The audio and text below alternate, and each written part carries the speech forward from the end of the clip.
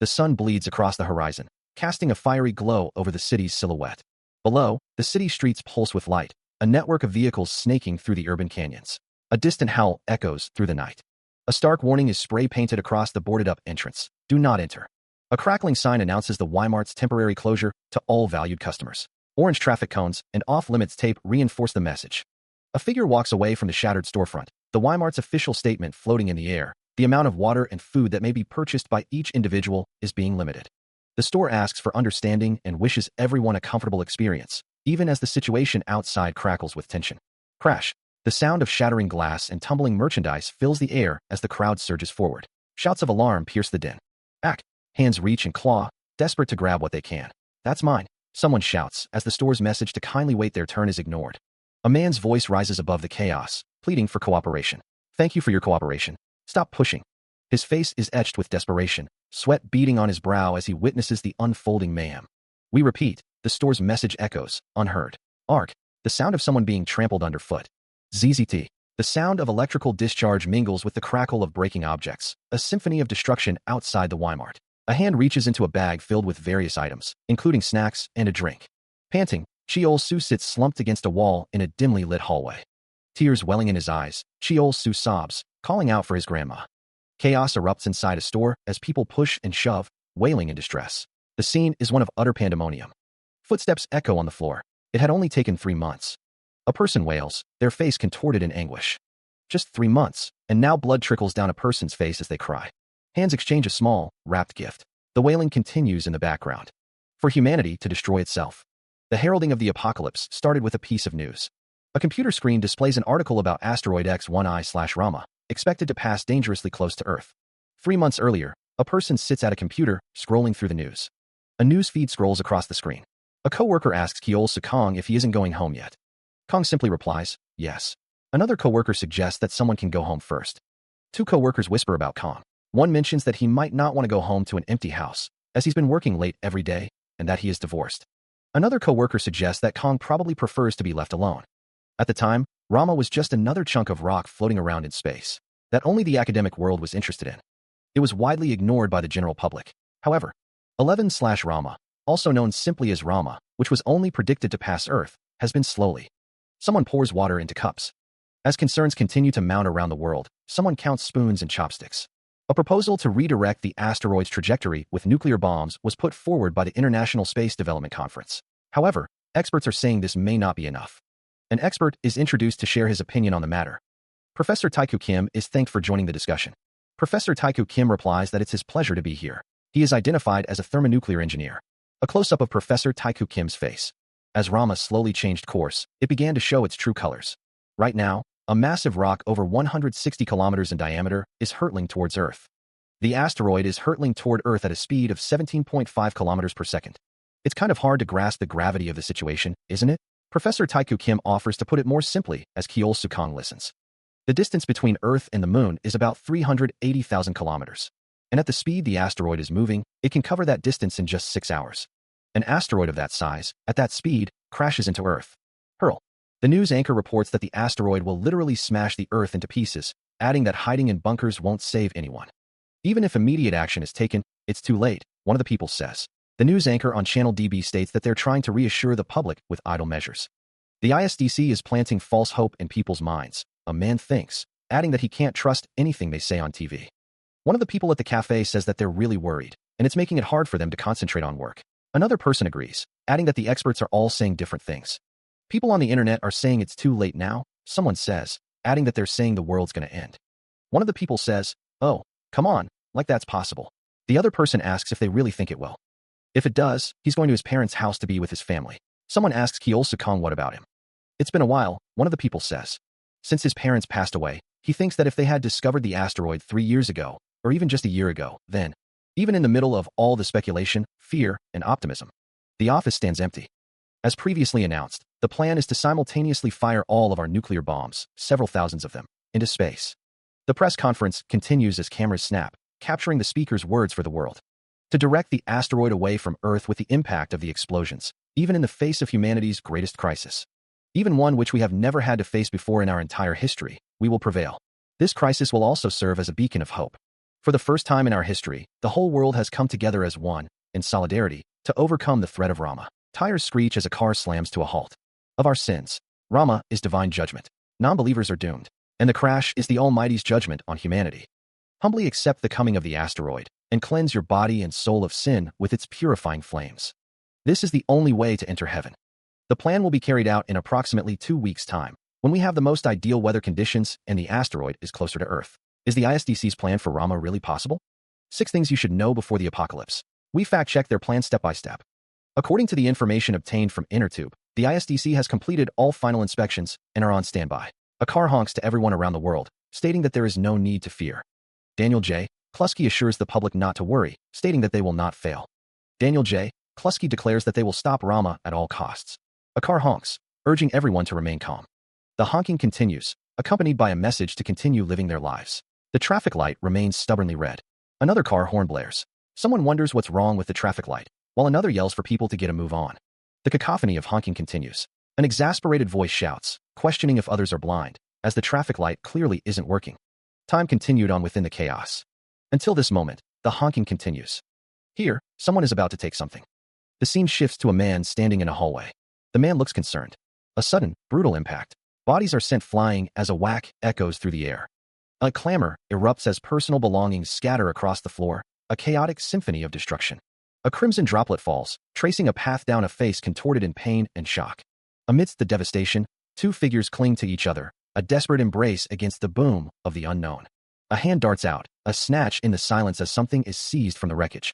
Broken and defeated, a figure lies prone, the cold floor a stark reminder of their vulnerability. A heavy foot descends, crushing hope in bone with a sickening boom.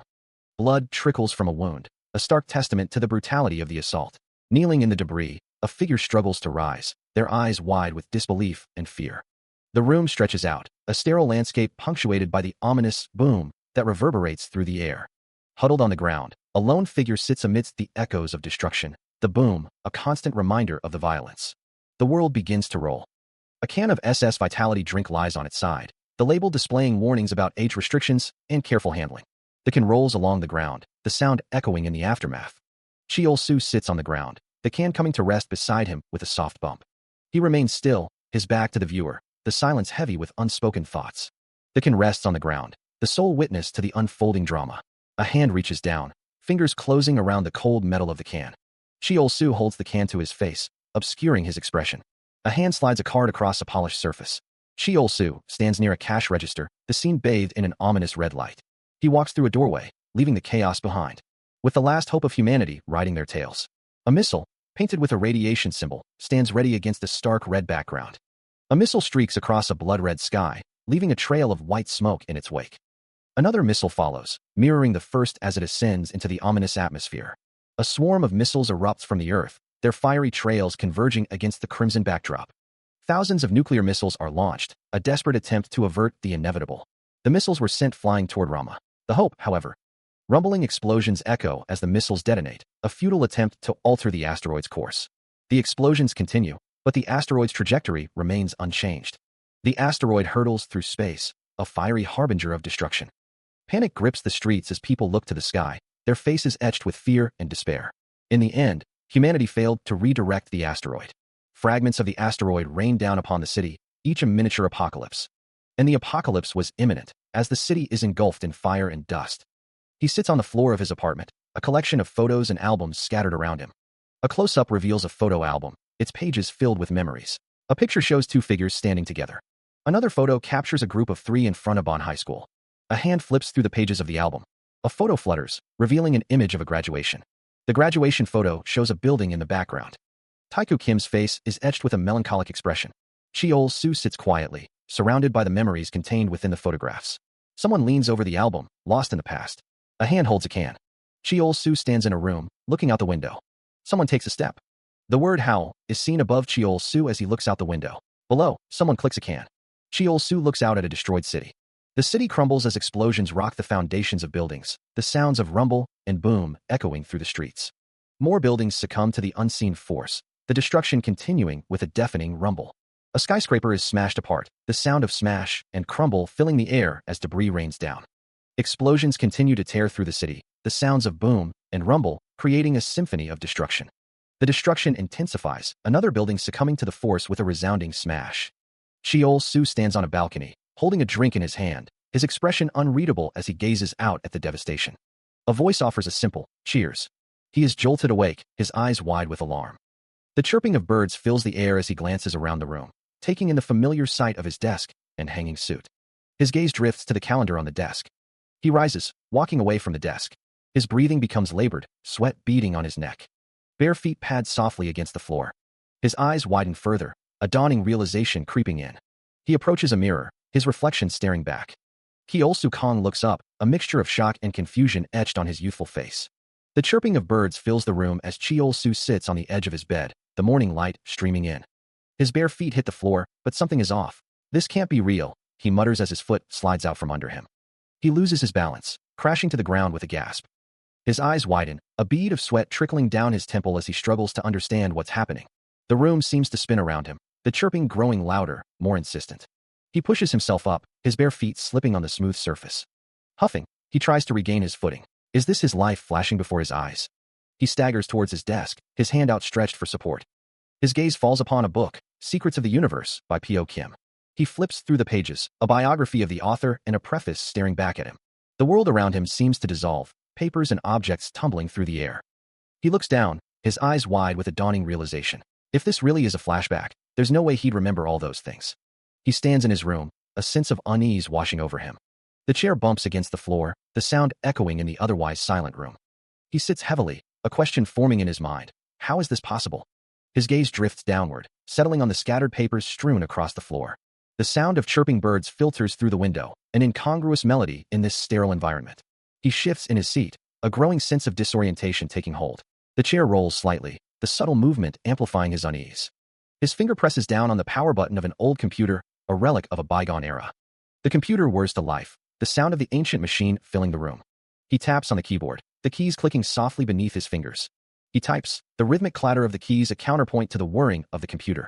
The screen flickers to life, displaying a search engine. He begins his search, seeking answers in the digital world. He finds the search is too slow. The screen blinks as Cheol-su searches for information about asteroid collisions. The search yields no results for preventing asteroid Rama. A bead of sweat trickles down his face. He tells himself he needs to calm down first. Cheol-su wonders if he has traveled back in time. But how? He picks up a middle school science textbook. Why? And who made it happen? Tapping the textbook, he wonders if aliens could be responsible. He considers the possibility that they could have used his DNA to create a clone of him. He finds himself in a strange, enclosed space. Cheol-su realizes he used his memories to recreate this room, and they might be observing him right now. He taps the cover of a book, a soft thud echoing in the otherwise silent room. He mutters, a question hanging in the air. The silence stretches, broken only by his own thoughts. Is anyone there? He calls out, his voice tinged with uncertainty. Silence answers him. The weight of it presses down, amplifying the feeling of isolation. He considers the situation, a frown deepening on his face. I guess it's not something I can confirm right now. Another possibility lingers in his mind. His thoughts drift to the theoretical. This is a parallel universe. The many worlds interpretation. One interpretation of quantum mechanics is that the world branches out in every direction at every moment. He sits surrounded by chairs, the room feeling both familiar and alien. What if I'm at a divergence? He wonders. He shifts in his seat, the fabric of his pajamas rustling softly. The silence continues to weigh on him. His mind races, trying to grasp the impossible. But, from what I remember, it's impossible for the branched-out worlds to affect one another. He leans forward, lost in thought. Then what about Nietzsche's theory of eternal recurrence? He taps his foot against the floor, a nervous habit betraying his inner turmoil. The rhythmic sound is the only thing grounding him in reality. He sits hunched over, his gaze fixed on the floor. No, for that to be the case, I shouldn't have any memories of my past life, but I do. He looks up, his expression a mixture of confusion and apprehension. The afterlife, then? Like heaven? Or hell? But to me, this situation, it is neither a reward nor a punishment. Moments feel too real for it to have been a dream. Boom, boom, boom. Wails echo amidst the destruction. Crash boom. The world rumbles. Everything crumbles. The world is distorted, fractured. A single drop falls into the abyss. A tear streaks down his hand, dripping onto the floor. He sits hunched over, his face buried in his hands, a silent sob racking his body.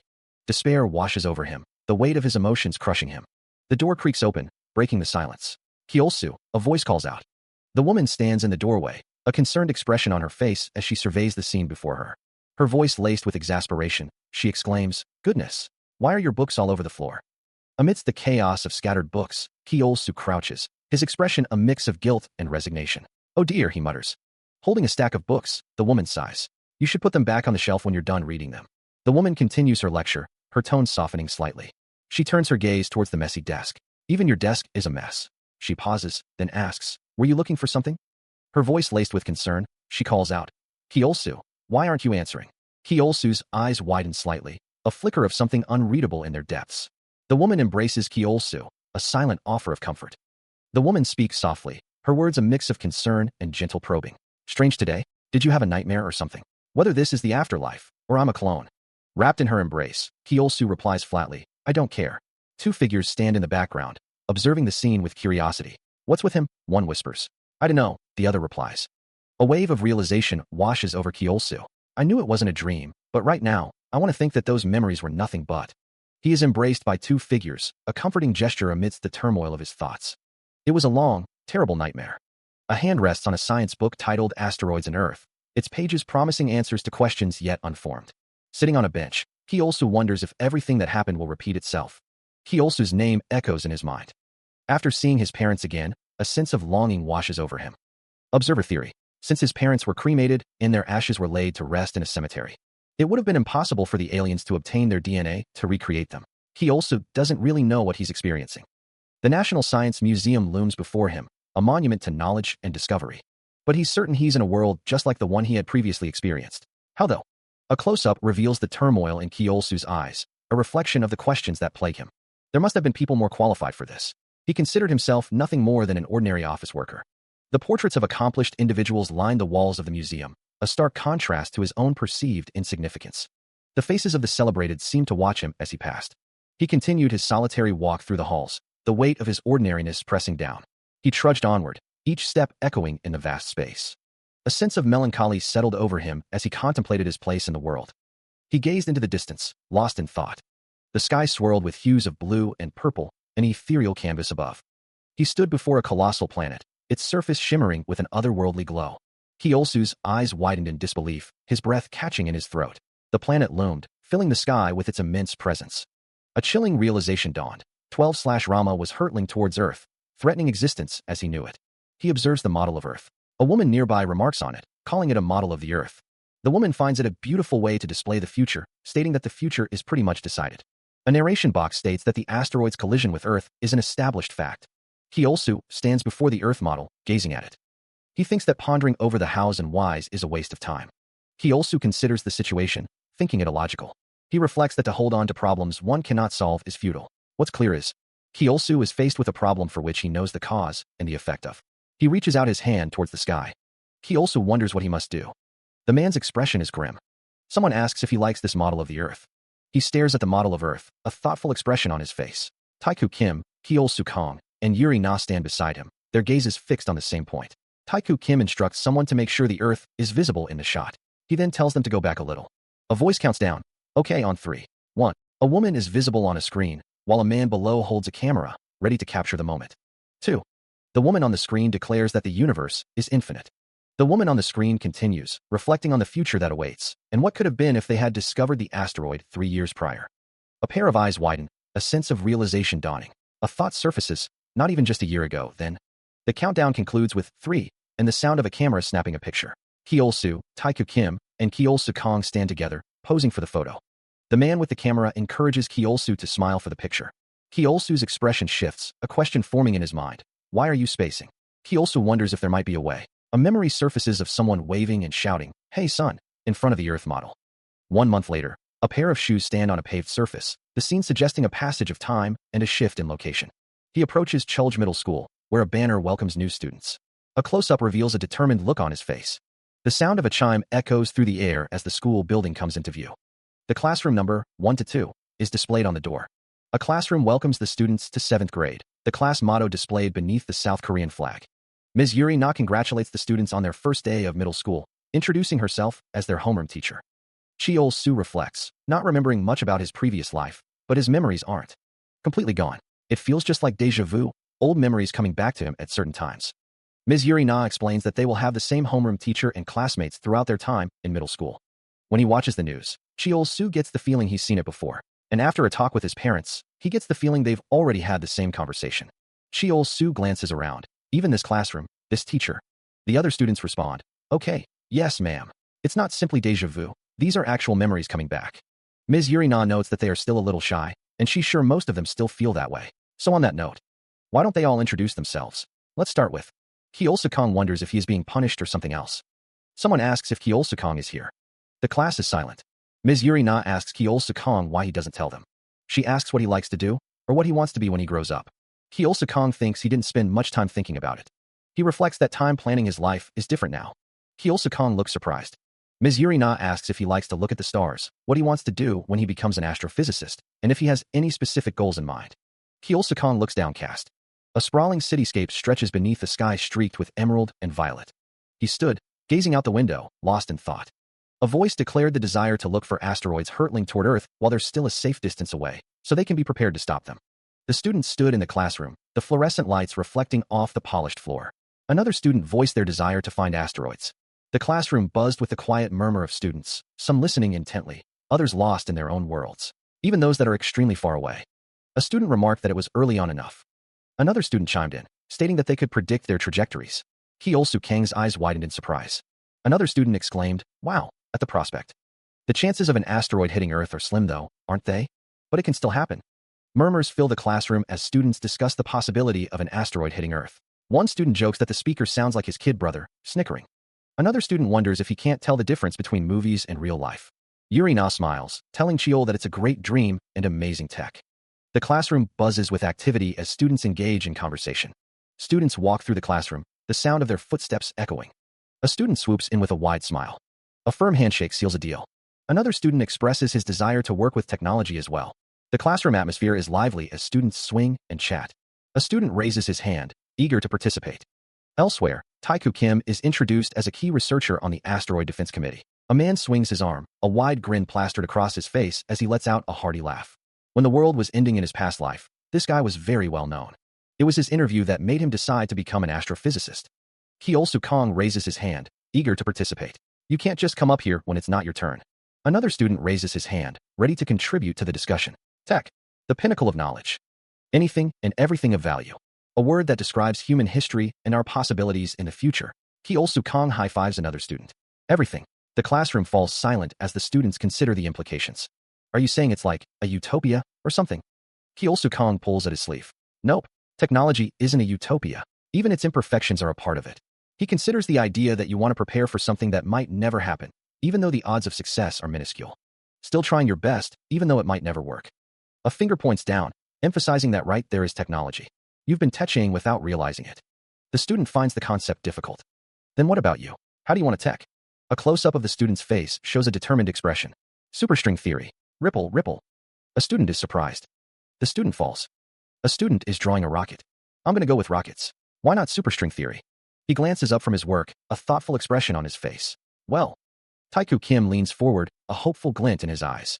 He thinks to himself, how can I get this kid to join in on my plan? He says, you have to develop a rocket engine that's powerful enough to change an asteroid's trajectory. Taeku Kim continues, superstring theory is interesting. Kyeol-sukong responds, but it's difficult to prove through actual experiments. And I'm not into research based only on. Taeku Kim raises his hand, interrupting Kyeol-sukong. I'm just telling you what I think. Kyeol-sukong continues to write in his notebook. He thinks to himself, where I can do actual experiments and get tangible results. Taeku Kim leans forward, trying to persuade Kyeol-sukong. And if you choose rocket engines for your tech too, you can help me with mine. Kyeol-sukong looks up, surprised. Are you thinking about rocket propulsion systems? Kyeol-sukong looks down at his notebook. The propulsion technology for rockets we have right now, it's not enough to redirect an asteroid. Kyeol-sukong continues, we need a better engine, like a thermonuclear engine with a liquid core. A hand pulls a document labeled engine from a file. The document reads, can superstring proven with X need some T must improve engine. The narration continues, so it'll be effective in case anything. Kyeol-sukong looks up, a determined expression on his face. Today's scientists haven't made any headway into solid core tech. That's next generation stuff. A rocket engine design glows with potential. Taeku Kim wonders aloud if it's truly possible to create and commercialize an engine that's 2 generations ahead. He remains skeptical. Taeku Kim holds a math book, his expression thoughtful. Taeku Kim asks Kyeol-sukong, if the tech works, how fast does he think it'll go? He adds that it's the thrust that matters more than speed, but he hasn't done any. Kyeol-sukong admits he doesn't have exact calculations yet, but Taiko Kim presses him for a rough estimate. Kyeol Soo-kong is taken aback by the question. Kyeol Soo-kong stammers, admitting he doesn't know, but ventures a guess of maybe 10% the speed of light. Taiko Kim swivels his head, intrigued by the estimate. Taiko Kim stares intently at Kyeol Soo-kong. Taiko Kim taps his math book, declaring that it's tech. Taiko Kim places a hand on Kyeol Soo-kang's shoulder, calling out to him. Kyeol Soo-kong, surprised by the gesture, asks if he can do this tech, too. He beams, his eyes wide with excitement. Kyeol Soo-kong suggests they work on the tech together. Two heads are better than one, he reasons. Kyeol Soo-kong then wonders just what on earth the tech is. Taiko Kim places a hand on Kyeol Soo-kang's shoulder. Of course, he says, help is always welcome. A man with long hair and a stubbled beard stares into the distance, his expression unreadable. The man sits at a table littered with empty cans and instant noodles, across from another man wearing glasses. The end of the world looms. Cheol-soo sits at a table laden with snacks and drinks, looking concerned. The news reports on the previously mentioned countermeasure against asteroid 12/Rama by the International Space Development Conference. The plan was to use a rocket propulsion system to change the asteroid's trajectory, but Taiko Kim's face appears. Cheol-soo asks if everything wasn't going well. The news reports that the plan was deemed not feasible due to technological limits, and Professor Taiko Kim, the lead scientist of the project, took responsibility for this failure and stepped down. Taiko laughs. Taiko says to the public that he is just hearing about his resignation, too. Their plan was to use nuclear missiles to change Rama's course as their last resort. More details are to be revealed at the press conference. Taiko looks surprised. Kyeol Soo-kong says, oh, all right. Here's the thing. None of the experts believed your claims, except for me. A remote is pressed, beeping. The TV blinks, showing a special rebroadcast. What is Earth's future? But you just weren't convincing enough. According to what we have confirmed, as soon as you discovered this asteroid, you spoke up, strongly asserting that there was a danger of it crashing into Earth. The news report shows Yuri Na and Daniel J. Kluski during a special rebroadcast. What is Earth's future? The report mentions renewed scrutiny of Professor Kang's interview. He explains that the jet effect caused by the vaporization of frozen gas and the acceleration caused by the uneven gravitational field of an ellipsoid are all contributing factors. Taiko Kim recalls discovering the asteroid 3 years earlier than other astronomers. He accurately calculated its course and warned the world about the inevitable collision with Earth. He is on TV, too. The astronomer wonders if his warnings were not enough. Taiko Kim reflects that to others, he was just a famous astronomer on TV warning about an asteroid. He thinks there's some beer left, so they probably thought it was an excuse. Taiko Kim says he's known Cheol-soo since they were kids, so he knows.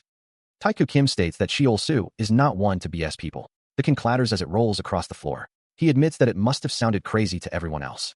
Taiko Kim yawns, adding that remotely close was going to slam into Earth. He continues, saying they just pretended to be working on a solution because people were worried. Taiko Kim says that now they're like, oh, Rama's really coming toward Earth. Taiko Kim reaches for the refrigerator door. The refrigerator is empty. Taiko Kim remarks that they're out of beer. He sits on the couch, his hand covering his face in frustration. Cheol-soo laments that they haven't developed the propulsion system yet. Taiko Kim retorts, suggesting they just shoot nuclear missiles at it, chuckling. Taiko Kim opens the refrigerator with a thud. Cheol-soo exclaims that he did work on the engine, but the others refuse to cooperate, flicking his hair back in frustration. Cheol-soo asks how he was supposed to finish the engine while dealing with all that crap. Cheol-soo demands to know why Taiko Kim didn't tell him this earlier.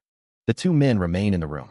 Cheol-soo says that Taiko Kim could have at least told him the project wasn't going well. The camera focuses on Taiko Kim's feet. Cheol-soo turns away. Cheol-soo remains silent, his expression unreadable. Taiko Kim sits across from him, retorting, because of my pride. Cheol-soo's expression hardens. He questions, you kept this from me because of your pride? It might not mean much to you, but it means a lot to me. Cheol-soo's voice rises in frustration. Taiko Kim throws his hands up, exclaiming, I wanted to finish the engine and go, tada, here it is, to you and the rest of the world. The news blares in the background, apocalypse imminent, Professor Kang's solution. Cheol-soo curses under his breath, realizing, this is the first time I'm learning. Taiko Kim sighs, admitting, not everything goes the way I want. He looks down, lamenting, it wasn't easy. Taiko Kim continues, it would have been a little easier if it hadn't been for that pride of yours. Cheol-soo's expression darkens as he asks, did you really believe what I said? You weren't completely. He slides his glasses off, his expression unreadable. Completely serious, right? Cheol-soo continues, questioning Taiko Kim. When you started working on the engine? He pauses, then adds, actually forget it. It was probably. Taiko Kim responds, his tone laced with sarcasm. Purely for your amusement. That's the kind of guy you are, after all.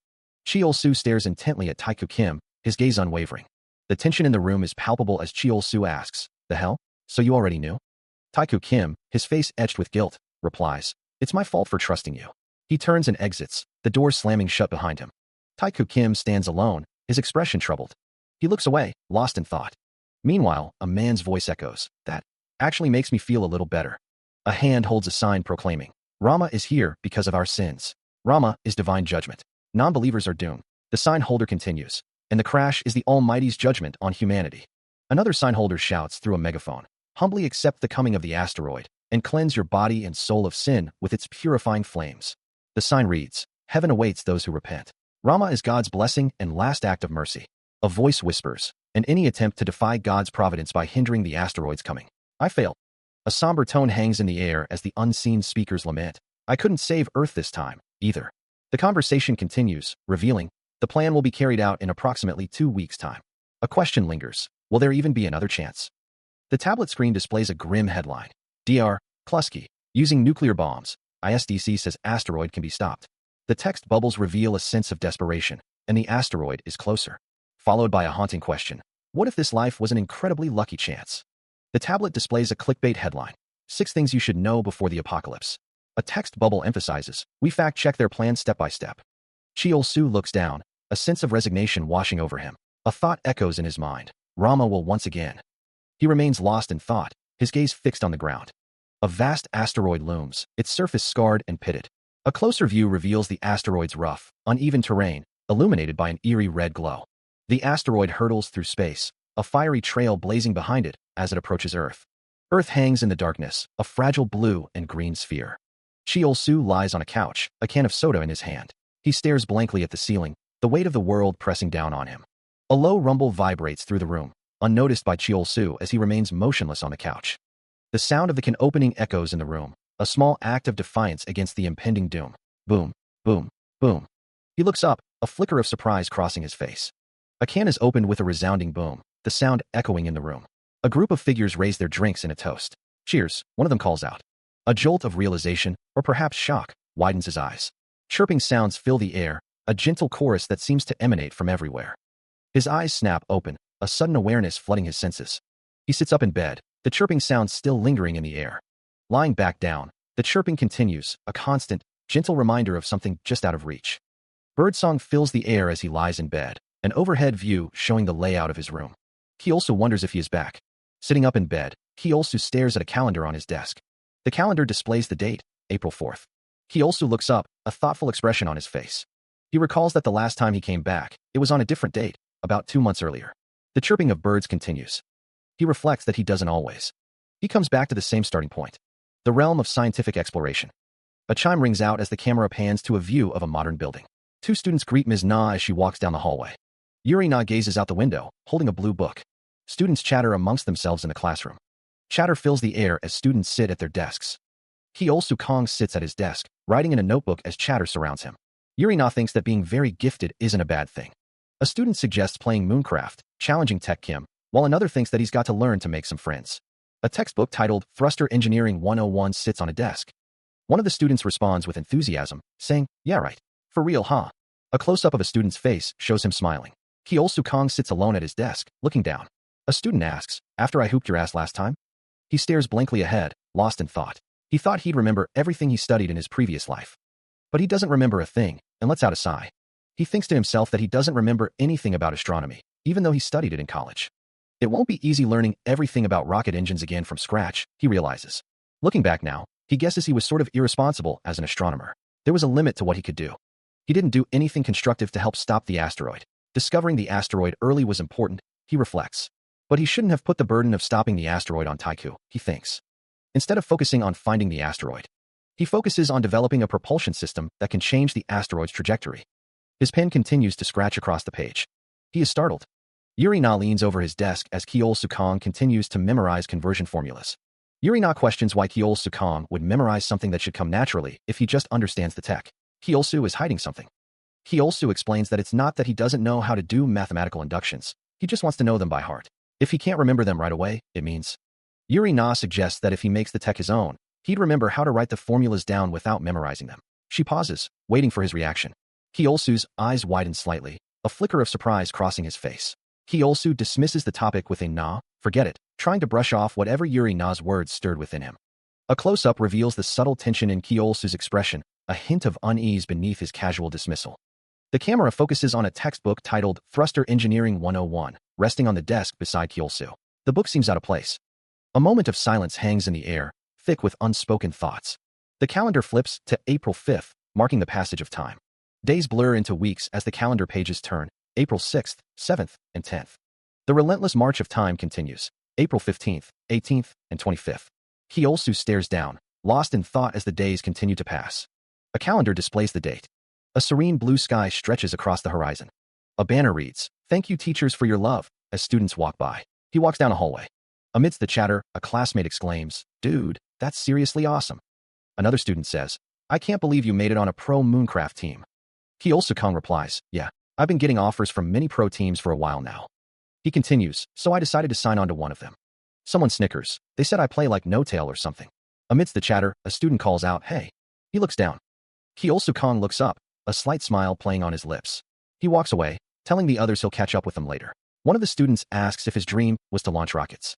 Another student smirks, remarking that the more you live, the more things change, and that Kyosu-kang's dream has changed too, hasn't it? Kyosu-kang walks up the stairs, holding a science book. A student yawns, covering his mouth. Another student snickers. The teacher instructs the class to turn to page 52 in their books, announcing that they'll be measuring changes in mass during chemical reactions. The teacher tells the students to take a look at the items in front of them, specifying that they'll need diluted hydrochloric acid and calcium carbonate. A student yawns, looking tired. A student leans on his hand, looking bored in class. He pores over the text, his grip tightening on the book as he absorbs the information.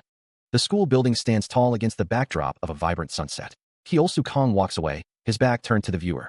He does whatever he wants and has no sense of responsibility. Someone almost trusted him again. From now on, he can't expect anyone else to help him. He believes he can stop the asteroid. He will do it on his own. That's right, he doesn't need any help. He can do it all by himself. 20 years later, the ISDC building stands tall against a bright blue sky. A message flashes. All engineers, please return to your stations. He oversees the final system checks. Pipelines, valves, fuel tank, and oil pressure all receive the green light. The nozzle is checked, and the team confirms that all systems are ready. A cross-check confirms everything is clear. The engineer mumbles to himself, hoping it will work this time, sure of it. Everything is ready, the engineer reports to the doctor. The engineer asks for permission to ignite the engine. Receiving the go-ahead, the engineer acknowledges the order. The engine ignition sequence is initiated. A speech bubble declares that they finally get a break. The woman with light blonde hair beams, papers falling around her. She exclaims that they are going to get bonuses. The man with black hair, identified as Dr. Kong, expresses his excitement, stating that they did it. The woman asks if he is happy. He replies that he is. Leaning in, the woman observes that he doesn't look so happy to her. A crowd of people are in the background. The woman says that if she were him, she'd be ecstatic. She adds that they just laid the foundation for Mars exploration with their rocket engine. Someone in the crowd says that they still have a lot of work ahead. The woman asks if he is still thinking about future work on a day like this. He replies with a wow. In a speech bubble surrounded by stars, the woman asks if he is not planning on using it for the upcoming Mars shuttle. She laughs and asks if she is right. Dr. Kong says that it is possible, and asks why not. He adds that it meets all the specifications, after all. The woman looks shocked and asks what. A close-up of Dr. Kang's face. A speech bubble states that they also have to do a lot more field tests before X1I/Rama appears. He is working overtime again, Dr. Odlai observes. She asks Kyosu-kang to type up today's report and send it to her, as she needs to submit it to the Mars Exploration Committee. Dr. Odlai seems surprised by something. An exit sign glows green above a doorway. Kyosu-kang walks away, papers scattered on the floor behind him. Dr. Odlai looks concerned. Even on a day like this, she thinks, holding tickets. The tickets are for a musical at Shelter Hall. All he thinks about is work, someone thinks. The realm of scientific exploration. Kyosu saves the world. Dr. Kong, I hear you're. That's. Smilov begins, excellent news, but then pauses. Smilov. If it weren't for this man, I would have started. The man named Smilov continues. He's a stereotypical manager, greedy and incompetent. He then apologizes. Sorry, please have a seat. I just need to make a quick call. Smilov adds. A new report came in that requires my immediate attention. He concludes. Well, that's probably how he clawed his way up to the chief position. The older man asks, is it urgent? Kyosu-kang replies. It says there's an asteroid that might pass close to Earth. Kyosu's expression hardens. Smilov responds. Very well then, proceed as such. He wonders to himself. Has the time already come? Kyosu thinks. Did they discover it earlier than the first time around? Kyosu continues to ponder. No. Maybe I just don't have a good sense of the timeline right now. A woman asks. Together a task force? Smilov asks. Then who's going to lead the team? He answers his own question. Probably Charlotte, since she's been working on asteroid contingency plans. Kyosu's expression is unreadable. Smilov laughs. Haha, look at you. He gestures, emphasizing the importance of focusing on one's field of expertise. The hand reaches out, symbolizing the formation of the asteroid task force. An engines expert will also be needed. The documents are laid out, ready for review, with one marked as a consultant. The text urges a closer look at the documents. Smilov informs the group that there are 10 asteroids that could collide with 12/Rama. The documents detail information about asteroids, including 243 Ida and 243 Ida I Dactyl. The man states that there are 288 Glocky and 6 others. The two individuals glance at the documents, their expressions unreadable. Fortunately, none of these asteroids are more than 100 kilometers in diameter. One of the team members wonders why the engine development team is present. Smilov states that the problem doesn't seem too difficult to handle, but Kyeol-sukong asks if this is their first meeting. It sounds like Smilov has already decided what to do. Smilov responds that even if they discuss their options, they have to start somewhere. Smilov states that he already came with a plan and asks to be allowed to share it. Kyeol-sukong guesses that the plan is to redirect the asteroid with nuclear missiles. Smilov confirms, stating that currently, that seems to be the safest and most cost-effective solution. Smilov tosses a file onto the table. Someone argues that a nuclear impact won't change the asteroid's trajectory. It seems Dr. Kong also came in with a plan.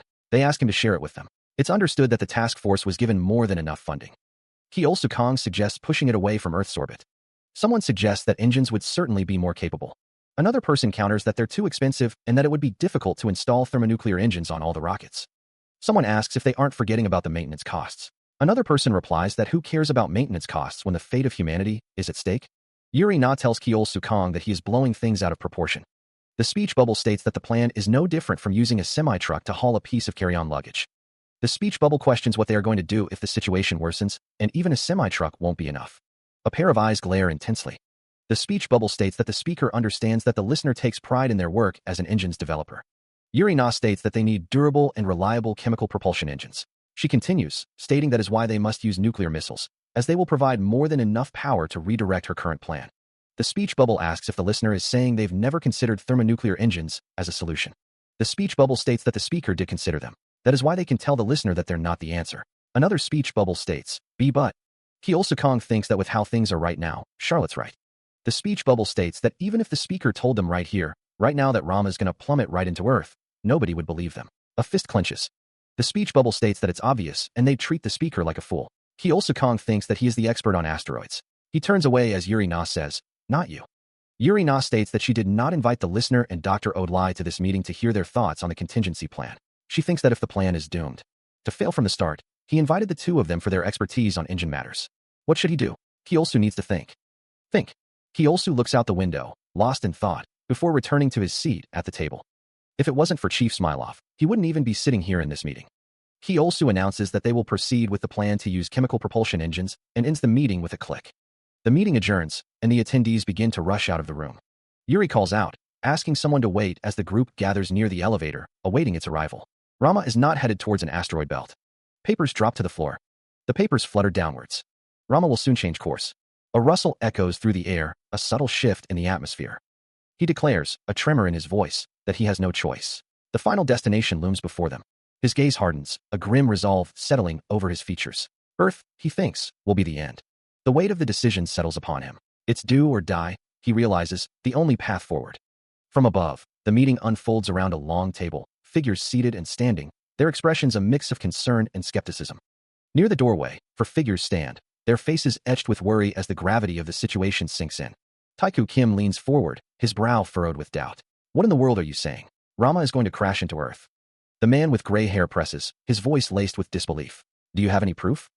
Kyeol-sukong's expression is hidden behind his glasses, his thoughts swirling as he considers the weight of his claims. He thinks to himself, the word proof echoing in his mind. The weight of the situation bears down on him as he admits, I have no proof. Kyeol-sukong sighs, the sound heavy with resignation. A woman's voice cuts through the tension. See here, Dr. Kong. The man's voice rises, tinged with frustration. Do you just expect us to take you at your word? Another voice, sharp and impatient, demands. Are we here to play around? The blonde-haired man's tone drips with sarcasm. Seriously, how big can your ego be? The man with gray hair states, his voice firm. Everyone in this room has a PhD, just like you. The heavy door slams shut, the sound echoing through the sterile office. Kyeol-sukong stands with Yuri Na, the weight of his unproven claims pressing down on him. Yuri Na's expression is etched with worry. Her teal eyes reflect a growing unease. He clenches his fist, knuckles white against the cool metal of the desk. It's going to be too late, he thinks. If I wait for enough evidence to convince the experts. But I have to do something. What should I do? I've got to do something to warn people about Rama, he considers. Well, surely some will believe me. No, it doesn't matter if anyone believes me. I'll tell the world about Rama. I'll get their attention.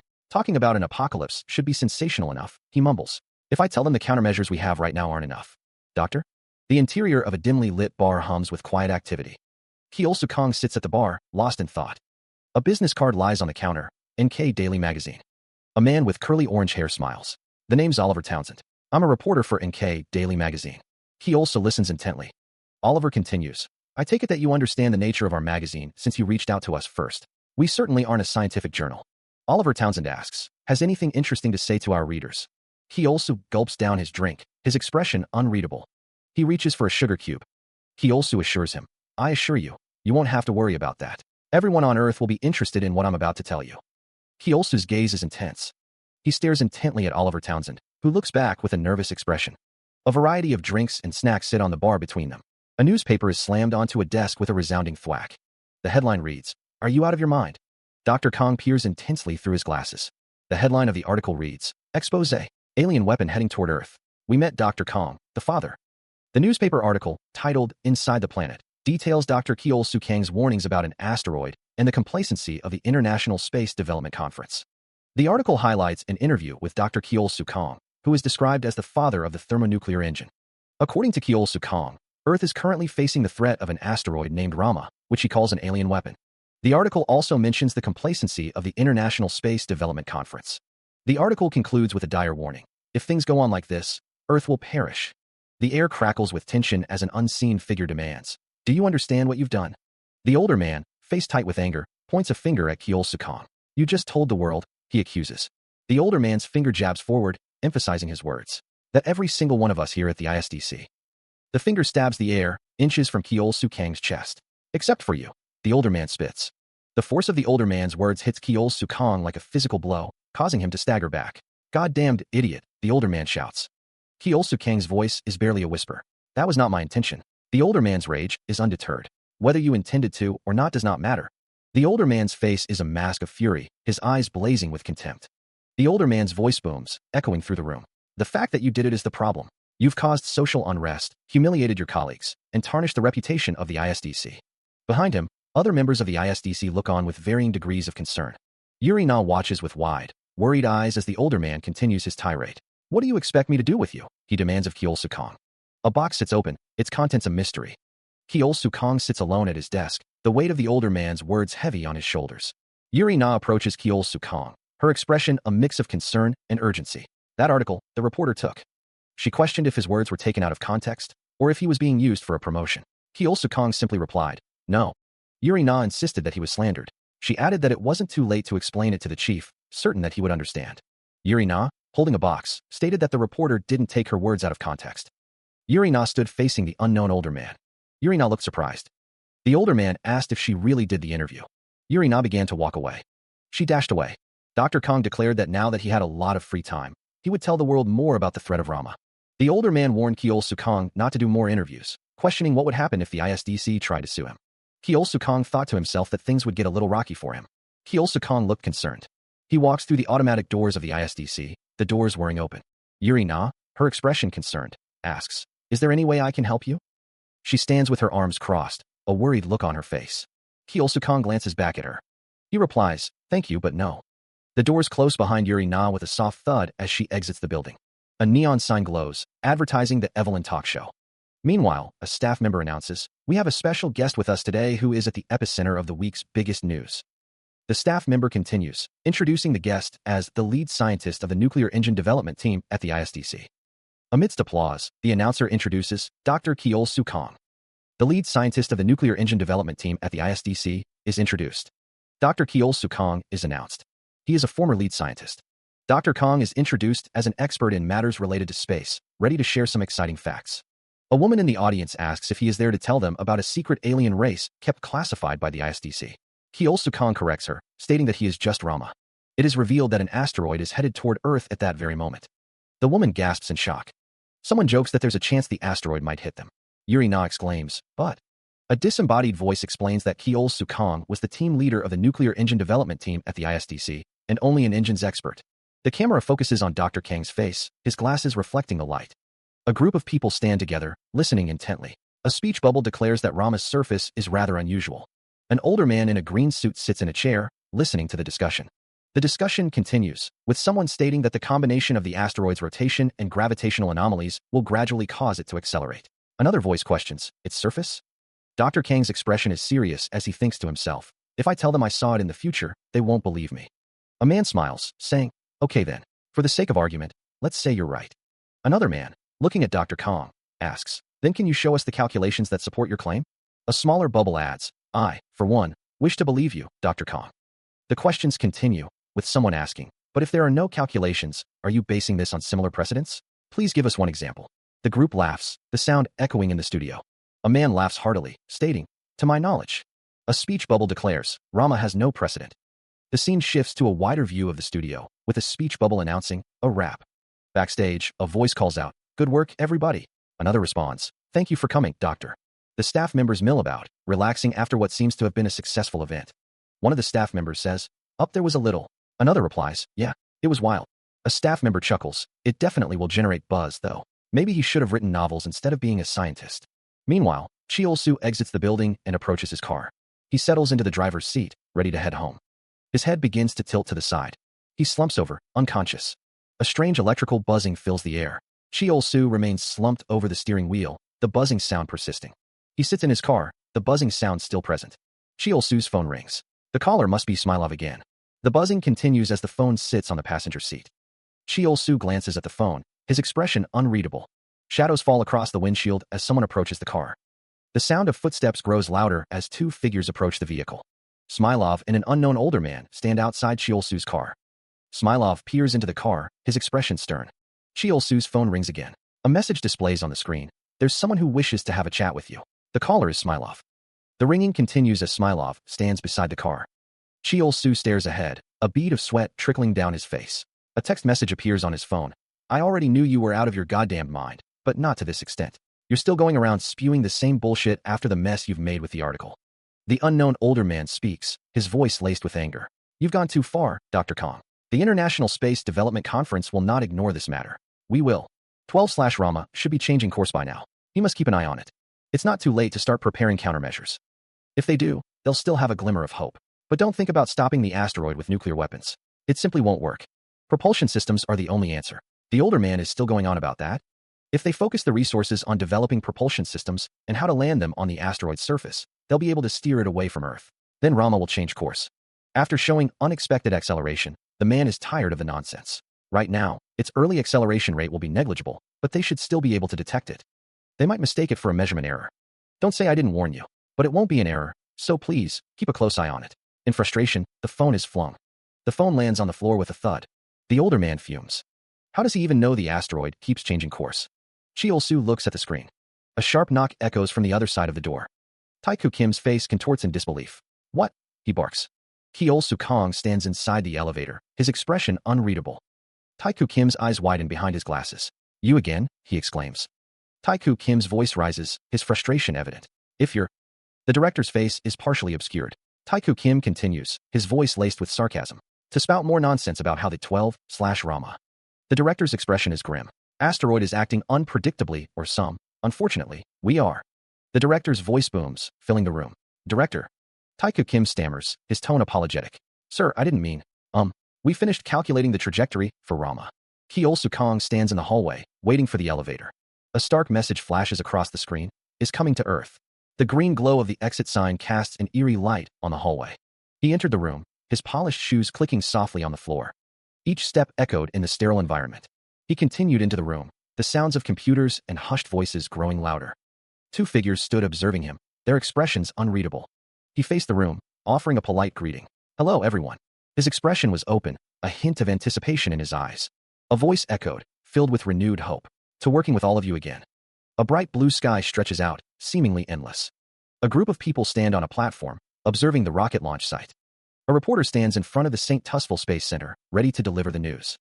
As previously announced by the ISDC, the Atlas R project is set to launch at 10 p.m. this evening, which is 8 a.m. local time. A family gazes at the rockets, their faces filled with anticipation. The project aims to launch a total of 30 rockets and land them on the asteroid's surface. The next launch will be in 3 weeks, and the final launch will be in 6 weeks. A news anchor states that it will be quite a sight to see. The project involves dividing the rockets into 3 separate launches instead of launching them all at once. It is because of Rama's distorted, elongated football shape. Therefore, each rocket must use a special landing mechanism to land at various points on the asteroid before they ignite all at once and exert enough force to push the asteroid away from Earth. That does sound like an effective method. The Realm of Scientific Exploration, Episode 9, Kyosu. Saves the World. Webtoon, Susion. Original novel, Fake Scientist. The ISDC building stands tall against the blue sky. Inside the control room, the countdown begins for Atlas R01. A woman watches the monitors. A man peers at a screen. Technicians monitor the launch from their stations. Blastoff. The Atlas rocket stands ready on the launch pad. The countdown continues. With a deafening roar, the rocket engines ignite. The rocket blasts off, ascending into the sky. The technician announced, target altitude reached, suspending stage 1 engines and separating. The Atlas rocket continued its ascent, leaving a trail of fire and smoke against the blue sky. In the control room, the team prepared to ignite the stage 2 engines, the screens displaying separation successful. 2 figures watched the launch progress on a large screen, their expressions unreadable. A set of doors stood ready, waiting for the team to either celebrate or address a crisis. Kyosu Kang's face was etched with concern. The rocket continued its climb, a distant rumble echoing in the air. A woman cheered, "We successfully launched." Her face beamed with pride. Meanwhile, Kyosu Kang spoke urgently into the phone. "All 10 rockets." "Yes, this is Kyosu Kang. There's an issue with the stage 2 rockets on rocket 13. There's." Kyosu Kang's expression hardened. "Clearly a problem.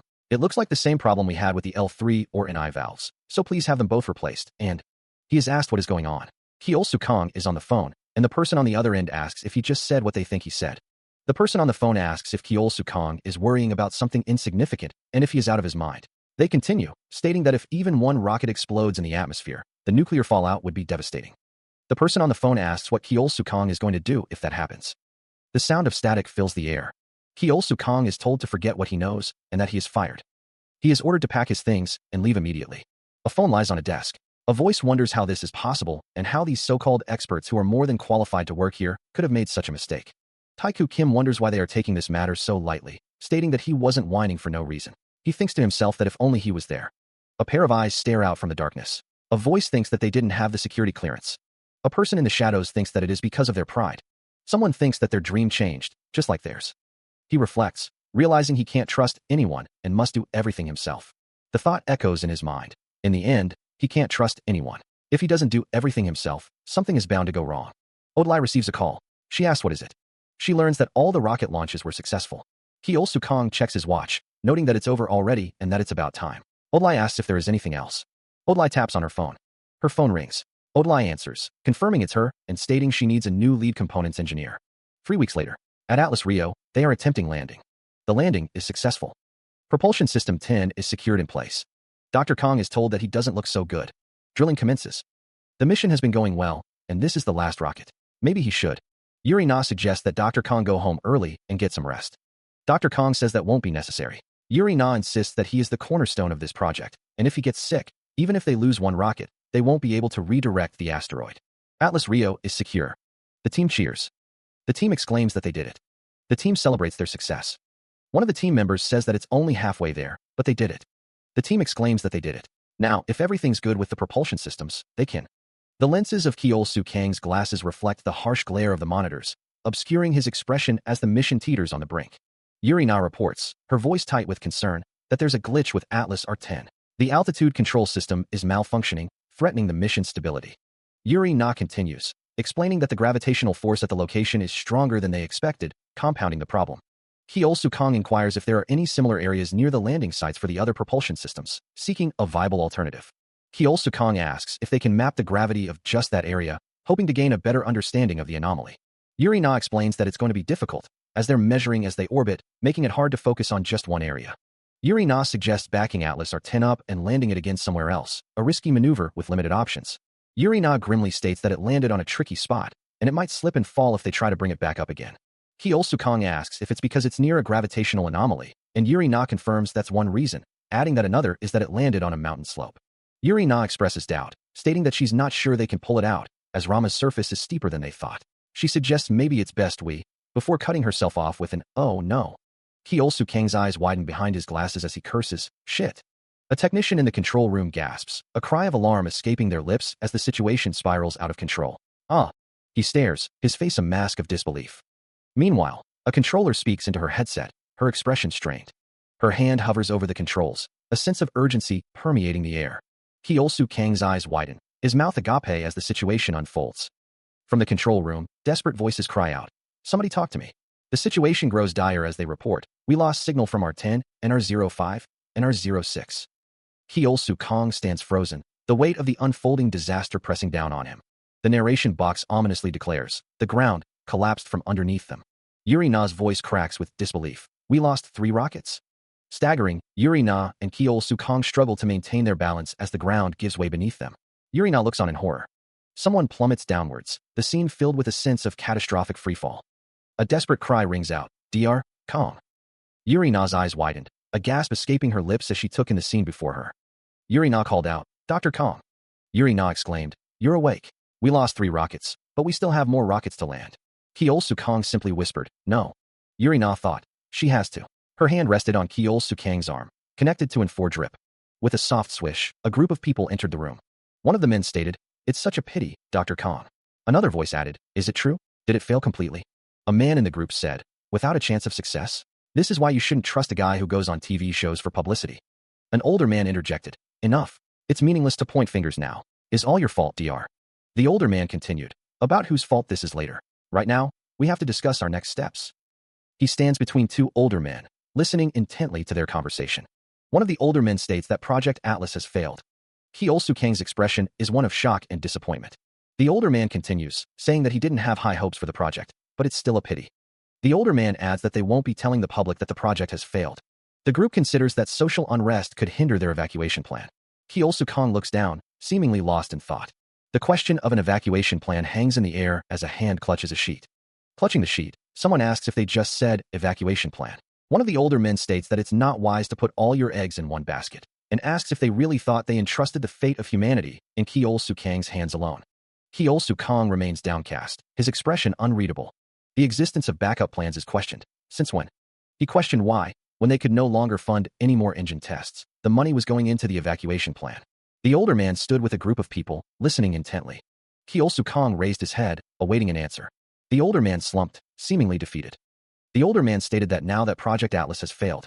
He asked if Taeku Kim could be entrusted with their evacuation plan, Project Noah, confident that a man of his talents could take the helm and see to its success. Kyo-soo Kang looked on, awaiting Taeku Kim's response. Meanwhile, Yuri Na stood with her hands clasped, a concerned expression on her face. Kyo-soo's eyes narrowed as he considered the words, Project Noah. He wondered if it was the project he was thinking of. Elsewhere, a sign announced the International Space Development Conference's Port David Space Center. A rocket stood tall on the launch pad at the Port David Space Center. The final stage of Project Noah is underway. A hand adorned with a bracelet rests on a railing overlooking the launch platform. 2 astronauts in full gear stand on a walkway leading to the rocket. The astronauts share a smile, their faces visible through their helmets. Kyo-soo stands with a somber expression. Odlai asks, "Are you really not coming with us?" Kyo-soo replies, "That's right. As I've told you many times, it's because of my health." Odlai says, "But how will we manage without you?" She continues, "Both Project Atlas and Project Noah were only possible because of you." A lone figure walks away from the launch platform. Kyo-soo says, "They'll have you, won't they, Dr. Odlai? And I'm sure the others will also do their best." Kyo-soo looks on with a determined expression. She seems really disappointed. Disappointment hangs in the air. Dr. Kang wonders when he last felt disappointment. He is startled. The unnamed woman says she knows. Her expression is downcast. The unnamed woman accuses Dr. Kang of not trusting other people. Dr. Kang remains silent. He is told that he doesn't trust anyone and always does everything himself. The unnamed woman emphasizes that he always does everything himself. The unnamed woman demands to know why he is backing out now, questioning if he thinks he's too good to be out there in space. A helmet falls to the ground with a thunk. The unnamed woman declares that she's not going either. She tells Dr. Odlai to calm down, asking who will go if he doesn't. Dr. Odlai reaches out to him, trying to reassure him. Close-up of Dr. Odlai's hands. Close-up of Dr. Odlai's face. Dr. Kang wails, overcome with emotion. Dr. Odlai tells Dr. Kang to forget about Project Atlas failing if that's why he feels guilty. She tells him that he did his best. Dr. Odlai says that the Dr. Kang she knows would never let failure stop him from finding another way, questioning why he is giving up now. He thinks to himself that he is not giving up. Dr. Odlai says that there's a different reason for staying behind, wondering what it is. The scene shifts back to Dr. Kang. Dr. Kang wonders why he is the only one who's so sad right now. A single tear traces a path down her cheek. An announcement blares over the intercom. Calling Dr. Odlai Arquette, please come to boarding gate A23 immediately. The announcement repeats, urging Dr. Odlai Arquette to proceed to boarding gate A23. Dr. Kang's expression is unreadable behind his glasses. A cliched farewell, but Odlai asks, when? How? Her voice cracking, Odlai wonders, in the afterlife? Dr. Kang replies, after we're both dead? No, but trust me. He says, we will meet again. A close-up shows Dr. Kang's face, his expression still unreadable. Tears well in Odlai's eyes. Odlai says, if we do meet again, promise me. She hoped that he would trust her enough to share his burdens. A beam of light pierces the clouds, reaching towards the heavens. Dr. Kang's heart ached whenever he thought about Odlai, but a distant roar echoed in his mind. A blinding light filled the sky, washing over the landscape. Sitting on a park bench, Dr. Kang felt a low rumble beneath his feet. He knew she was just a memory, one he was bound to forget, but the rumble grew louder, accompanied by a distant roar. With a sharp TCH, Dr. Kang popped open a can of soda. The sound of the can opening reverberated, a metallic cooer mixing with the persistent rumble. This was the third time. The rumble intensified. He tilted the can back, the soda flowing down his throat as the roar grew closer. The world seemed to explode around Dr. Kang, the sound echoing in his ears. A fragmented image flickers, a face bathed in an unnatural glow, obscured by geometric shapes. The shapes dance in the darkness, sharp and angular, devoid of context. He lies still, eyes closed, the faintest hint of dawn painting the room in shades of gray. A chorus of chirps fills the air. The chirping grows louder, insistent, pulling him from the depths of sleep. From above, the room is cast in a pale blue light, the source of the chirping unseen but ever present. The sound of birds chirping fills the air. The chirping continues as the camera pans over a room, focusing on a figure lying in bed. The chirping persists as the view zooms in on Kyeolsu, still asleep. The chirping continues. A voice calls out, Kyeolsu. A calendar displays the date, the 5th. A speech bubble shouts, get up. The voice continues, it's almost time for school. Kyeolsu gets out of bed, his bare feet touching the carpet. The chirping continues as Kyeolsu stands beside his bed, now awake. Kyeolsu begins to get dressed. The chirping persists as Kyeolsu opens his bedroom door with a soft thud. The school building stands tall under a clear sky. A chalkboard displays the date, May 28th, and lists Kyeolsu Kang and Taeku Kim as on duty this week. Taeku Kim is also marked as tardy. The classroom buzzes with chatter as students mill about. More chatter fills the classroom as a student sits at his desk, studying. The soccer team cheers as they practice on the field. One player shouts, pass it here. A soccer player runs down the field, focused on the game. The ball soars through the air as the team plays on. Right now, someone calls out. A student gazes out the window, lost in thought. A thought bubble reads, then what should I do now? Two students celebrate, their faces beaming with joy. The two students continue to celebrate, their camaraderie evident. A young woman clutches a blanket, her expression troubled. Of course, even if I did and warned people, nobody would believe a kid. A voice asks, is there any way I can help you? He looks up, a flicker of surprise crossing his face. A memory surfaces, a woman's voice echoing in his mind. If we do meet again, promise me that you'll trust me and share your burdens with me. Tears stream down her face, a silent plea etched in her expression. A sharp pang resonates, a sudden realization hitting him with full force. Back in the classroom, Taeku Kim stands before Kyeolsu Kang, a concerned look on his face. Kyeolsu Kang's brow furrows in confusion. Taeku Kim asks, are you not doing your teching today? You were doing your tech like crazy for months. Kyeolsu Kang responds, what? Did you give up or something? He replies with a simple, oh, yeah. On the desk, textbooks and notes lie scattered, a testament to abandoned pursuits. Something like that, Kyeolsu Kang had said. It became kind of pointless. There was no use developing a better engine. Taeku Kim, startled, questions, what are you talking about? You sound like you already managed to develop something. Kyeolsu Kang sighs. I just lost interest in it, that's all. Just like how I gave up on becoming an astronomer. Silence descends, heavy and unspoken. He wonders why he's so quiet. Was it that obvious that he was lying? Kyeolsu Kang is lost in thought. The other man stands before him. Taeku Kim asks, after you stole someone else's tech. Taeku Kim continues, you're gonna quit halfway through cause it's not fun anymore. He asks, what? Taeku Kim says, one who decided to be a pro gamer. He asks, so how? Taeku Kim asks, did I steal your tech? Taeku Kim says, well that's. Kyeolsu Kang sighs, damn it. Taeku Kim asks, what is tech? It's about being the best, right? Taeku Kim exclaims, Taeku. Taeku Kim asks, you still don't get it. Kyeolsu Kang looks up, a confused expression on his face. He wonders what Taeku Kim being the best has to do with him, and what threat he posed. Taeku Kim points at Kyeolsu, exclaiming that he doesn't get it. Kyeolsu admits that he really doesn't. Taeku sighs, telling Kyeolsu that he's so slow sometimes.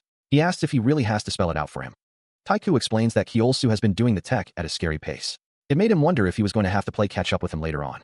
A flashback shows Kyosu standing on a pile of books, surrounded by stars and planets. He thinks to himself that he is supposed to be tech.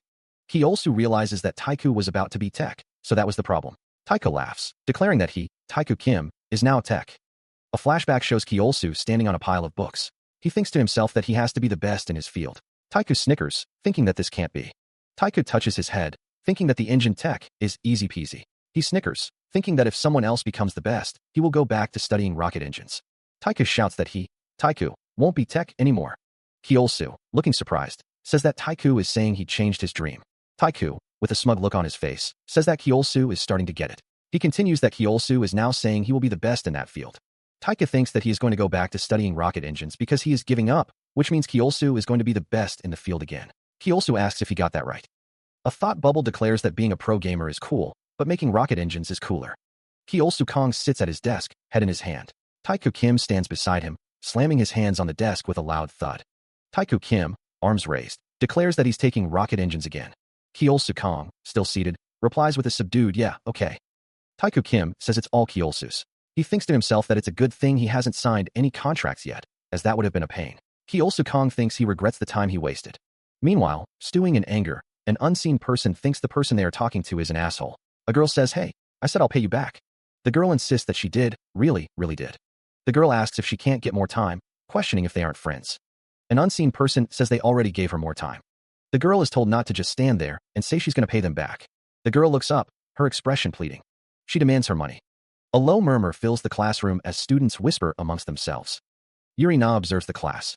The name Yumi Gong appears in a text box. A thought hangs in the air, isn't she? The words Kyosu saves the world are displayed. The teacher addresses Kyosu and Taiku, thanking them and instructing them to return to their seats. Yuri Na wonders who is next. A student thinks, Yumi Gong? Yumi Gong stands before the class. Yumi Gong steps forward, announcing her name. She reveals that her dream is to become the richest person on the planet. Yumi Gong explains that she also gives out loans. She continues, stating that she takes about 1.5% interest per month, which is just under 20% a year. Yumi Gong warns that if payments aren't made on time, she will do whatever it takes to collect. Yumi Gong hopes there's nobody thinking about borrowing with no intention of paying her back. Chiol-su responds, saying that's great. Yumi Gong asks if there is anything else anyone would like to share about themselves, before offering to show a sample of a loan statement. Chiol-su says that won't be necessary, and Yumi Gong tells him he can go back to his seat. At that moment, a student remembers everything about Yumi Gong, noting that they weren't good memories. The narration recalls that Yumi Gong always had nasty rumors following her throughout middle school, like how she would drag away the ones who owed her money. Or how she would sue people for defaulting on their loans and make them work for her, and even force their parents to pay her legal fees and damages for emotional distress. She would make sure they'd be branded with a bad credit rating for the rest of their lives. A wave of murmurs fills the air as one student asks if Semi and Yumi are at it again. The murmuring intensifies as another student speculates that it's probably about money again. Someone else wonders if Semi still hasn't paid her back. He thought the rumors were probably exaggerated. The school building loomed against the cloudy sky. Taiku, that asshole, thought someone. He knew he always skipped cleaning duty, but he had said he'd help him take the math homework to the teacher's office. God, he thought, I said I'll pay you back. Kyosu startled. Yumi confronted him. Why do you keep bothering me? Yumi continued, I have to settle my accounts for the month. I can't wait any longer. Don't you remember what you said a month ago? God, I said I'll pay you back. You said if I loaned you a bit more money, you'll pay everything back next month. Kyosu thought the teacher's office is just down there, but they're blocking the hallway. He thought even if I come up on the other stairs, I might still run into them. That would be bad. I'll just wait. I thought I made it clear back then. I told you this will be, Yumi said, your last chance. Do I look like a pushover because I kept lending you money whenever you asked? Well, I'm not. Instead, I've been watching you. Yumi continued, to see what kind of person you actually. What? The question hung in the air as she reeled from the unexpected slight. All this time, she had been nothing but kind. Yumi's expression hardens, a bitter smile playing on her lips. Was this all the thanks she got? She guessed she was wrong about them. Nearby, two students murmur about the constant fighting. They were so tired of it. A wave of shock washes over Yumi, the realization hitting her hard. She is accused of being mean. A wail escapes Yumi as she wonders if Semi ever considered her a friend. Sobs rack Yumi's body. She really thought they were friends. Another student chimes in, saying Semi promised to pay her back. Surrounded by her peers, Yumi's frustration simmers. Friends are supposed to keep their promises, especially those that involve money, Yumi thinks, her eyes narrowing. She must stop the fake crying and give her money back. This is seriously her last warning. Her last warning? She asks Semi if she intends to call her mom or something. Yumi Gong states that she is just going to go ahead and sue her. Semi is shocked. She asks Yumi what she means, exclaiming that she is going to sue her. Yumi holds up a legal complaint letter, stating that she has given Semi enough time to pay her back. She adds that since Semi is still refusing to cough it up, she has no choice but to sue. Semi asks if Yumi is being serious. Yumi Gong says that, truth be told, she did think about calling Semi's parents. Yumi continues, saying that first, she decided it would be best not to. Yumi Gong states that so instead of dealing with Semi's parents too, it will be easier to just sue her instead. Semi asks if Yumi just insulted her parents. Yumi Gong says that if Semi didn't wanna. Yumi clenches her fist. Yumi Gong says that Semi should have behaved herself. Semi raises her hand, retorting that Yumi means little dash. Semi raises her hand towards Yumi. A male student peeks out from behind a door, observing the confrontation. A hand is raised, as if to stop someone. The unnamed woman challenges Semi, goading her to strike. She urges her to go on. Semi retorts, ready to face the consequences. Semi threatens to report the unnamed woman for bullying, ensuring a suspension on her academic record. The unnamed woman trembles, her hand shaking. A fist clenches tightly. The unnamed woman yells, declaring she'll return the money, asking if that makes Semi happy. The unnamed woman asks the other girls if they have any money. Money flutters to the ground. Semi calls out. The unnamed woman huffs, visibly agitated. Semi stands alone, while the unnamed woman walks away with two other girls. Scattered bills litter the floor, a stark reminder of the earlier confrontation. A hand reaches down, fingers carefully grasping a 10,001 note. She bends down, methodically collecting the scattered money. The unnamed woman continues to gather the bills, her expression unreadable. A male student walks by, carrying a large stack of papers. The student's gaze is fixed forward, seemingly oblivious to the scene unfolding nearby. Semi looks on, her expression a mix of curiosity and concern. Semi speaks, her voice laced with a hint of challenge. Why don't you try being a little nicer? Keep this up and you'll. The student pauses, overhearing the exchange. The unnamed woman, still on the floor, looks up at Semi. Only make things harder for yourself, she says. Really? What's it? Semi scoffs, her tone dripping with sarcasm. Huh. Frustrating. Semi continues, her voice softer now. I'm just doing things my way. You think you're not. The unnamed woman looks down, Semi's words clearly having an effect. She is asked if she is frustrated. The unnamed woman flips through a stack of money. She is reminded that she doesn't have any friends except Taiku, and it is questioned if he is even her friend. The unnamed woman looks up, saying she is sorry. She says that she would rather get advice from someone with actual social skills, and that she is not talking about Semi. Meanwhile, Kyeol Sukong is seen in the hallway. Kyeol Sukong walks down the hallway with a red backpack. Kyeol Sukong is seen in a distorted view.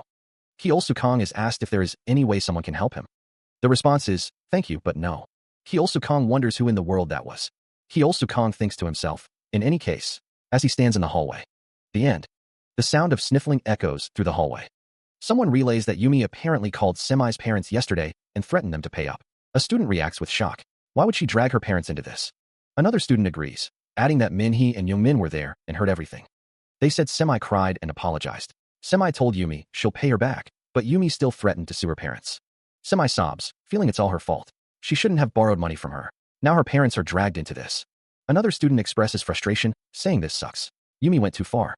A student writes in a notebook, remarking that if you don't pay Yumi back, you're not even human to her. Apparently, Yumi was the exact same way in elementary school. She forces people to work for her if they don't pay up. Someone whispers that Yumi keeps raising the interest rate, too. A student expresses shock, wondering how it's okay to do that to people anyway. A student glares, a silent judgment hanging in the air. Semi cries in the rain, surrounded by other students. A student slides open the door to the classroom. The door slams shut with a resounding crash, mirroring Semi's inner turmoil as tears stream down her face. Lying face down on her desk, Semi is the subject of hushed whispers. So the rumors must be true, one student says. She probably left cause she feels guilty, another replies. Yeah, acting all tough for nothing. Shadowy figures lurk in the darkened hallway, their eyes gleaming with an unknown intent. The figures remain in the shadows, their presence a silent, looming threat. Head resting on her arms, Semi remains isolated as the shadowy figures watch from afar. A student walks through the classroom, seemingly oblivious to the drama unfolding around them. A blurry fire extinguisher hangs on the wall, a stark reminder of the potential for things to explode.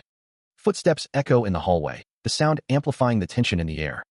Wiping her eyes, a student tries to regain composure. Her voice laced with frustration, she snaps. What do you want? Leave me alone. Another student stands in the doorway, their expression unreadable. Standing at the top of the stairs, Semi tells the other student to go away, stating that she doesn't need to be comforted. She adds that if he wants to sympathize with her, he can give her some cash. Kyeol Sukong looks at her, questioning why she would say that. Semi responds that he is not there to comfort her. Turning to face her fully, Kyeol states that he is there to offer her a solution to her current problem. Kyeol Sukong looks at her expectantly. Semi, standing by the window, asks why he would do that. Kyeol thinks to himself that it has to do with his past life. He continues in his thoughts, realizing he has no way of explaining that to her. He pauses, saying He also thinks to himself that he can't concentrate on studying. Semi thinks to herself that their class atmosphere is like this. Semi turns her head. Kong chuckles to himself. Semi bursts into laughter, tears welling in her eyes as she finds the situation genuinely amusing. Her chuckles echo in the room. After a moment of silence, leans forward slightly. He asks, and, what's your solution? Begins to speak, his tone thoughtful. Well, how about we? A chime echoes through the air as the camera focuses on the school building. A notice board displays the duty roster for the week, highlighting Kong and Taekyu Kim. A note at the bottom reads, Thank you, Ms. Na. Kong glances around the classroom. He makes an okay gesture with his fingers. Continues to look around. Yumi Gong asks if still lends people money. Stands near Yumi's desk, surrounded by other students.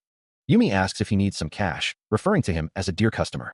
Explains that he needs $2 to go to an internet cafe after school, having left his wallet at home. He promises to pay her back tomorrow. Yumi wobbles with laughter, asking if he gives out small loans. A voice confirms that the minimum amount is $1. Kong slides a document across the table, ready to sign where indicated. A close-up reveals Yumi Gong's watchful gaze. A thought bubble reveals Kang's plan. Tomorrow, he intends to borrow money from Yumi Gong in front of everyone.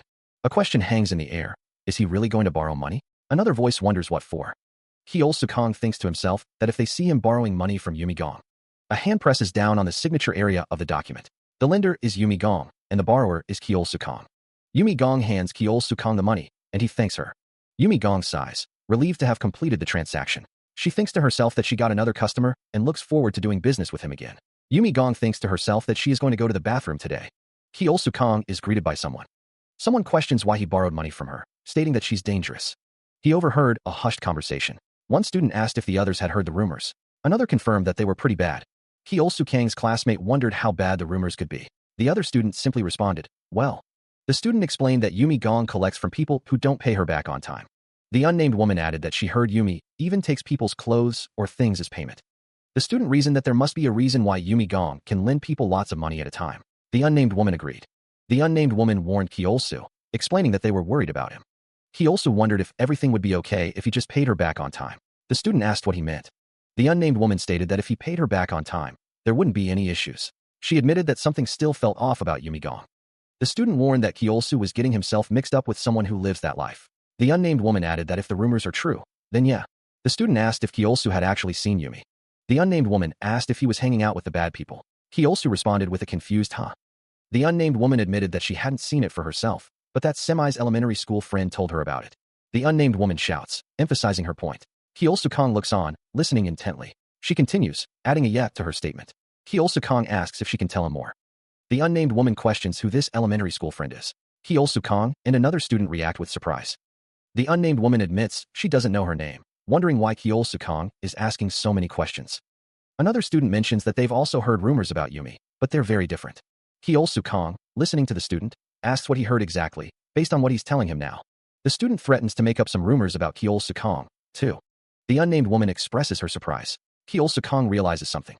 A disembodied voice says that Yumi is super strict and can be a pain sometimes, but she never goes back on her word. The voice continues, saying that if you mess around when it comes to money, you know you're good if you borrow from her. The student adds that nobody's ever seen her break the law. Kong smiles, thinking that they'll be good things. The unnamed woman questions where Semi heard that from. She adds that she doesn't really remember. The woman scoffs, finding it hard to believe that Semi can't even remember who she heard it from. Observes, thinking that by steering the conversation in that direction, he'll poke holes in Semi's story. A finger is pointed, suggesting an accusation. Asks why anyone should believe what Semi is saying about him. Fuming, Semi's frustration becomes visible. Looks surprised by Semi's reaction. The unnamed woman points out that Semi is contradicting herself, saying that they shouldn't believe Kyosu because he doesn't remember who he heard the rumors from. But then what about her? Semi demands to know the name of the elementary school friend who said all that about her, and tells them to bring her here if they believe the fake rumors. The unnamed woman replies that she heard it from someone. Oh, she doesn't know. Semi retorts that they should probably believe the good rumors Kyosu is saying about her. The unnamed woman whispers that Semi never actually met the kids Yumi did all those things to, adding that all they heard are the rumors. Semi hears murmurs around her. The murmurs grow louder, questioning if Semi really made up all those rumors. Another student points an accusing finger. I personally experienced them. Semi's eyes widen as she recalls the rumors. Heard Yumi talk shit about my parents. The student demands confirmation. Right? Two students confirm the rumors. Yeah, we did. The unnamed woman continues, see? It's true. She did talk shit about my parents. The student stares intently. Do you have anything to say about that? A student points accusingly, declaring that it's true that she talked badly about her parents. The student being accused asks if she has anything to say about that. The accused student responds, yeah. She admits that she did it. Two students stand in the classroom, observing the situation. The student states that she tells it like it is, as everyone can see. Semi is called out for spreading false rumors about people. Two students look on with concerned expressions.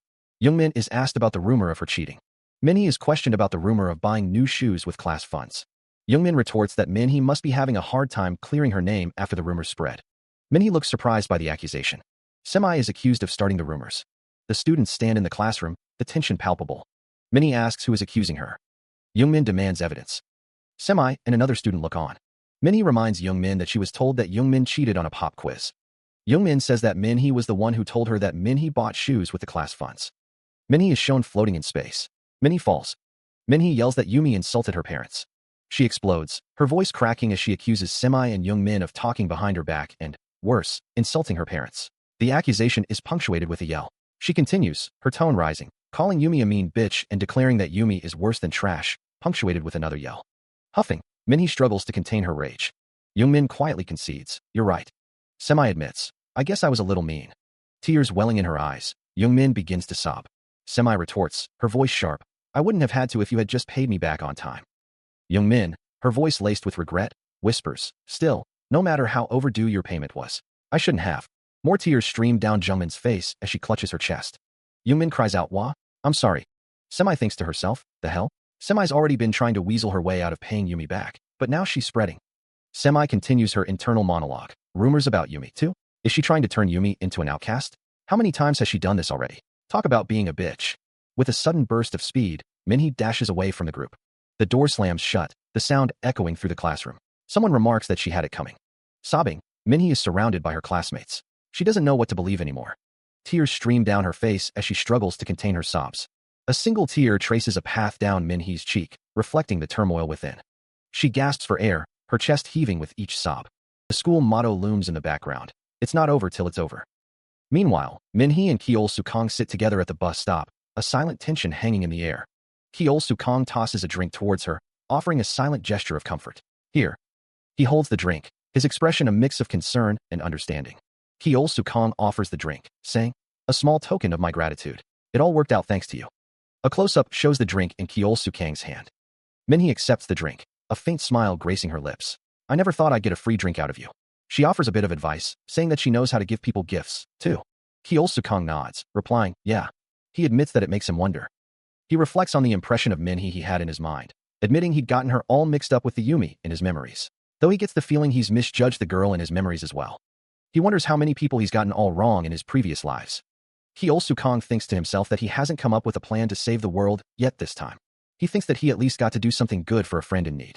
Kyeol Sukong thinks that even if he can't save the world, he can still help those around him. He opens a can of soda.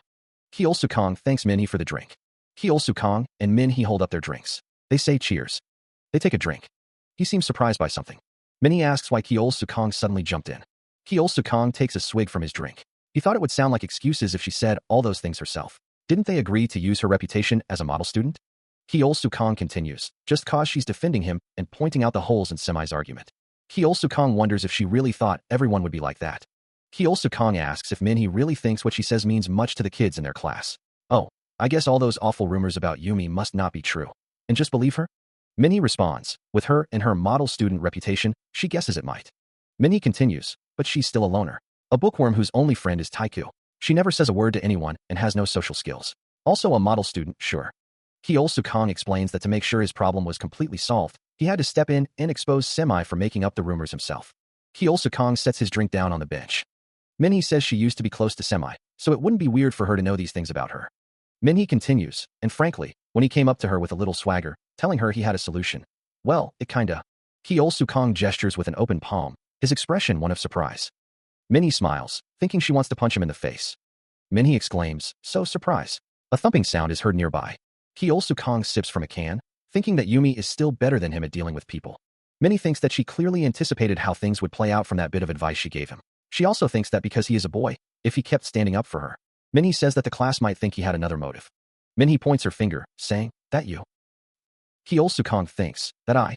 Minnie looks down, her expression thoughtful. A jab. Kyeol Sukong is startled. She tells Kyeol Sukong that he totally deserved it. He asks why, questioning what he did wrong. Minnie questions what about her is super strict. Kyeol Sukong explains that she gives people the impression that they borrow money from her. He adds that she makes them sign a promissory note and fingerprint it, too. Minnie insists that she's not being super strict, but thorough. She adds that she's not always like that. Minnie questions why Kyeol Sukong only borrowed $2, adding that she can't make any profit off of that. Kyeol Sukong asks if he wanted to profit off of him, too. Minnie states that she only does that when she lends people money. Minnie criticizes Kyeol Sukong's excuse about wanting to go to an internet cafe, saying it was so unconvincing and questioning if he thought anyone would believe he plays games after school. Minnie tells Kyeol Sukong that he should have come up with a better excuse. A calendar sits on a desk, the date marked on the 6th. Kyeol Su thinks to himself, still searching for a way to save the world in his fourth life. After helping Yumi, he is motivated to keep trying. Kyeol Su has begun thinking of ways to save Earth again. He has come to the conclusion that it's impossible to do anything about the asteroid itself with the technology they currently have on Earth. The realm of scientific exploration. Kyeol Su saves the world. He wonders about setting up a shelter somewhere else, like on the moon. The ISDC has always been interested in colonizing the moon.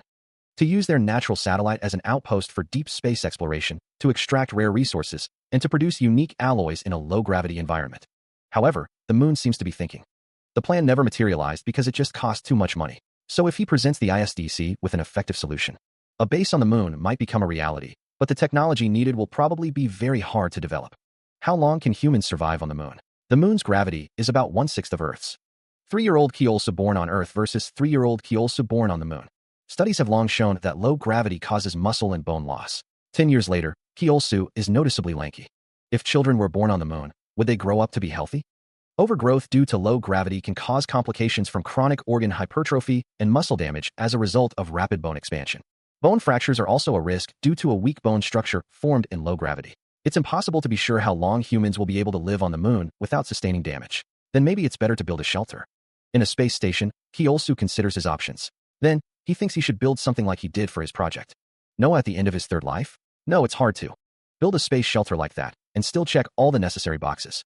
And it's obvious if he suggests it to the ISDC long before If he joins the ISDC again, he'll have to deal with the bosses again, too. He'll raise some private funds so he can work independently.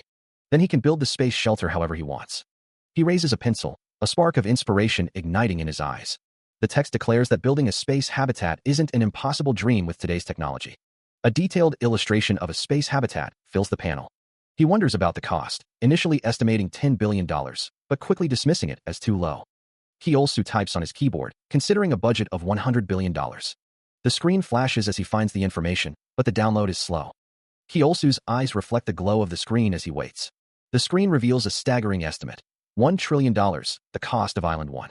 An image of a space habitat designed for 10,000 people floats in the void. Kyeol Su stares intently at the screen, absorbing the information about Lagrange points. He sits at his desk, continuing his research and planning. The next day, students were tasked with cleaning the school. The students worked diligently, moving desks and sweeping the floors. Kyeol Sukong skipped down the hallway. He walked with a light step, a small tune playing in his head. Kyeol Su heard someone call out to him.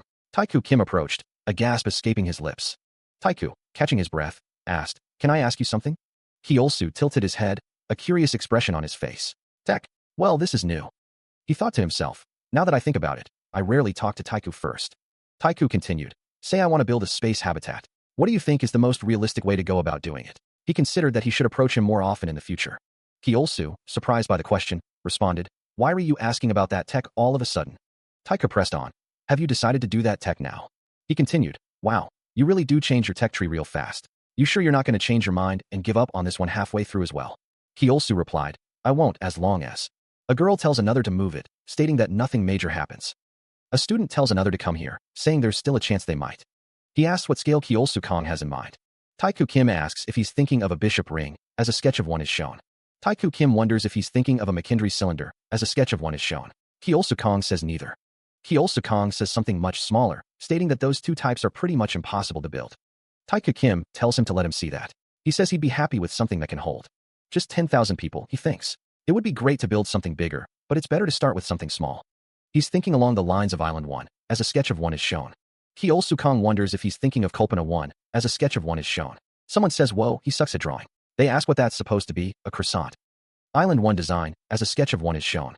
A detailed sketch of a space habitat sits on the page. Taiku's question hangs in the air. Why? Taiku asks if Kyosu doesn't think Kolpana 1 looks cooler. He explains that since it's a more recent design, it works out the flaws in the older models. A hand points to the sketch. Kyosu admits he doesn't know much about that, but he can't go with Kolpana 1 because of its weight. Kyosu explains that Island 1 is estimated to weigh about 500,000 tons, but Kolpana 1's estimated weight is about 7 million tons. Kyosu's eyes widen in surprise. He realizes it's a lot less. Taiku asks what Kyosu needs him for if he's already chosen the kind of space habitat he wants. Kyosu wonders what he is needed for if the kind of space habitat has already been chosen. Kyosu mentions the costs. Island 1's design, if built with today's money, would cost about $1 trillion, or about 1.2 quadrillion won. Kyosu states that he wants to pick someone's brain about that. Kyosu picks his nose, stating that this isn't about tech. Kyosu means that the other person has a point, but he doesn't know who else he can talk to about these things. Kyosu has to try to at least get something from him. So here goes nothing, clenching his fist. Technology and finances have a connection, don't they? How many products with awesome new technology never got past testing because of money? Electric motors were developed before gas motors, but the technology and maintenance cost too much.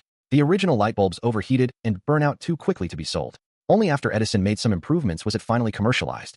Amphibious hovercrafts were supposed to be for transporting cargo across the Atlantic at 160 kilometers per hour, but now they're just gimmicks because of rising fuel prices and maintenance costs. Kyosu wonders how exactly.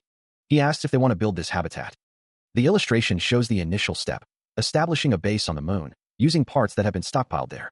A diagram shows the proposed space habitat orbiting between the Earth and the moon. Kyosu asks if there are any ideas on how to cut down on costs, or how to raise all the funds they'll need. Kyosu admits he doesn't really know anything about making money. Kyosu states that he's pretty sure labor and transportation will be the biggest expenses. Kyosu then asks why they don't use robot tech. Kyosu notes that they need to hire people for everything. Kyosu seems to be considering the idea. The illustration shows robots working on the moon. The text explains that by going fully automated, they would not only save on wages, but also on other expenses.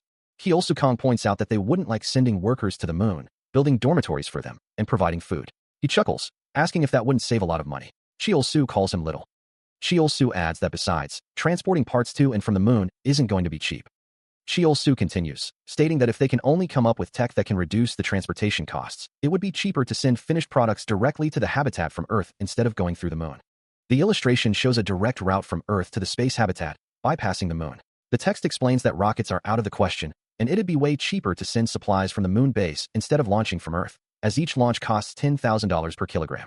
A student, holding a broom like a weapon, threatens another. He snarls, "You're dead meat." He then asks, "Another way?" The student with the broom sticks his tongue out, making a face at the other student. "Mie," he taunts. He bumps into another student, the impact echoing in the hallway. The student with the broom quickly apologizes. "Oh, sorry," he says. Another student snickers, watching the scene unfold. Suddenly, the snickering student shoves the student with the broom. The student who was shoved looks surprised. The broom is swung with force. The window shatters with a loud crash. The broom falls through the broken window, shards of glass raining down. The student who was shoved and the student who shoved him stare at the broken window in shock. A close-up reveals the top of someone's head. The student looks up, a surprised expression on his face. What about a space gun? A massive, cannon-like structure launches objects into space. It operates on Newton's basic law of action and reaction. The idea of a space gun has been repeatedly deliberated over ever since humanity began dreaming of space travel. Why is this technology not widely used today? Compared to the rocket, its initial acceleration is way too strong. Therefore, a space gun cannot safely launch people into space. If a space gun can be successfully built, supplies can be sent at just $30 per kilogram. Wow. Space shipping. Cheaper than international shipping. This means a space gun is no good for sending people or fragile objects into space, but if it's used to send parts and materials. Kyosu looks out the window, thinking it's not a bad idea. He wonders why he hadn't considered this before. It would take less time to build than a mass driver or a space elevator. After all, the principle behind it is really simple. He reflects that he's been so focused on developing rockets and moon bases that he never considered space guns. Kyosu decides he should try planning it with space guns and automation. Taiku Kim is thanked, but he tells him not to mention it, stating that he is tech, after all. Yurina calls out to the kids, asking if they are all right, flustered. Someone exclaims, "Oh my god, Kyosu, your face." Kyosu lies on the ground as multiple people point at him, asking who did this. Yurina asks Taiku Kim if he is okay. Taiku Kim replies that he is. Someone says that it's just Kyosu and asks if someone can take him to the elevator. Someone says that it's okay, they can go by themselves, but another person interjects, saying they'll take him. The unnamed woman looks on. "That would be great," someone says, thanking Yumi Gong. Two students are being reprimanded. They are told they are going to the principal's office and asked what they were thinking. Someone is told they are roughhousing at their age, followed by a thunk. A glance is exchanged. Yumi Gong looks surprised. Someone says, let's go. A blue trash can sits in the corner, the lid making a loud thunk as it closes. Two figures stand in a hallway, one with their back turned to the viewer. A young woman with short, dark hair looks off to the side, her expression unreadable. A voice calls out, let's go. A sign indicates the location of the nurse's office. A sliding door is slightly ajar. Inside the room, medical supplies and equipment are neatly arranged. One of the figures calls out, hello. The figure peers into the room, a look of concern on their face. The young woman states, I don't think she's here. The young woman stands with her arms crossed, looking around the room. A shelf is stocked with various medical supplies. A medical tray holds bandages and ointment. The cut isn't too deep. Some ointment and a bandage should do. She says to give it to her. She'll do it. Kyeol Sukong is told to just hold still. The woman asks what's wrong with him anyway. She asks why he was just standing there like an idiot when the window was breaking right in front of him. Kyeol Sukong explains that he was talking to Taiku about something, and he got lost in the conversation. The woman asks if it was with Taiku, and what they were talking about. Kyeol Sukong says it was about the cheapest way to solve a problem. The woman jabs at his wound, telling him he should have come to her. The woman says that her dear customer was talking to the wrong person. She asks how much he needs. Kyeol Sukong asks for $1 trillion. She asks what? He only asked her for $2 last time, and now it's $1 trillion? She asks for what? Kyeol Sukong says, well, the thing. He states that he has an ambitious business plan himself. Anyway, even if he can handle all the other stuff. Kyeol Sukong struggles to figure out how he's going to fund the research. He continues to ponder the problem. The unnamed woman sits on the examination table. Funding. Kyeol Sukong is asked if he has to raise it himself. The unnamed woman looks on. They might be okay with funding automation research, but they probably won't want to fund something like space guns or space habitats. Even Gerald Bull, the guy who tried to make the first space gun, Kyeol Sukong slides a bandage into place. A close-up of the bandage on his face. The unnamed woman puts a finger to her lips. Yumi Gong sits at a desk, writing on a document. Kyeol Sukong sits nearby. A speech bubble reads, $1 trillion? A close-up shows Yumi's eyes. Yumi Gong holds up a document, a sticky note attached to it. She says, want to be like Gerald Bull and work for a dictator. A close-up of the document reveals it to be a loan agreement. The lender is Yumi Gong, and the borrower is Kyeol Sukong. The principal amount is $1 trillion. Kyeol Sukong looks surprised. A speech bubble reads, Kyeol Sukong? The scene shows a bulletin board and Kyeol Sukong and Yumi Gong sitting at a table. Kyeol Sukong and Yumi Gong are sitting at a table in what appears to be a medical examination room.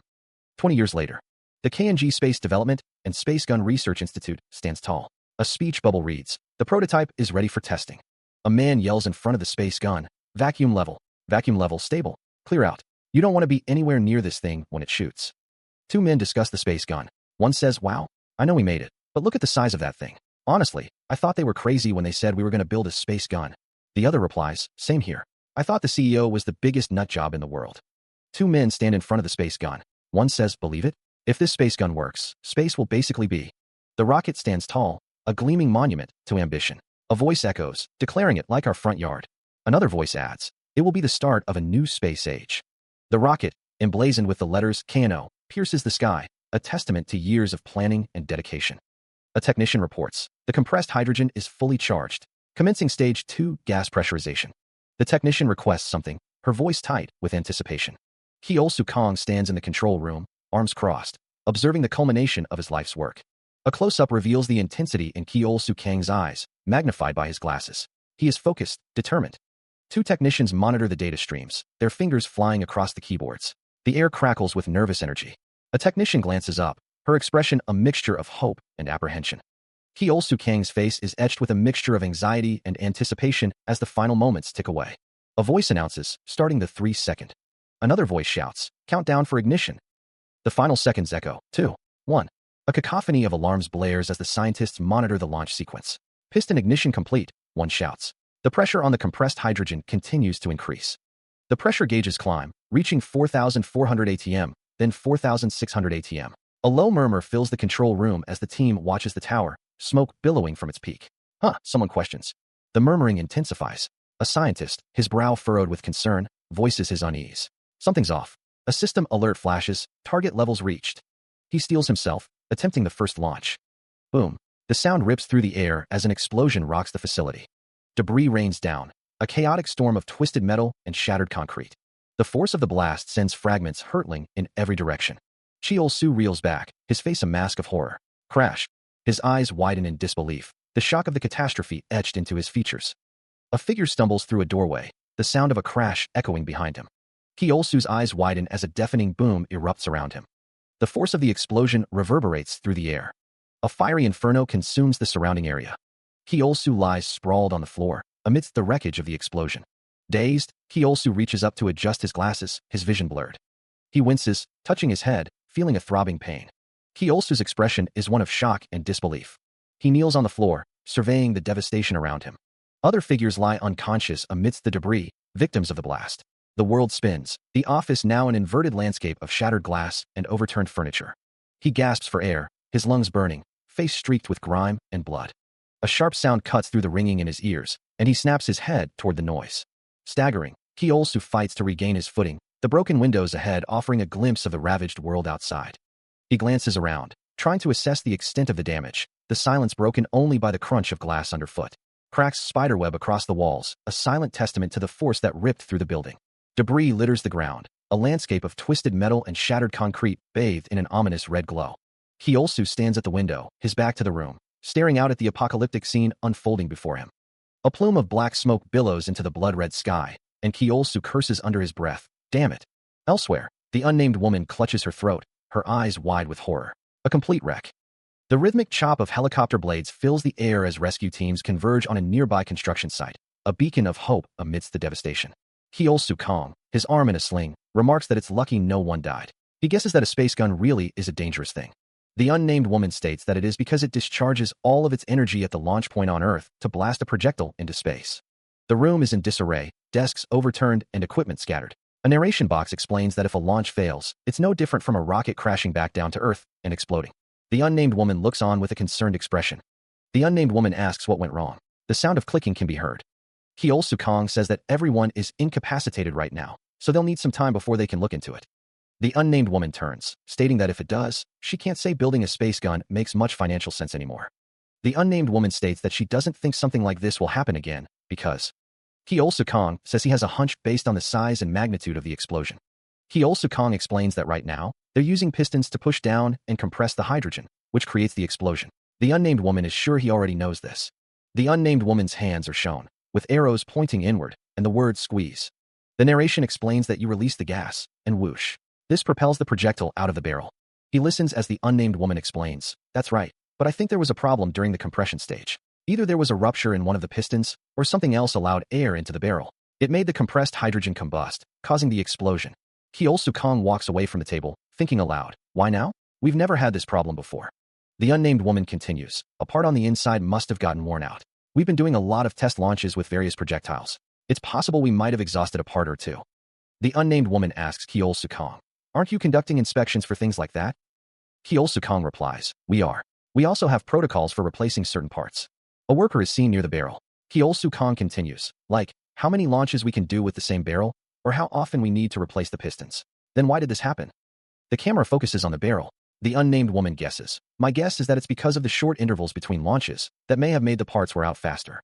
We should have let the pistons cool off after each launch to reduce the stress put on them, but we overlooked it." The unnamed woman sighs, looking down. The unnamed woman looks at Kyosu Kong, who has bandages on his face and arm, and asks, "So this was a mistake?" Kyosu Kong replies, "I think that's the most likely explanation." The unnamed woman asks, "Can you prevent the same thing from happening again?" Kyosu Kong responds, "Of course." A close-up of the unnamed woman's eyes. A close-up of Kyosu Kang's face. The unnamed woman turns away from Kyosu Kong, saying, "All right. Then, I'll take your word for it, and leave you to it. She is determined to make money." The unnamed woman states that she will have to work her ass off to rebuild the research facility for Kyosu Kong. Kyosu Kong replies that he's going to make sure he gets every dime back from her, so she should take care of herself. Eventually, they rebuilt the research. The rebuilt research facility stands tall in the desert. And they built the second space gun with the flaws of the first gun fixed.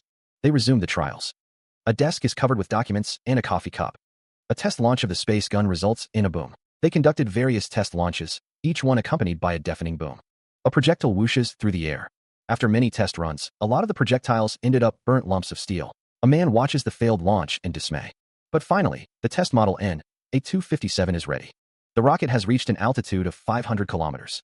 The launch was a success, and cheers erupt. Dr. Kong is elated. The test model N-A257 has reached an altitude of 500 kilometers. The rocket soars through the upper atmosphere, Earth a swirling canvas below. He also beams, his face flushed with excitement. The launch was a success, and the control room erupts in cheers. Someone shouts Dr. Kang's name in celebration. The realm of scientific exploration stretches out before them. The team celebrates, knowing they're going down in space history. Yuri smiles, relieved. Kyo-Soo Kang assures her that as long as they trust Dr. Kang, they can do it. Yuri is glad she stuck around after the explosion. This is like something out of a movie. Kyo-Soo clenches his fist, thinking that this is something you'd only see in movies. Unbelievable. Kyo-Soo smiles, a sense of accomplishment washing over him. Kyo-Soo expresses his excitement. The team awaits confirmation from the multi-purpose space station that the payload has been safely received.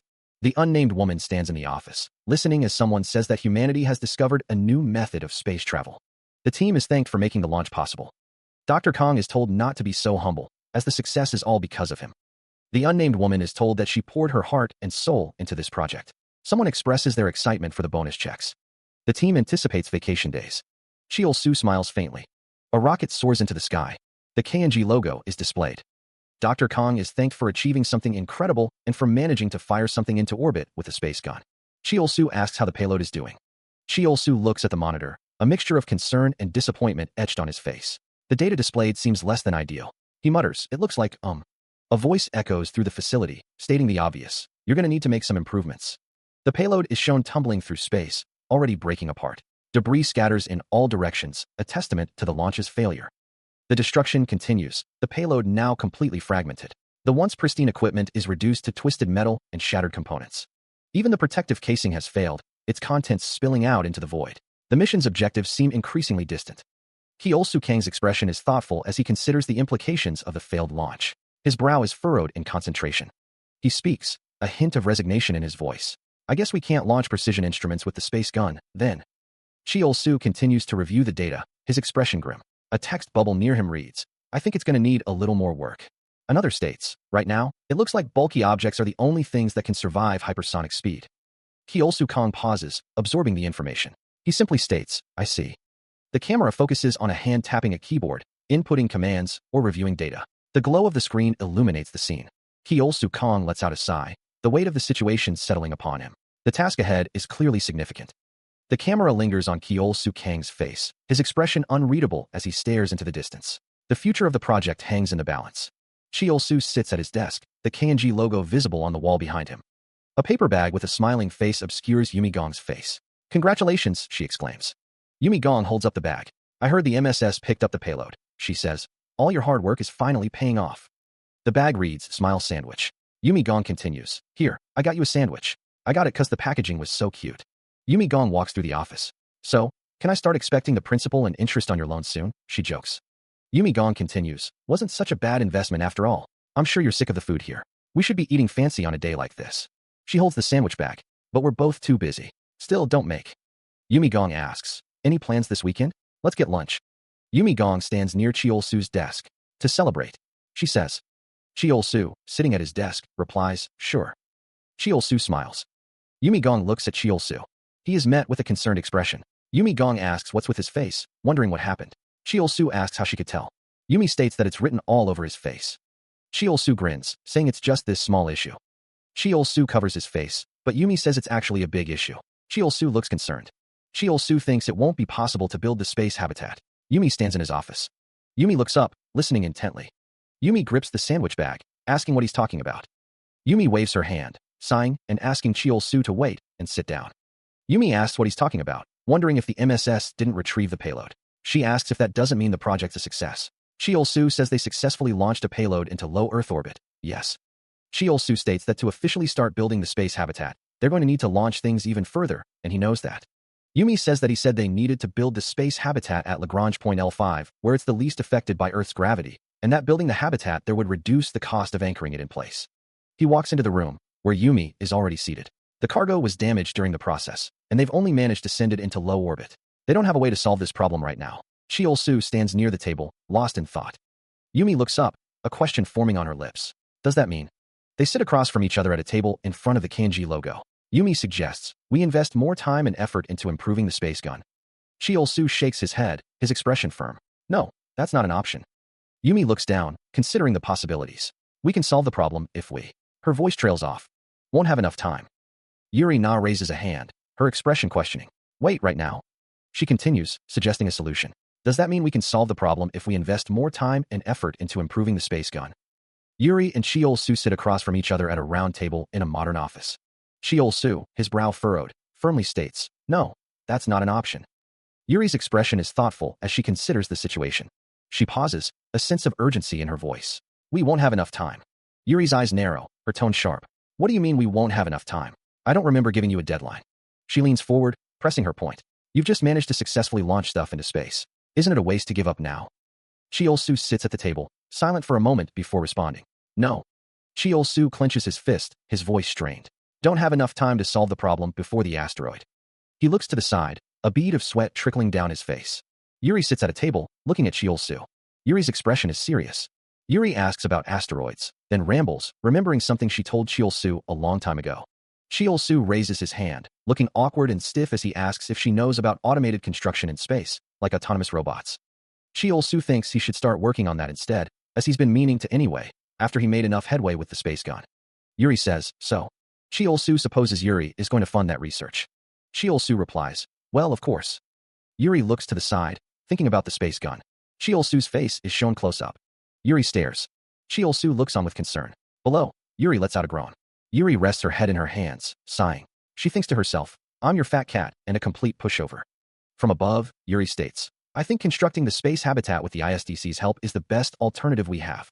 She continues, "First, I'm going to go ahead with the research on autonomous robots to get their attention. After all, the research is practical, and it can be used in." Yuri slumps over the table, exhausted. A smile sandwich bag is placed on the table. Munching on a sandwich, Yuri thinks, a space habitat. But to do that, I'm going to need some funding. Cheol-soo leans forward, asking, "You're hiding something from me, aren't you?" Cheol-soo stares intently. Cheol-soo admits, "Yes, I can't deny it." Yuri sits at the table, a sandwich and documents in front of her. She thinks, "It's something I should tell you." A sandwich is unwrapped. Yuri stares ahead, a determined look on her face. The sandwich slips from her grasp. It splatters onto the table. The mess continues to spread. Yuri stares down at the ruined sandwich, her expression darkening. She sighs, picking up the remains of her lunch. The K&G building looms in the background as Yuri admits, "Yeah, it would be pointless to continue." Wiping her hands, Yuri says, "Fine, it's going to derail my business plans a little, but we'll go with your plan." Cheol-soo responds, "Thanks." Yuri stands over Cheol-soo, who is seated. She says, "I do have some qualms working with the enigmatic Gerald Bull of the 21st century, but what can I do? I only have myself to blame for loaning you that money 20 years ago." Yuri asks, "Where would you ever find a dictator this cooperative?" She answers her own question, "Nowhere, 'cause they don't exist." In a close-up, Yuri says, "Sorry." Yuri sits across from Cheol-soo, stating, "This is a matter of trust. I trust you enough to go with your plan, even." Cheol-soo gazes upward, a wistful expression on his face. He hopes that one day, Yuri will confide in him and reveal her secret. Cheol-soo remains in profile, his expression thoughtful as he considers the implications of Yuri's secret. Yuri glances down at her phone, her brow furrowed in contemplation. Yuri wrestles with a difficult decision. Should she tell Yumi about the impending asteroid, the one destined to destroy Earth? Cheol-soo sits at a table, his head bowed slightly. He wonders if Yuri would even believe him if he told her. Cheol-soo's thoughts drift to Yumi. Maybe. It is Yumi, after all, he muses. Yuri speaks into her phone. "Hey, Yumi." Cheol-soo stands in the shadows, his face obscured. What if? He wonders. The scene is shrouded in darkness, with indistinct figures lurking in the background, their intentions unclear. Yuri stands in front of a K&G logo, her expression serious. She urges someone to go on, to say what they want to say. Cheol-soo looks concerned, sweat beading on his forehead. "How are you going to raise the money?" he asks. Yuri smiles reassuringly. "Oh, don't worry about that," she says with a soft chuckle. She is still on the phone, but a hand touches Cheol-soo's hand, a gesture that seems to carry a silent message. Yuri smiles into the phone, her expression unreadable. An unseen woman threatens a man with glasses, declaring she's going to put him up for sale. The city skyline stretches out under a fiery sunset, birds flying overhead. A hand reaches out, touching Cheol-soo. Yuri Na speaks on the phone, a slight smile playing on her lips. Cheol-soo's expression shifts to one of shock as he hears, "I'm going to put you up for sale." Yuri Na and Cheol-soo stand before a tall building, the sky a brilliant blue behind them. Cheol-soo asks, "So, I wasn't worth as much as you expected, huh?" Yuri Na replies, "Yup, way less. Turns out, you're not as great as I thought." Yuri Na says, "No, scratch that. Maybe it's 'cause you're lacking in the looks department," as she smirks. Cheol-soo can only laugh. Yumi quickly sold off the Space Gun Research Institute.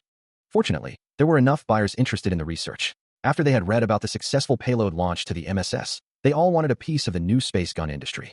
Yumi sold off all of the research institute's facilities, researchers, and intellectual property, except for Kyosu. A handshake seals the deal. Yumi explains that the research institute was the fruit of her labor. Kyosu looks on, his expression unreadable. He thinks to himself that she wasn't wrong when she said she was going to sell him. Kyosu asks why she's so strapped for time. Anyway, Yumi asks if he's heading straight to his new office. A pedestrian walks by as they stand outside the car. The car door stands open as Yumi waits for Kyosu's response. Kyosu's expression is one of resignation. Yumi sits inside the car, waiting. Kyosu thanks her. Yumi says, "For trusting me." Yumi's hand pats Kyosu's arm. She tells him not to waste her money this time. Kyosu exits the car as it speeds away. Kyosu looks off to the side. Kyosu continues to look off to the side. He thinks he won't have the time to do that. The automated space building looms in the distance. It was more difficult than anticipated. They are developing a positioning system to determine where the robots are in space. They are making sensors and recognition systems to identify and distinguish different materials. Robots work on a project, constructing a shielding system to protect the internal circuits and parts from the sun's constant radiation. Developing better technology to increase the durability of the components that wear away more quickly in space. And for when things broke down, making enhanced modular tools for easier repairs. He gazes off into the distance, a thoughtful expression on his face as he considers the work ahead. There was so much work to do. One coworker remarks that just because Kyosu made the space gun doesn't mean everything else he touches is going to turn into gold. Another coworker doesn't think he's taking robotics seriously.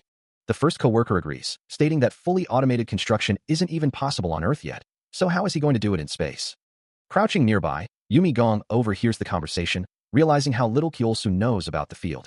One of the coworkers says that Kyosu should have just stuck with the space gun. The other coworker doesn't understand why he suddenly decided to get into this. One of the coworkers wonders if Kyosu was so successful with the space gun that he thinks this'll be a piece of cake. Another coworker questions why Kyosu keeps making them work overtime, wondering when the last time they got any sleep was.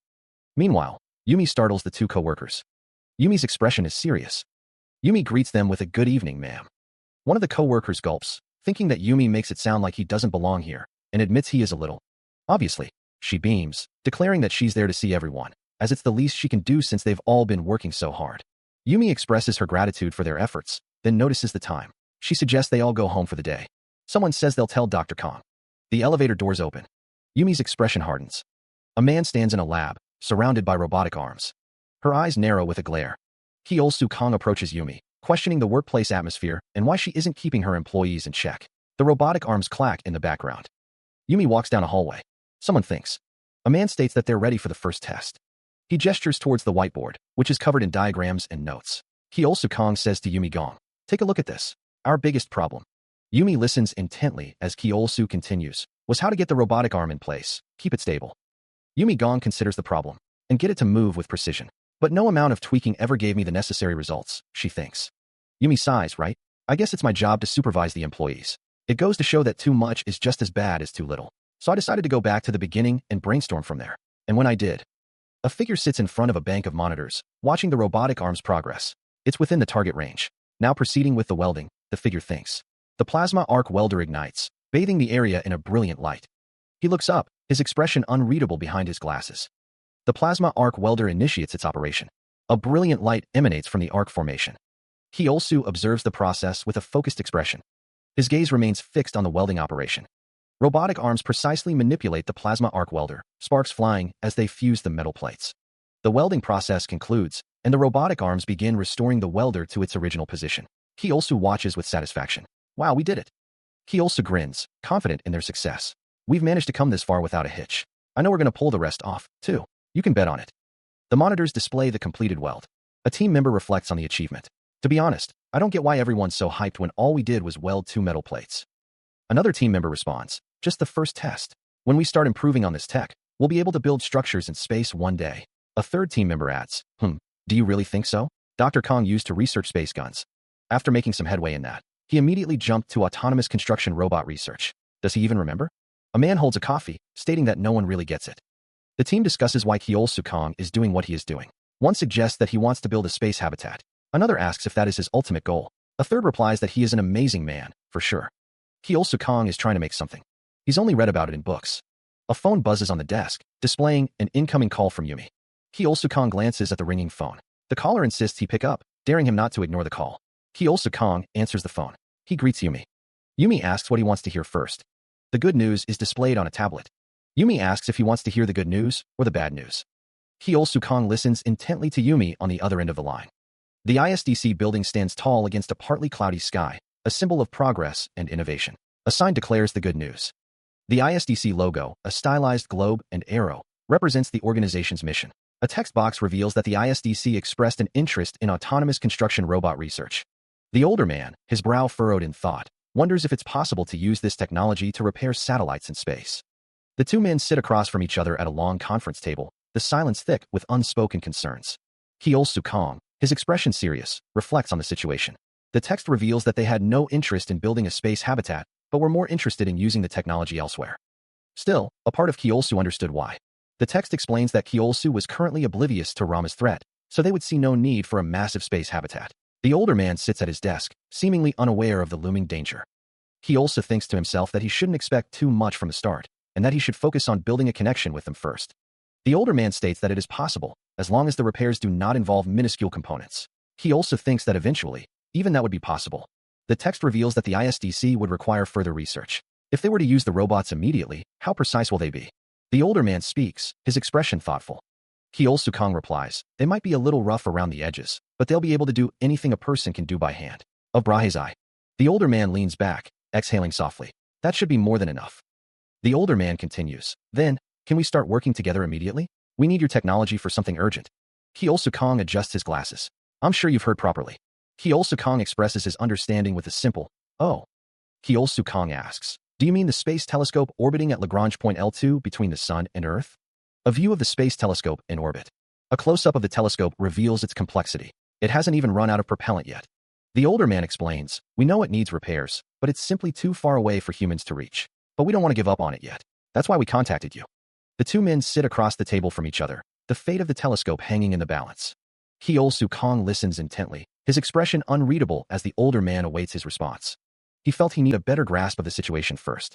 The older man responded that he couldn't guarantee anything after only listening to his explanation, adding that Kyo Sukong wasn't one to make empty promises. The older man exclaimed that it was great, then offered to show him something first. The desk was empty.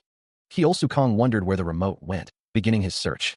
A close-up of Kyo Sukong's face shows his focused expression. Kyo Sukong groaned, excusing himself. The older man suggested he try looking under the TV. The remote was found under the TV. The older man asked how he knew it was there. Kyo Sukong looked serious. Kyo Sukong thought the place felt familiar somehow, adding that it was to be expected since he used to work there in his previous life. The back of Kyo Sukong's head is visible. Taeku Kim says that he usually puts his remote there, too, chuckling to himself. Kyo Sukong replies that he sees. Taeku Kim muses that it's true humans share the same tendencies. Now, a flash of light erupts from the screen. Taeku Kim says he will brief Kyo Sukong on the layout of the telescope and their current assessment of the situation. Kyo Sukong thinks that he wants to stop experiencing this feeling of déjà vu. A flash illuminates the room as Kyo-su begins his briefing. He gestures towards a large screen displaying the layout of the telescope. But Kyo-su pauses, a flicker of unease crossing his face. He wants to stop experiencing this feeling of déjà vu. Builder 3 is just 3 seconds from its destination. The cutting thruster activates. Robot arms are being mobilized. Phase complete. Builder 3 is now in position on Brahe's eye. The network connection between Builders 1, 2, and 3 is being checked. No issues detected. He is asked if he is confident that this will go smoothly. He also assures him that every person in his company is highly competent at what they do. As the operation to detach the propulsion module commences, operating the plasma cutter. Taeku Kim admits that the 5-second delay from that distance is keeping him on edge. The robotic arm precisely maneuvers the plasma cutter, a beam of intense light slicing through the metal. The cutter continues its work, the bright light reflecting off the satellite's surface. The plasma cutter emits a blinding light as it continues to detach the propulsion module. The detachment is commencing without issues, as Taeku Kim expresses his doubt. The monitors display the progress, 30% complete, then 55% complete. One of the operators yawns, seemingly unfazed by the intricate operation. The monitor now reads 75% complete. Taeku Kim glances at the screen, remarking that even in the middle of such an intricate operation, they all look so calm. It's going pretty slowly, but it's actually progressing really quickly, considering the zero gravity up there. That was the greatest challenge in space work they could never overcome, well, until now. The propulsion module is now visibly detached from the satellite, floating in the vast expanse of space. The detached propulsion module drifts further away from the satellite, a testament to the successful operation. He stands in the doorway as the team prepares the replacement part, checking the alignment of the components. Taeku Kim smiles, declaring that the replacement is good to go. Activating reverse thrust, the spacecraft halts its movement.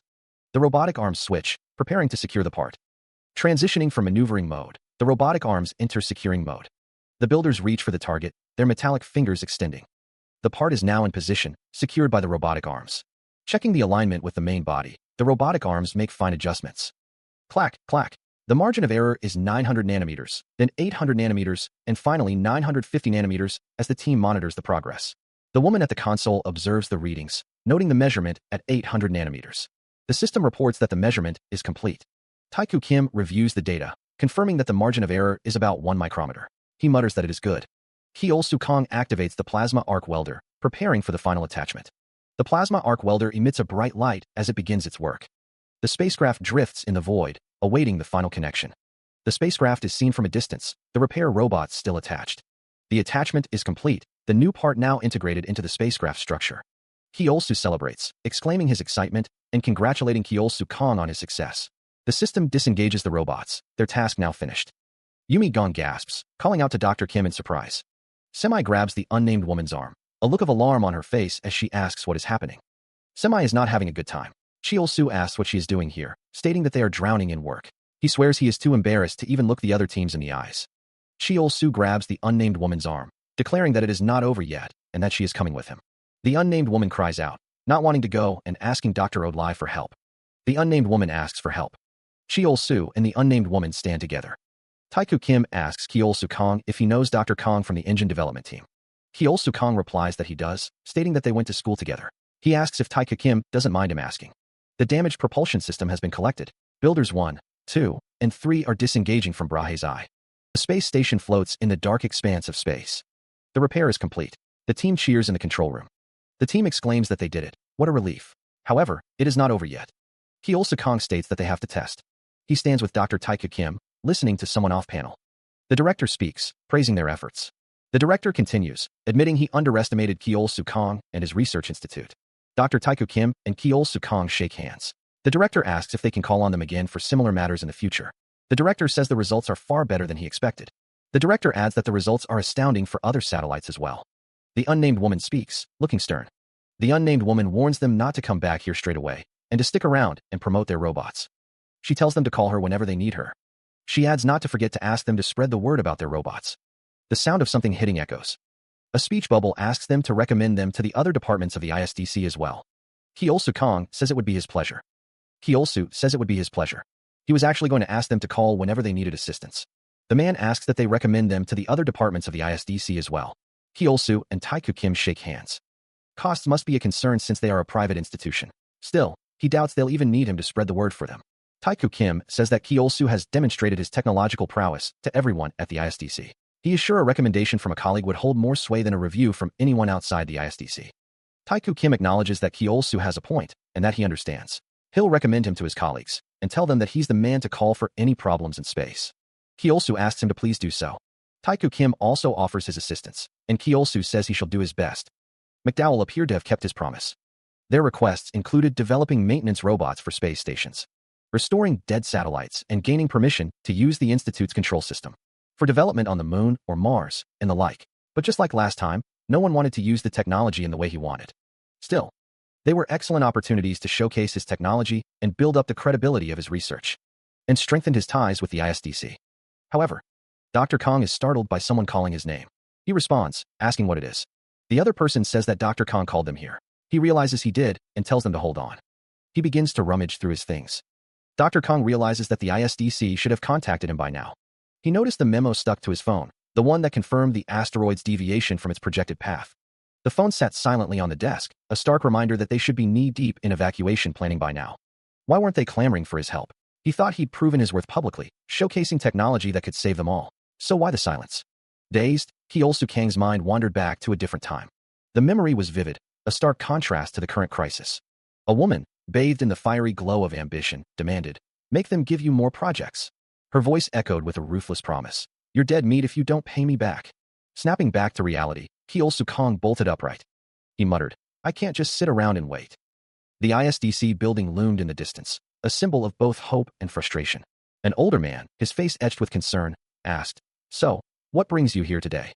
From what he could gather, the older man believed the research institute was struggling with funding. The older man hoped that Keol Sukong wasn't there to ask for an acquisition or to sell their technology. The older man questioned if that was really why he was there, stating that they were not interested. The older man placed a folder on the desk. He stated that what they had just discussed were simply digressions. The older man stated that from what he heard, any further discussion should be what Keol Sukong wanted to discuss. Keol Sukong gestured, asking the older man to stop beating around the bush. The older man told him to get to the point. Keol Sukong stared intently. Keol Sukong brought up Asteroid Rama. The older man repeated, Asteroid Rama? Keol Sukong confirmed, stating that he was there to offer his proposal on how to deal with it. The older man tapped a card on the desk, saying he was afraid he didn't understand. He asked why this asteroid needed to be dealt with. Keol Sukong taps his fingers, a nervous rhythm against the silence. He continues, stating that he is sure the older man already knows why he's here. Asteroid 12/Rama is hurtling toward Earth. The older man's expression remains unreadable. He remains silent. Keol Sukong asks where he got this information. He thinks to himself that the older man obviously wouldn't believe him if he told him that he already experienced the asteroid a few times in his past lives, clenching his fists. Keol Sukong asks what does it matter how he learned about Rama, stating that the only option is to push forward. He continues, saying that it's up to the older man to decide whether or not to accept his proposal, so why doesn't he at least hear him out first? The older man sits at his desk, his expression thoughtful as he considers Keol Sukong's words. Keol Sukong bolts up, thinking that the plan will fail. He continues, stating that when it does, he's sure the ISDC will attempt some furtive evacuation into space from the Port David Space Center. The older man walks, wondering how there will be about 1,000 evacuees in total, and the goal will be to survive for the next 20 to 30 years in space. He slams his hand on the desk, the sound echoing in the room. Keol Sukong asks why the older man thinks he developed a working space gun and autonomous construction robots. Keol Sukong explains that he has come to the conclusion that it's virtually impossible to stop the asteroid. This is why he is trying to build a sustainable evacuation shelter. The older man asks how. Keol Sukong explains that they've only detected the asteroid a few months ago. Unfortunately, the space gun proved ineffective, so he had to give up on it. Keol Sukong looks determined as he explains his reasoning. Keol Sukong insists that his robots were a success. Keol Sukong explains that the module sizes are for the living area. He adds that the challenge of building in zero gravity can be solved. Keol Sukong thinks to himself that he's been frustrated that the ISDC hasn't been thinking about using this technology, so he came to propose it himself. He asks the older man to please think about it, especially since saying the wrong things at a time like this can be dangerous for him. The older man considers Keol Sukong's words, wondering if saying the wrong things at a time like this can be dangerous for him. Keol Sukong states that the problem he sees with building the shelter right is that the older man must be thinking of this as an opportunity to advance his career. After all, he just happened to have everything ready to build his space habitat.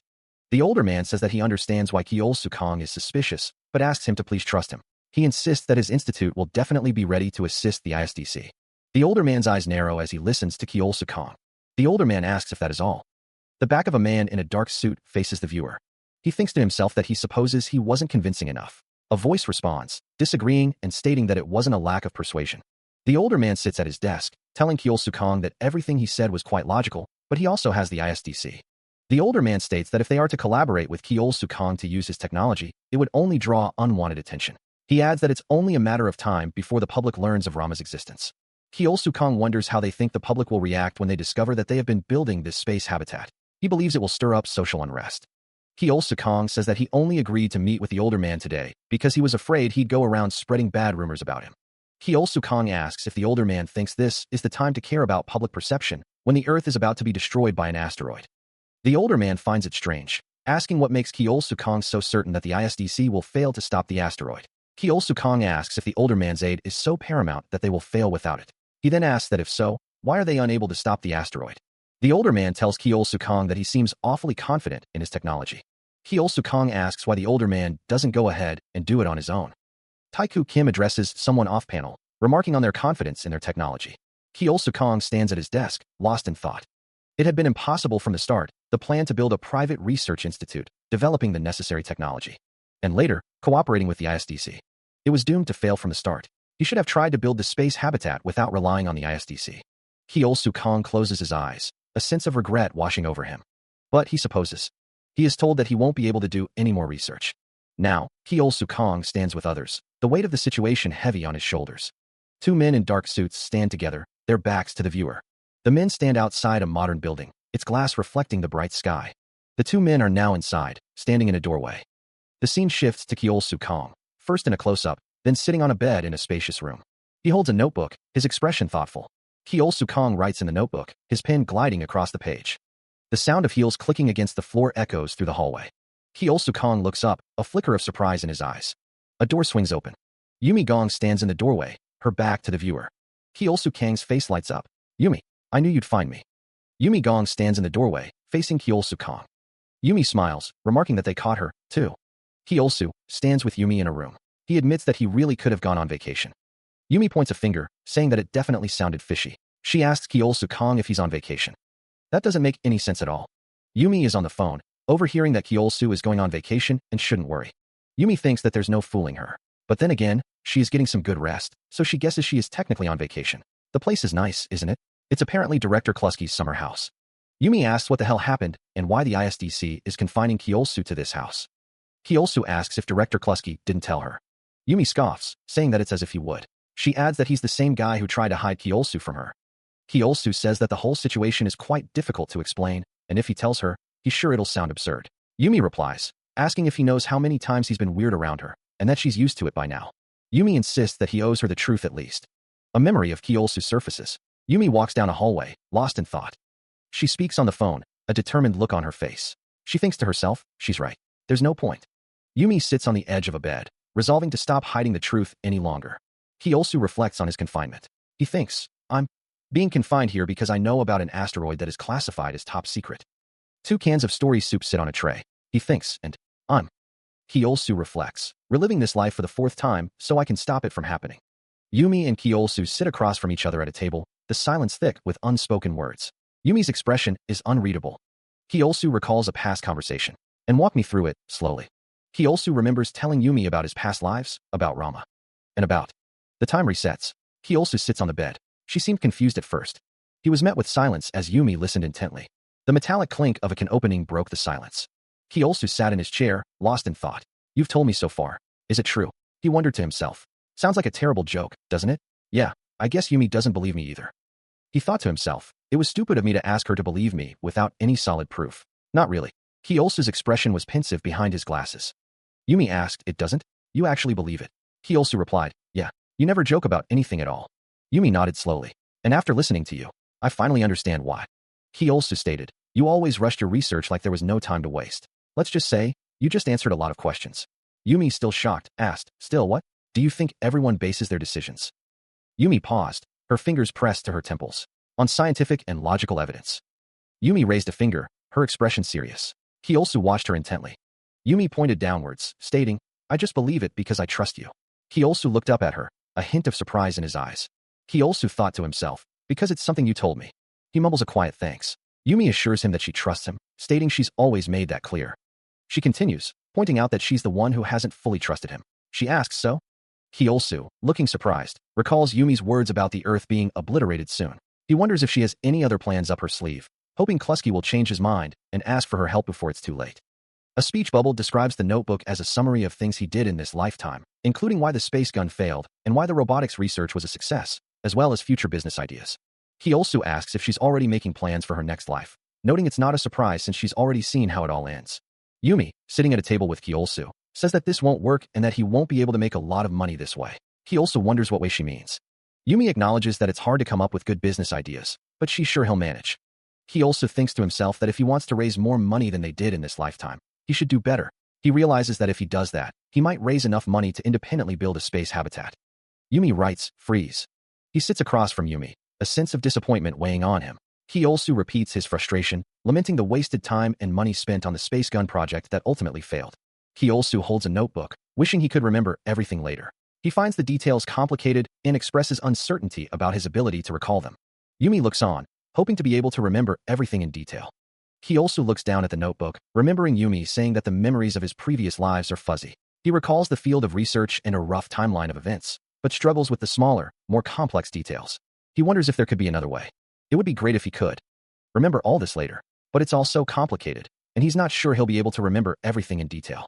Yuri-na asks if the memories of his previous lives are fuzzy.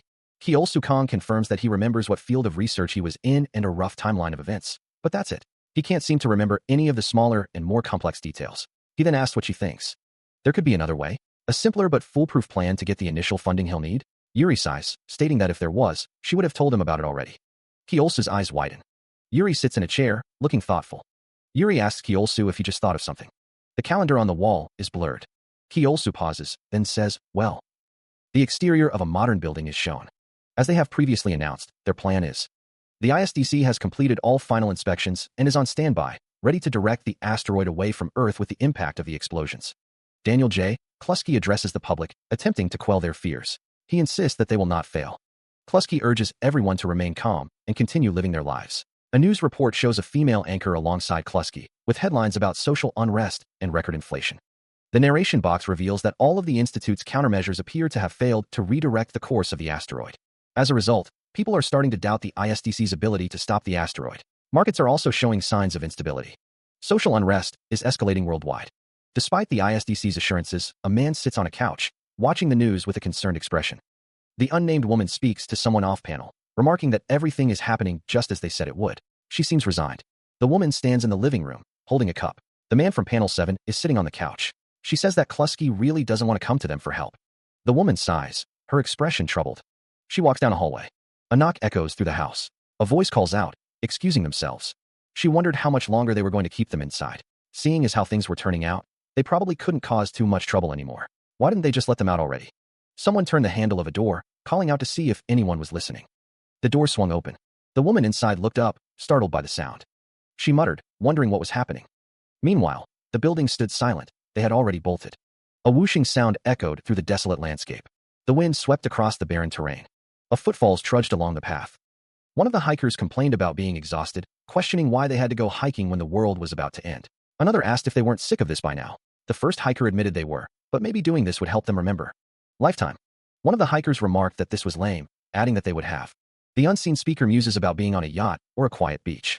Kyosu Kong and the unnamed woman stand on a hill, overlooking the desolate landscape. The woman expresses her frustration. She asks if he can't see that she's trying to make the best of this awful situation. The unnamed woman slumps down, exhausted. She offers Kyosu Kong a can. Here, she says. The unnamed woman shakes the can. She thanks him. Kyosu Kong says that it's worth a try. The woman holds the can, a ritualistic act. She thinks to herself that this is something she's done at the end of each lifetime, like a ritual. The unnamed woman says that it works. The unnamed woman says that she can go back to the past, too, and that he won't have to struggle on his own anymore. Kyosu Kong says that he's sure it'll all work out. A voice says, hey, if I can't go back in time with you. The unnamed woman says, maybe if, and you're on your own again. Can you tell me about all this again? A question hangs in the air, echoing across the desolate landscape. Like, your story? Your secret? Kyosu asks, his expression earnest. Will the past you believe me? She replies, gazing into the distance. She will. I trust you a lot more than you know. The woman continues, her voice tinged with a hint of melancholy. I mean, just look at me now. I'm still here next to you, aren't I? A faint smile graces her lips as she looks towards Kyosu. The woman's hand rests on the kin she holds. She wonders aloud, her voice barely a whisper. But what if you don't? The woman reassures, don't worry. If I don't believe you, then just show me the proof. She continues, her gaze distant, relationship I had with my father and what my childhood was like. Kyosu sighs, his brow furrowed with concern. I do, but I don't know if I'll be able to remember when I go back. He internally cries out, Arg. Good grief, Kyosu. Just play along. Kyosu states, his voice firm, we've known each other for ages. The kin trembles in her hand as she says, I'm sure you'll remember something. She hoped that she could remember this conversation in her next life, so she could tell him for sure. Meanwhile, the pair sat together in a desolate landscape. Kyosu Kong confirmed that he promised. They raised their drinks in a toast, the cans emblazoned with the word story. Rumble. The sound echoed as the sky turned a menacing red. The pair toasted once more, the scene bathed in an ethereal glow. Rumble. The ground vibrated beneath their feet. Rumble. A blinding light erupted from below. Kyosu Kong, his expression serious, added, one more thing. The woman smiled, holding her drink aloft. Kyosu Kong, his gaze intense, urged her not to forget the Yumi of this life. The light intensified, consuming everything. Boom. The realm of scientific exploration was shattered. He wakes with a jolt, his eyes snapping open. The sound of chirping fills the air. The chirping continues. He sits up in bed, looking towards the window. The sound of chirping fills the air. Kyosu's eyes snap open, the chirping growing louder. He turns his head, listening intently. Kyosu sits up in bed, the morning light streaming through the window. The realm of scientific exploration. A voice calls out, Kyosu. The door creaks open. Kyosu rushes out of his room. He breathes heavily as he runs. His footsteps pound the pavement. Kyosu sprints down the street, a backpack slung over his shoulder. Heaving for breath, Kyosu continues his frantic sprint. He races down the street, the buildings blurring past him. Suddenly, a voice calls out, Yumi. Yumi asks, well, aren't you in a hurry? Yumi's expression is curious as she looks at Kyosu. Kyosu's face is etched with a mix of surprise and concern. Yumi smiles, a hint of mischief in her eyes. Yumi exclaims, right, as Kyosu says, I didn't really take you for the impatient type, and I didn't think you'd come running to me so early in the morning. Yumi retorts, I didn't really take you for the impatient type, and I didn't think you'd come running to me so early in the morning. A stack of books is shown, with a speech bubble that says, I threw together a rough plan. Yumi, carrying a heavy load of books, says, our business, silly. You want me to loan you $1 trillion, remember? Kyosu, also burdened with books, replies, and I told you that I'd come up with a business model. She couldn't return to the past. The Yumi she made memories with, the Yumi who believed in her is gone. Yumi's expression is one of confusion. She wonders aloud if there's something on her face. She touches her face, finding nothing. Why is someone staring at her like that? Yumi's eyes widen, a hint of desperation in her voice. Why aren't they saying anything? Everything, from that life. Her eyes dart around, searching for something, someone. A flicker of fear crosses her face as she continues to scan her surroundings. The world seems to tilt around her, the faces of passers-by blurring into an indistinguishable mass. A heavy weight seems to press down on her, the books in her arms feeling impossibly heavy. Drip, drip, water trickles from unseen shoes, the sound echoing in the silence. Seriously, why aren't they saying anything? Buzz, buzz. A distant voice calls out, faint and distorted. Hello. A buzzing sound pierces the air, followed by a voice calling out, Earth to Kyosu. A hand presents a blue binder, its cover boldly displaying the title, $1 trillion business plan. Kyosu stands at a desk, meticulously reviewing documents spread before him. The fluorescent lights hum above, casting a sterile glow on the paperwork. A close-up reveals the dense text and intricate charts of the business plan, each line a testament to countless hours of work. The image blurs, resolving into a vision of a young girl, her expression wistful as she gazes at a similar document. The memory shifts, showing a figure with a paper bag over their head, the words smile sandwich, crudely drawn on its surface. The scene is bathed in a melancholic light. A woman, phone pressed to her ear, smiles warmly as she speaks. The faint scent of jasmine drifts from the potted plant behind her. Kyosu lowers his gaze, a shadow of contemplation crossing his face. The weight of the past settles heavily on his shoulders. He closes his eyes, whispering to himself, focus. Now's not the time to reminisce. I have to use my head. A thought bubbles to the surface. Me in this lifetime. The ambition to build robots for construction in space flickers in his mind, contingent on securing the necessary funds. A futuristic robot, bathed in the cold light of space, diligently works on constructing a massive orbital structure. The hum of its servos echoes in the void. The scene shifts to a handshake between two men, a deal being struck. Below, an older man watches with a look of deep concern etched on his face. Second, if I'm going to build a space shelter, it's going to have to be done independently. He stands at his desk, hands resting on the surface, a determined look on his face. Finally, if he has to collaborate with the ISDC, it's best to have the shelter ready beforehand. He reflects, resolving not to repeat the same mistakes. And because the space gun wasn't practical, he also has to think of another way to reduce the cost of transporting materials into space. Like, the gears turn in his mind, seeking a solution to the logistical challenges of space construction. Meanwhile, a student carries a stack of books, his expression somewhat bewildered. A girl rests her head on her hand, a thoughtful expression on her face. She wonders what the hell was wrong with him this morning. The girl sitting across from the student tells him not to act stupid. She insists that he was being totally weird. The student replies, oh, because you were so radiant. The girl's cheeks flush slightly, a hint of embarrassment coloring her expression. She recalls him suddenly shoving stacks of paper in her face. They reflected the sunlight into her eyes, so they needed time to adjust. The student explains that the human retina has two types of photoreceptors, the rods and the cones. He continues, explaining that the rods are more sensitive to light, so we mainly use them to see in the dark. Cones, on the other hand, are less sensitive to light, so we use them to see in bright places. She explains that human eyes can't instantly switch from one photoreceptor to another. It takes time for them to readjust to different levels of light. Youngmin retorts that even Semi's jokes are lame, questioning if she's really a middle school student. Semi responds that Youngmin is the one who said she's actually an old geezer, adding that she doesn't joke about anything. A hand holds a book open to a page with the word freeze written on it. Semi thinks to herself that the one who said that was the Yumi of the previous life. The present Yumi, she thinks, never said that. A voice calls out, hey, if Youngmin asks Semi, with you, and you're on your own again, can you tell me about all this again? A voice asks, your story? Your secret? Yumi thinks that the past Yumi might have trusted her, but that Yumi and this Yumi are not the same person. She has no way of knowing how the present Yumi will react if she told her secret. A voice says, I can't go back in time, but maybe, just maybe. Youngmin smiles, adding like, a blue binder labeled $1 trillion business plan is placed on the table with a thud. Yumi begins, by the way, Yumi. About the space gun included in this plan, Yumi announces she's scrapping it. Semi looks startled, exclaiming, why? The question hangs in the air. Didn't you want to use it to reduce the costs of doing construction in space? A finger taps the binder, emphasizing the point. Yeah, but it wasn't as practical as I had hoped. Semi asks, what are you talking about? Youngmin responds, I did. Well, my past self did. Yumi retorts, geez. Stop, seriously. You've been pulling my leg all day. Are you? I told you, I never joke about anything. Semi and Youngmin exchange a look. A close-up on Jungmin's eyes. A close-up on Yumi's eyes. Yumi begins, I'm. Kyeol-soo Kang's eyes reflect a deep contemplation. The unnamed woman's gaze is equally thoughtful. The two students sit in the sterile environment of the science lab, the air thick with unspoken anxieties. Reliving this life for the 5th time, a thought echoes in Kyeol-soo's mind. What if they knew that the world was going to end in their lifetime? The thought buzzes in Kyeol-soo's head. Well, Kyeol-soo supposes he'd do something about it then, like get an underground bunker? The unnamed woman states that she can't just sit by and wait to die.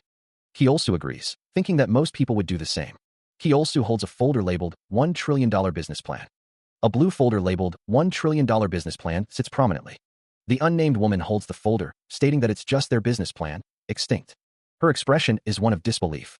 He nods as the unnamed woman asks if building the space habitat isn't just some dream. She then realizes it's his plan to stop the apocalypse. A close-up reveals the folder, with text stating that in the future, the Earth will be destroyed by an asteroid, and humanity will become. The unnamed woman's eyes widen as she claims she's already witnessed it 4 times. She continues, stating this is the 5th time she's reliving this life, questioning if he's joking. Kyeol-soo Kang looks up, asking if she's serious.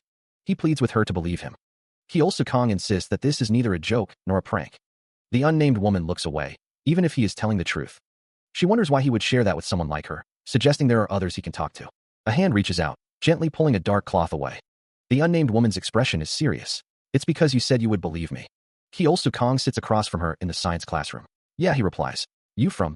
My 4th life, she finishes. You asked me to tell you about this again if I ended up returning to the past without you. The unnamed woman looks up, a hint of vulnerability in her eyes.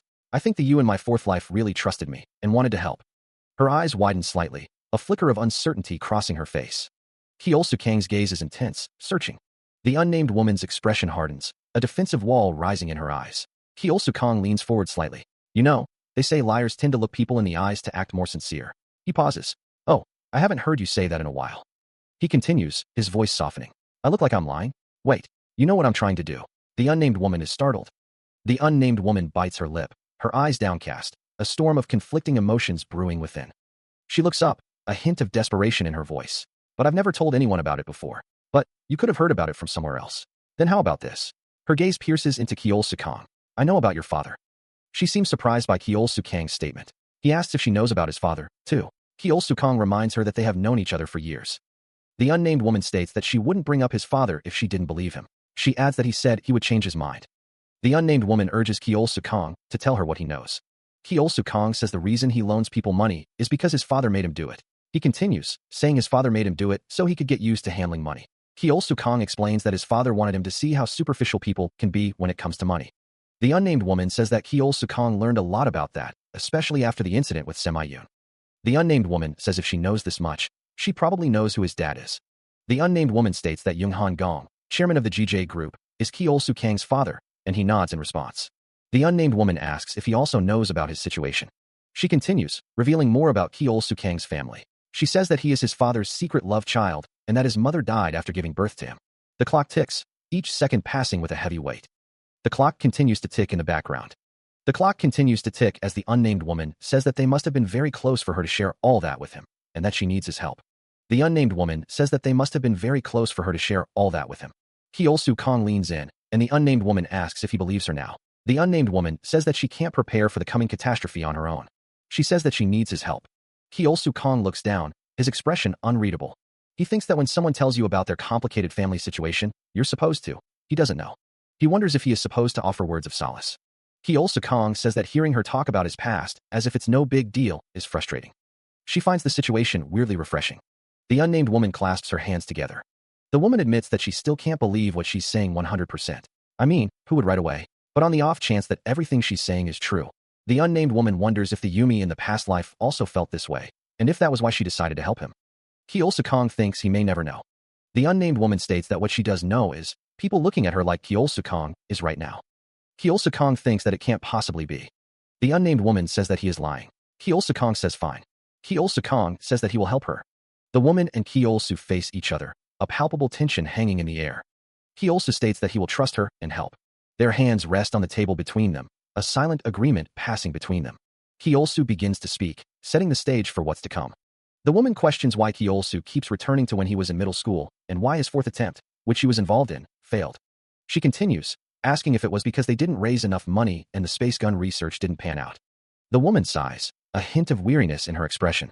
She admits that it was rough, which is why she wants to take a different approach. Ki-Olsu states that he is thinking about using reusable materials this time. The woman clarifies that that's not what she meant, and that it must have been rough for him emotionally, and that he must have had a lot going through his mind. He wonders what there is to think about. This is just something he has to do. The woman states that it would be better to colonize the moon this time, because Ki-Olsu knows from his previous life that he can develop the necessary engines and autonomous robots. He doesn't remember much of the technical details right now, but he knows he is more than capable of doing it.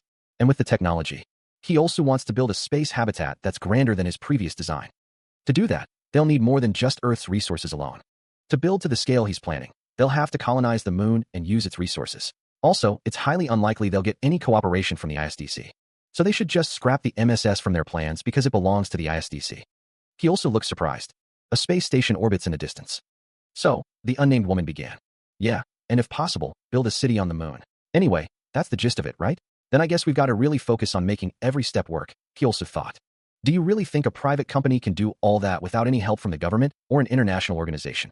The unnamed woman asked, her expression thoughtful. Yeah, if we fall short on any of it.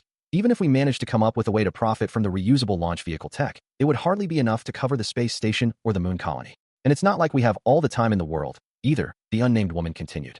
Ki-Olsu replied, you from my fourth life said it was possible. The unnamed woman asks how. Ki-Olsu explains that it's by making friends with Minsu.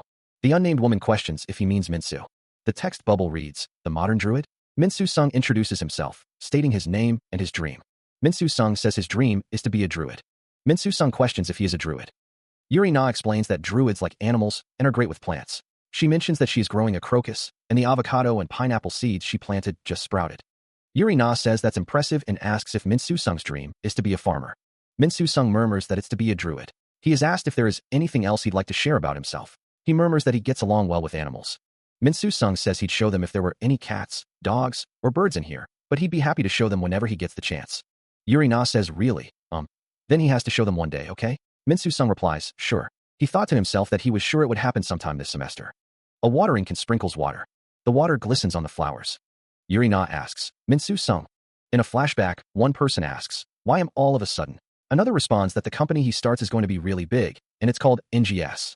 He's going to start the company when he finds a groundbreaking way to cultivate meat. The first person says that if Yumi can convince Minsu to let them buy shares in his company early on, they'll make enough money to build the space habitat. He thinks to himself that they won't have to keep racking their brains for new business ideas and ways to make more money. Yuri Na remarks that they're pretty, aren't they? Yuri Na asks if he is talking to them. Minsu Sung replies that he is. Yuri Na asks when he noticed them. A hand reaches for a watering can. Someone asks how. He explains that it's not that difficult to notice her, especially since it's morning, when nature's energy is the most vigorous. Minsu continues, stating that it's also when a druid's power is the most potent, and he was in the middle of communing with nature when he noticed something out of the ordinary suddenly appeared. To put it in plain English, Yuri thinks to herself. Yuri reflects that a moment ago, she was a part of the environment around him, one with nature. Minsu continues to ramble. He wonders how on earth this is happening. A man surrounded by doves suggests that they try to feel the nature around them and admire the flowers with him, until they become friends with him. The man with the doves encourages them to communicate with the animals. Minsu is stunned. He is pinched. Minsu cries out in pain, wondering why. Yuri pinches him, asking if he wants to be a druid and harness a. She asks if plants' ability to grow quickly or mind control animals is the reason. Yuri Na states that she doesn't want to be a fictional druid like the kind seen in games, but wants to be an actual druid. Yuri Na pinches Minsu Sung. It's how they. The way of him screams science. Someone asks if the other is sure they're remembering it correctly. Someone asks if the other is absolutely sure it's him. The other responds with a why yeah. The student explains how they can achieve spiritual growth. One student asks if the other is sure that this guy is going to revolutionize cell culture technology. The student asks if the other is absolutely sure it's him, and if they are remembering it correctly. One student asks if the other just thought of something. One of the students says, well. The news anchor introduces Minsu Sung, scientist and CEO of NGS, inviting him to share the secrets to his success. The anchor greets Minsu Sung as he takes his seat at the table. The interviewer begins by asking Minsu Sung to explain how his meat cultivation technology differs from other methods. He responds that he developed the cell replacement technique, now known as the third generation of meat cultivation technology. Other techniques, the narrator explains, involve compressing meat cells cultivated in bioreactors or using 3D printers to shape cultivated cells into consumable meat products. The narrator continues, explaining that this is why cultivated meat doesn't taste as good as butchered meat. However, Min-Soo Sung's company's third-generation technology faithfully replicates the taste and texture of butchered meat. The interviewer expresses that this is truly amazing, before asking if it is difficult to create cultivated meat in large chunks. Min-Soo Sung confirms that it is. He elaborates that the bigger the cells grow, the harder it is to distribute the oxygen and nutrition the cells need to grow, and if the cells don't get enough, they can die. The interviewer wonders if there is a secret to speeding up the process. Min-Soo Sung reveals that the secret is an emer, which transforms into the target cells. He adds that this is similar to how cell replacement works. The interviewer asks if emer acts like stem cells. Chuckling, Min-Soo Sung says no. He explains that the biggest difference between the two is the possibility of cellular differentiation. Unlike stem cells, which can develop into different types of specialized cells depending on how they are manipulated, emer can only develop cells in the specific way it was initially designed to do. Min-Soo Sung concludes that emer seems to be the core of his technology. He smiles broadly, stating that he can't reveal any more details about the meat cultivation technique, as the rest is company secrets. The unnamed woman expresses her disappointment, while Kiol Sukong asks if emer can only be used for cell cultivation. Min-Soo Sung replies that he believes it depends on how it is designed. The broadcast shows Min-Soo Sung explaining that emer can be used not only to cultivate cells, but also to grow artificial organs, which would be no different from actual organs. Kiol Sukong confirms this. The scene shifts to a bedroom. The unnamed woman thinks to herself that this is fantastic news, and that it certainly feels like they're taking a giant step into the future. The unnamed woman and Kiol Sukong are sitting at a table, looking at a phone. She says that money won't be a problem. The unnamed woman explains that emer can as long as they have the right product. She adds that the global meat industry is worth $1 trillion, and the healthcare industry is worth well over $200 billion. Kiol Sukong states that if they become major players in these fields, it won't be hard for them to acquire the $1 trillion they need, increasing their chances of success in the next life. Min-Soo Sung's face is shown on the phone screen, and the unnamed woman thinks that he is lying. A burger sits in a takeout container, and a voice thinks that if they become hazy, but a person asks if someone is going to eat. Another person replies with a confused huh? Min-Soo Sung responds with a simple, oh yeah. That morning, Yumi Gong had shown interest in the ways of the druid and how they saw the world. She explains that they are actually interested in the ways of the druid, but it's not easy to learn more about them. She asks if they have the time to give them a deep dive. The text bubbles read, deep dive into druids? Really? Of course, and suggested we hang out so Min-Soo could tell us more. The three sit at a table, food and drinks before them. The other character asks why Min-Soo only got fries, questioning if he isn't hungry. The other character explains that it's not that, it's just the only thing he can eat on the menu. The other character asks if Min-Soo is a vegan. Min-Soo responds that he's not really, but as a druid, he tries to avoid meat from animals that weren't raised on open pastures. Yumi asks if he is a druid. According to the teachings of druids, souls undergo a perpetual cycle of death and rebirth. Be reborn as the wind, or as a mountain, or as a human being, or as an animal. The diagram illustrates the cycle of life, emphasizing the interconnectedness of humans, animals, and nature. A burger advertisement hangs nearby. Someone believes that animals deserve the same respect as humans. The speaker continues, stating that animals shouldn't be kept in inhumane conditions, as humans could end up living out the same fate in their next lives. He asks if that's why he doesn't want to eat burgers sold in fast food chains. He confirms that it's a conscious decision he's made for himself. Min-Soo states that in the future, he wants to find better ways to produce cultivated meat. He explains that this is so we can consume meat more ethically, maybe by improving cell cultivation technology. Min-Soo thinks to himself that his memory was right, and that he is the one who will start NGS. It is revealed that Min-Soo got into biology and developed new cell cultivation technology because of his interest in druid philosophy. Min-Soo stands in front of a new menu item, bacon burger advertisement. Yumi agrees with Min-Soo, stating that what he's saying makes her want to learn more. Min-Soo is surprised, exclaiming that he never thought he'd find friends who'd share his interests. Yumi thinks to herself that it sucks that the only way we have to consume meat is by killing them. She then asks Min-Soo to tell her more on that note. He asks about the cell cultivation technology Yumi was talking about. It seems Yumi is convinced, and she suggests they brainstorm together. Yumi mentions she has an idea, but can't figure out one thing. She is assured that Min-Soo has plenty of brains to help. Min-Soo retorts that he can't be an expert in every field of science, stomping his foot. Min-Soo offers to show Yumi what he's been working on. He explains that he first looked into the current meat cultivation technology and did some market research. He also looked at why people prefer butchered meat over cultivated meat and is thinking of ways to solve that problem. The reason people pass on cultivated meat, he continues, is because it doesn't taste and feel as good as regular meat. So he is wondering if this could be the best way to solve that problem. Yumi says that she'll do her best to help. Someone asks if they are sure they don't have to tell Min-Soo. Min-Soo states that he knows what's going to happen in the future. He asks how he keeps reliving this life. He then wonders if the apple pie was made with eggs. Someone mentions a burger without the patty, but then says that they've had to bring up Yumi's secrets to convince her. He didn't think Minsu-sung would accept such a preposterous fact, without anything he could use on him to get him to believe him. The other student asks if he's not going to tell him.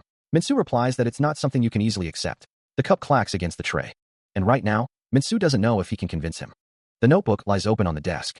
Minsu-sung is asked if they should tell Minsu. Minsu asks what they should tell him. Yumi Gong explains that they know what's going to happen in the future and how they keep reliving this life.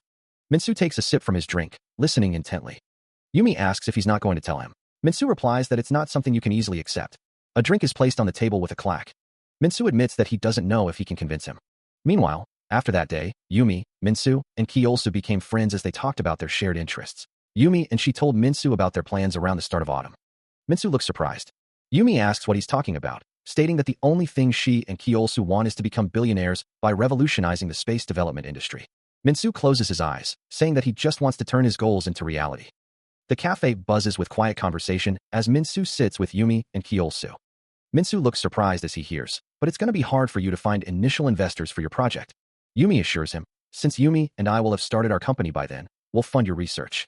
Kyosu adds, in exchange for shares in your company, we'll also give you all the time you need to develop your idea. Kyosu continues, and once your meat cultivation technique creates a solid foothold in the meat substitute market, your company. He explains, value will go up. Then, we'll sell our shares of your company to get the money we need to start building the space habitat. Yumi leans forward, adding, and if you successfully develop your technology, just as planned, we think it'll only be a matter of time before you not only control the meat substitute market, but also pave the way for lab-grown organs. Minsu looks taken aback. Organs? Isn't that a bit? Kyosu reassures him. Reading your plan convinces me that it's possible. You're far more capable than you think, Minsu. Yumi smiles confidently. And I never make deals that lose money. The three sit together, surrounded by the promise of future success. Minsu seems hesitant, saying, okay, I guess. I'm going to have to find investors to fund my idea anyway. Since you guys are offering, I don't have much to. Yumi reflects on the offer, deciding that it is right to not hesitate when someone is offering to help make your dreams come true. Minsu admits he has a strange feeling that he'll be screwed if he signs anything with Yumi. Kyosu says he knows how he feels. Yumi, annoyed, asks if he really wants to see how screwed he can be. Kyosu laughs, saying he's sure she was joking. Kyosu is hit repeatedly by Yumi, who says that it hurts. Yumi and an unnamed partner founded the KNG Space Development Corporation. The company presented its roadmap to the public. The roadmap included the commercialization of a reusable propulsion system, the utilization of autonomous construction robots, the colonization of the moon, the construction of a space station, and the construction of a space habitat. At first, people scoffed. Because the plan did not simply require innovation in one single field, it required advancements in a bunch of fields at the same time. Still, the necessary technology was developed. Rocket 1047 has successfully made landing, and the propulsion system safely returned to the target position. And so, they carried out their plans. They did it, right on schedule with their initial roadmap. Cheol-su and another man stand in the facility, reviewing the roadmap. With this, they continued their work. The KNG Space Development Corporation headquarters towered over the city. The KNG Space Development Corporation successfully built the space station. The KNG-1 space station is a single structure, with two donut-shaped rings rotating in opposite directions to create artificial gravity. This allows people to stay standing on the ground just like on Earth, something that is not possible in the ISDC's multipurpose space station, which is a combination of several modules. The fact that it was built as a single structure is the reason why KNG-1 was built so quickly. You can clearly see the difference from the pictures. Were KNG's autonomous construction robots the key to building it so quickly? That's right. They were also able to cut down on the cost of transporting materials into space with their reusable propulsion system. On a related note, KNG recently announced their plan to build a second space station. Truly revolutionary. The KNG-1 simply. The news anchor states that the KNG space station doesn't compare to any other space stations out there. The panel introduces Dr. Kyosu Kong, the CTO of the KNG Space Development Corporation, as the brains behind it all. Dr. Kong looks on. Meanwhile, a flash illuminates the ISDC meeting room. An unseen man asks if they are telling him that the ISDC is far behind. Another man explains that, to be precise, 95% of KNG-1 is made of recyclable materials, while it's only 65% for the MSS, which puts them behind. An unseen man yells that they already know that, calling the other an idiot, and demanding to know who told him to speak up. An older man says that's enough, stating there's no use venting at the wrong person. The man from panel 6 asks if there is any way they can still exert their influence over KNG. An unseen man orders them to buy more shares. The man from panel 10 states that they have to in order to prevent the militarization of space, and that they will have no choice but to comply. He also orders them to buy shares in KNG, too. A fist slams on the table, As an unseen man declares that won't be enough. He stands in the office, a sense of urgency in the air. A speech bubble reads, if a private company continues to lead in space development, this institute's very purpose for existence will be in jeopardy. The ISDC logo is displayed prominently. The unnamed woman states, the moon. An older man in a suit responds, what? The text declares, we claim the moon. The unnamed woman says, if we control the development of the moon, they won't talk about downsizing us so easily. She continues, and how are we going to do that? We don't have the capacity. We already know a company out there working on it, don't we? What a roundabout way to say we should kiss Kanji's ass. Powers. The older man replies, no, we collaborate with them. The unnamed woman and Kiol Sukong sit in front of the older man. The older man states, even if we do, Kanji will no doubt wield most of the administrative. He adds, it won't be enough to secure our standing. The older man concludes, we only have to claim ownership of the moon base. There is a critical flaw in. He strides forward, the sound of his polished shoes echoing in the sterile hallway. The topic of discussion, Kanji's corporate governance structure. The director pauses, gazing at the metallic wall. He considers the possibilities. If they exploit that flaw to their full advantage, they can increase their shares in the company once they start building their moon colony. A sinister smile plays on his lips. If they play their cards right, they might even be able to take the whole damn company. A critical flaw exists within K&G's corporate governance structure. Someone walks with purpose, the sound of their footsteps echoing in the sterile environment. The plan is to exploit the flaw to their full advantage, increasing their shares in the company once they start building their moon colony. A man's voice, laced with confidence, declares that they can play their cards right. The possibility of taking the whole damn company is now on the table. The realm of scientific exploration hangs in the balance. A suggestion is made to discuss the matter further at a later time. The unnamed woman declines a call, a subtle shake of her head conveying her disinterest. She sighs, the sound heavy with frustration. A man asks what's wrong, his voice laced with concern. A beep from her phone signals a new notification. The ISDC wants more shares of the space station. The woman's frustration boils over. She wonders aloud who the ISDC thinks they are, considering they already fulfilled their part of the agreement. In a meeting room, the unnamed woman's anger is palpable. She likens them to a typical Korean mother-in-law, expressing her exasperation. Cheol-soo arrives, carrying boxes of food. He thinks to himself that he would be less annoyed if he was at least married. He calls out to the others, asking if they had to wait long. Cheol-soo carries the boxes into the room. The unnamed woman asks what's going on.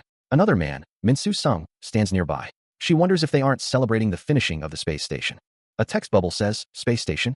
Another text bubble says, well, you know what they say. Cheol-soo says that there's nothing like meat to brighten your day. Cheol-soo presents the food, a burger, a pizza, and a dish of meat. Cheol-soo asks if this is the meat they cultivated with their new technique. Cheol-soo says that besides their scientists, they will be the first to try the meat. He adds that he's got a really good feeling about this batch. The unnamed woman says, give it a try. She adds that she doesn't have the appetite. The unnamed woman says, appetite. She then eats a piece of the meat. The unnamed woman chews the meat. Cheol-soo asks if it's good, and if this is really lab-grown meat. The unnamed woman and Min-soo Sung are eating the meat. The unnamed woman listens as the man beside her exclaims that the lab-grown meat is exactly like regular meat. He adds that if they start selling it, they're going to take over the cultivated meat market for sure. She agrees that it's really good and that K&G is making strides. A disembodied voice assures that cultivated meat and lab-grown organ ventures are going along as planned. It asks what the worry is and tells them not to stress themselves out. Min-soo stands with another person in an office. A voice says that whatever the case, they've come along this far, so it's right. The unnamed woman stands with two other people in an office. A voice declares that things will only get better, adding that it ain't over till it's over. A voice states that it is the ISDC's request. A document lies on a table. The unnamed woman sips tea while looking at a document. A voice mentions the colonization plan. Two people sit in an office. One asks what's wrong with it, and the other responds with yes. A man in a suit sits and looks forward. The unnamed woman sits across from another man. One of them asks to please be frank, and then asks what the ISDC's problem is with it. Another voice says that it's the size of the moon base, and that they are of the opinion that it is simply too big for the initial proposal. Cheol-soo expresses his concern, stating that there are too many facilities being planned. The unnamed woman questions the need to start construction on a large-scale mining facility, processing plant, and mass driver from the early stages. She suggests developing the base first. She explains that they are trying to build these non-essential facilities with plans for a space habitat in the future, but wonders if it would be best for everyone. The woman suggests focusing on fully capitalizing on the moon first, as that is what the ISDC really wants. However, she states that their ultimate goal at KNG is to build a space habitat, and they have no intention of changing that. A document is shown, with a speech bubble stating that if the ISDC wishes to deviate from this plan, they will have no reason to colonize the moon. Cheol-soo asks how she could be so extreme, reminding her that as an international organization, the ISDC has the right to express their opinions. The unnamed woman responds that she thinks he knows as well as she does that they are not merely expressing opinions. She apologizes, but Cheol-soo cuts her off, stating that he is afraid he does not have any more time to sit there and listen. He tells her that he will have his staff show her out. Cheol-soo, visibly angered, warns that she will regret this. The unnamed woman smiles serenely. The friction between KNG and the ISDC only continued to grow. The ISDC threatened to withhold from KNG permission to colonize the moon if the alterations they demanded were not met. The ISDC also threatened to make it difficult for KNG to. However, the threats did not last long. Baffled by the long delays in KNG's plans, the shareholders soon learned that the ISDC was withholding permits to pressure KNG into submitting to their demands. The majority of the shareholders took KNG's side and raised their voices against the ISDC. What they supported was Cheol-soo's vision itself, thanks to Yumi shrewdly playing her. The investors' dissent escalated when the nations funding the ISDC began requesting that the organization refrain from targeting KNG. The ISDC caved in and gave KNG everything they wanted. It was a victory. Cheol-soo and Yumi stood side by side, the weight of their shared victory settling between them. One with Yumi's shrewdness and Cheol-soo's technological prowess, which now served as an outpost for the colonization of the moon. The KNG sent 5 specialized personnel to the moon base to start the development of Earth's natural satellite. The hum of machinery filled the air. The control center flickers with static. A voice crackles through the comms, checking the connection. It seems to be working. The astronaut prepares to begin their field report. The current time is 08:52 UTC plus 0, and the temperature is 50 degrees. The astronaut has arrived safely at the base in the Aitken Shackleton crater. The 5 crew members are led by Captain Kate. They will be staying at this base while they officially begin the colonization of the moon. Thanks to the autonomous construction robots, the metal processing plant is almost complete. Yumi Gong remarks that Young-soo Gook is something else. Yumi wonders if Cheol-soo knows him. Cheol-soo asks what she is talking about. Yumi replies that it's Young-soo. Yumi shows Cheol-soo a picture of Young-soo in his spacesuit, noting that they went to middle school and high school together. Yumi asks if Cheol-soo really has no interest in the people around him. She reminds him that it caused a stir when Young-soo was selected for the moon exploration team because he was their classmate. Cheol-soo states that he really doesn't remember him. Yumi mentions that there were talks of preferential treatment and nepotism. Cheol-soo says that he didn't ask to see her to talk about Young-soo. Yumi asks if they're in NGS, right? He confirms, stating it's because they've finished the moon base. The camera focuses on the KNG logo, a symbol of the company's ambition to develop resources beyond Earth. Yumi and Cheol-soo discuss the need for more funds to continue development up there. She thinks to herself that she'll look for a gullible, generous buyer willing to take the shares for a good price. She reminds herself that they own a substantial amount of NGS shares, so they'll be able to develop the moon and build the space habitat after they sell them all. She just has to finish the deal before the end of next year. Cheol-soo agrees, stating that should give them enough time. He asks if they have the money to last until then, noting that their company has no more cash after all. Yumi tells him not to worry, she'll take care of that by issuing more shares. A text box explains that when a company needs more money, it can issue more shares and sell them to the general public, but as the number of shares increases, it dilutes the value of each existing share, which is bad news for the original shareholders. The shareholders won't be happy about that. Cheol-soo states that's for him to deal with, and he'll do whatever it takes to get them the money they need. A text bubble reminds him that no matter what he's got to do, he just needs to make sure people stay excited. The voice assures that the current actions should provide enough time. The man with glasses asks if they have enough money to last. The woman assures him not to worry, stating she will take care of it by issuing more shares. A text box explains that when a company needs more money, it can issue more shares and sell them to the general public, but as the number of shares increases, it dilutes the value of each existing share, which is bad news for the original shareholders. One of the shareholders expresses that they won't be happy about that. The woman responds that it's for her to deal with, and she'll do whatever it takes. A voice states that it takes money to get you the money you need. Below, the moon hangs in the night sky. A voice emphasizes that no matter what they have to do, they must make sure people stay excited and interested in what they're doing. The text reads, "The realm of scientific exploration." The KNG Space Development Corporation officially announced the completion of the moon base. It was declared that they will now begin with the moon's colonization, including the construction of a space station and a habitat, keeping with the company's roadmap. A voice states that they worked hard to keep everyone interested and invested in the company. The panel shows a city on the moon. As they worked towards completing these 2 goals, it worked. The company is issuing new shares, causing the stock price to soar. The price continued to soar as the space station orbits Earth. They were truly at the dawn of a new space age. A fist slams on the table. A moon base and a mass driver are the topic of discussion. The man asks if their thoughts were conveyed to them clearly. He states that he personally went to see their CEO to ask them to scale down the colonization plan. The man with the gray hair asks, "But what?" The man with the blonde hair listens to their decisions. At the end of the day, KNG is still a private company. The murmurs continue about acquiring more shares, but they have their limits. The company's 2 directors still own the majority of the shares. Murmurs fill the room as someone asks if there is no other way. A voice says there is no need to panic. A man states that there's always a way. Another asks what that is. He doubts they'd be willing to part with their shares under any circumstances, as these people aren't motivated by money. A smirk appears on his face. The man says they are putting all their eggs in one basket. A man points forward, his expression serious. A flash reveals information about Kiol Sukong and Yumi Gong, as requested by Director Klusky. The details include their nationality, occupation as K&G Space Development CTO and CEO respectively, academic backgrounds, and family information. The information continues, detailing their families, acquaintances, health, and net worth. The review specifies that Dr. Kang's personal wealth mainly consists of his shares in the company, and his parents are living a low-key life in Korea. On the other hand, Yumi Gong was raised by a single mother and is the secret illegitimate child of GJ Group chairman, Younghan Gong. Interesting details about Ms. Gong's past are brought to light. The group plans to use this knowledge to their advantage. A man smirks, a hint of cunning in his eyes. A foot taps impatiently, hinting at a plan about to be set in motion. A voice says, I don't know if you all remember. A man reflects. I could have taken K&G whenever I wanted to, but I haven't yet because I've been waiting for them to finish the moon base. A voice declares that someone needs to pave the way for them first. The man from before states, the time has come to put my plan into motion. The camera pans up to a cityscape at night, the moon hanging high in the sky. The cityscape stretches into the distance, a symbol of ambition and power. The meeting concludes. One of the colleagues congratulates Kiol Sukong on his work. He and Yumi Gong are ready to move forward with the plan for the Moon City project. Kiol-su sits at the conference table, looking exhausted. He rubs his eyes, fatigue etched on his face. Kiol-su grabs his briefcase and heads out of the office. The office door is yanked open. Yumi asks Kiol-su if he is heading home. Kiol-su confirms that he has taken care of most of the urgent matters. Yumi expresses concern about Kiol-su driving in his current condition, but he assures her he's okay. Yumi offers to take Kiol-su home. Kiol-su suggests he can just call a taxi, but Yumi snatches his car keys. Yumi insists they haven't gone for a drive in a while, so she's taking him home. Yumi takes Kiol-su's briefcase and leads him out of the office. The red car speeds down the highway at night, the city lights blurring in the distance. She glances at a tablet, her expression thoughtful as Kiol Sukong sits beside her. Her eyes reflect the passing lights. Yumi Gong suggests, let's go on vacation this summer. Get some well-deserved rest, eat good food.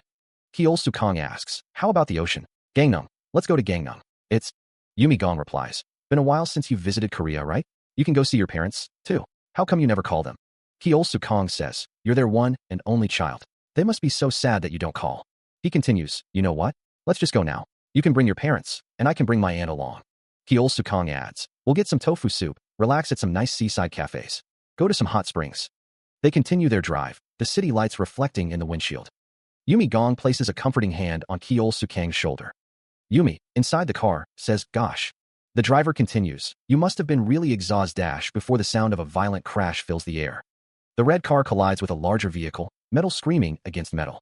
A cloud of dust and debris billows outwards, obscuring the scene. The car lies flipped on its side, a mangled wreck amidst the wreckage. The night sky looms above, a silent witness to the devastation. A haze of red dust fills the air, obscuring the scene. Twisted metal and shattered glass mark the site of a terrible car crash. The sky above reflects the chaos below, painted with streaks of red and ominous clouds. A news report flashes, a terrible accident occurred last night at 11:26 p.m. Pacific Standard Time on the U.S. The breaking news continues, reporting that K&G founders Kiol Sukong and Yumi Gong were reportedly on their way home when a car accident occurred. Investors fear this will stall. The news report confirms it was a direct collision, and both Dr. Kong and Ms. Gong were immediately rushed to the hospital. But due to the severity of the accident, the two. As of now, Dr. Kong is reportedly in critical condition. I might just die as I gasp for air. The thought made me thrash around. Or I only thought I did. My body could not move an inch. A twitch. A doctor exclaims that he thinks the patient is responding. Another doctor replies that it's not possible, his brain waves are still. His brain is showing signs of activity. Mr. Kiol Sukong? Can you hear me, Mr. Kong? On it. Are you sure he's awake? Yes. Call Mr. Sung. Minsu. What the hell is going on? Sir, I know it's uncomfortable, but please bear with it. We are in the process of clearing out your lungs. It'll be over soon. Where? Am I? Kiolsu. The medical staff continues to work on him. He lies in the hospital bed, a breathing tube taped to his mouth. Taeku Kim leans over him, his expression concerned. He asks, can you hear me? It's me, Minsu. Do you recognize me? Taeku Kim's face softens with relief. I'm so glad you're awake, he says, his voice thick with emotion. Kiolsu's eyes flutter slightly, a flicker of recognition in their depths. Taeku Kim gently touches Kiolsu's shoulder. Get some more rest, he urges, his voice soft and reassuring. Taeku Kim continues, don't exert yourself, okay? His hand rests lightly on the bedsheets. Taeku Kim's expression is hopeful as he says, I'll be back soon. His hand trembles slightly, a subtle sign of his inner turmoil. Taeku Kim turns to leave, his shoulders slumped with a mixture of relief and lingering worry. He pauses, turning back with a concerned expression. What's wrong, he asks. Ki-Olsu's face is pale and drawn, his eyes wide with a hint of confusion. Taeku Kim gently shakes Ki-Olsu's hand, offering a reassuring gesture of connection. Taeku Kim takes Ki-Olsu's hand and writes a single syllable on his palm. You. He looks down, a deep sadness etched on his face. What little he can recall about that day is a blur. A hand gently grasps his, offering a silent reassurance. The rhythmic beeping of the heart monitor fills the sterile room. Yumi, he wonders, his thoughts drifting. The beeping continues, a constant reminder of his fragile state. A tombstone stands silently, bearing the inscription Yumi Gong. When the accident happened, the truck crashed directly into the... Taeku Kim recalls the driver's seat, and by the time the ambulance arrived, Taeku Kim pushes Ki-Olsu Kang's wheelchair through the cemetery, the silence broken only by the soft whir of the wheels.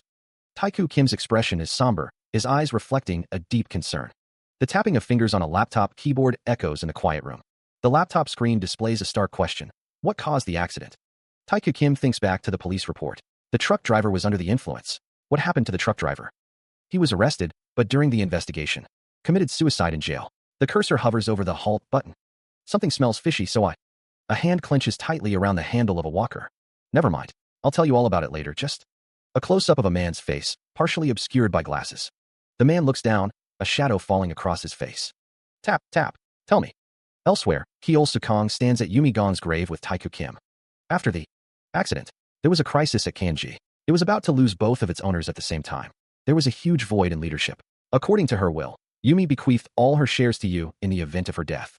But suddenly, Younghan Gong, the chairman of GJ Group, Yumi's biological father, came forward and contested the will while you were still in the coma, and me being just a minority shareholder with not much say in the company. There was no one there to stop him. He took over as Yumi's beneficiary and became a major shareholder in the company. After that, Chairman Gong sold off all his shares to the ISDC. So now, the ISDC is the majority shareholder of KNG. What about the space habitat? Was it cancelled? The man nods, a grim confirmation. While you were in the coma, the ISDC called off the project, calling it wasteful and impractical. They're just focused on capitalizing on the moon's resources right now. They said that would earn more profit for the company. After that, the ISDC, on the moon. A graveyard, the headstone reading, Yumi Gong, never forget the Yumi of this life. Trembling hands hover over a keyboard. Fingers tap rapidly across a keyboard, the keys clicking with each keystroke. The sound of typing fills the air. The laptop screen displays the name, the ISDC. The man looks up, a flicker of concern in his eyes. A voice speaks of events working in the ISDC's favor. The man with glasses is informed that everything was orchestrated by the ISDC.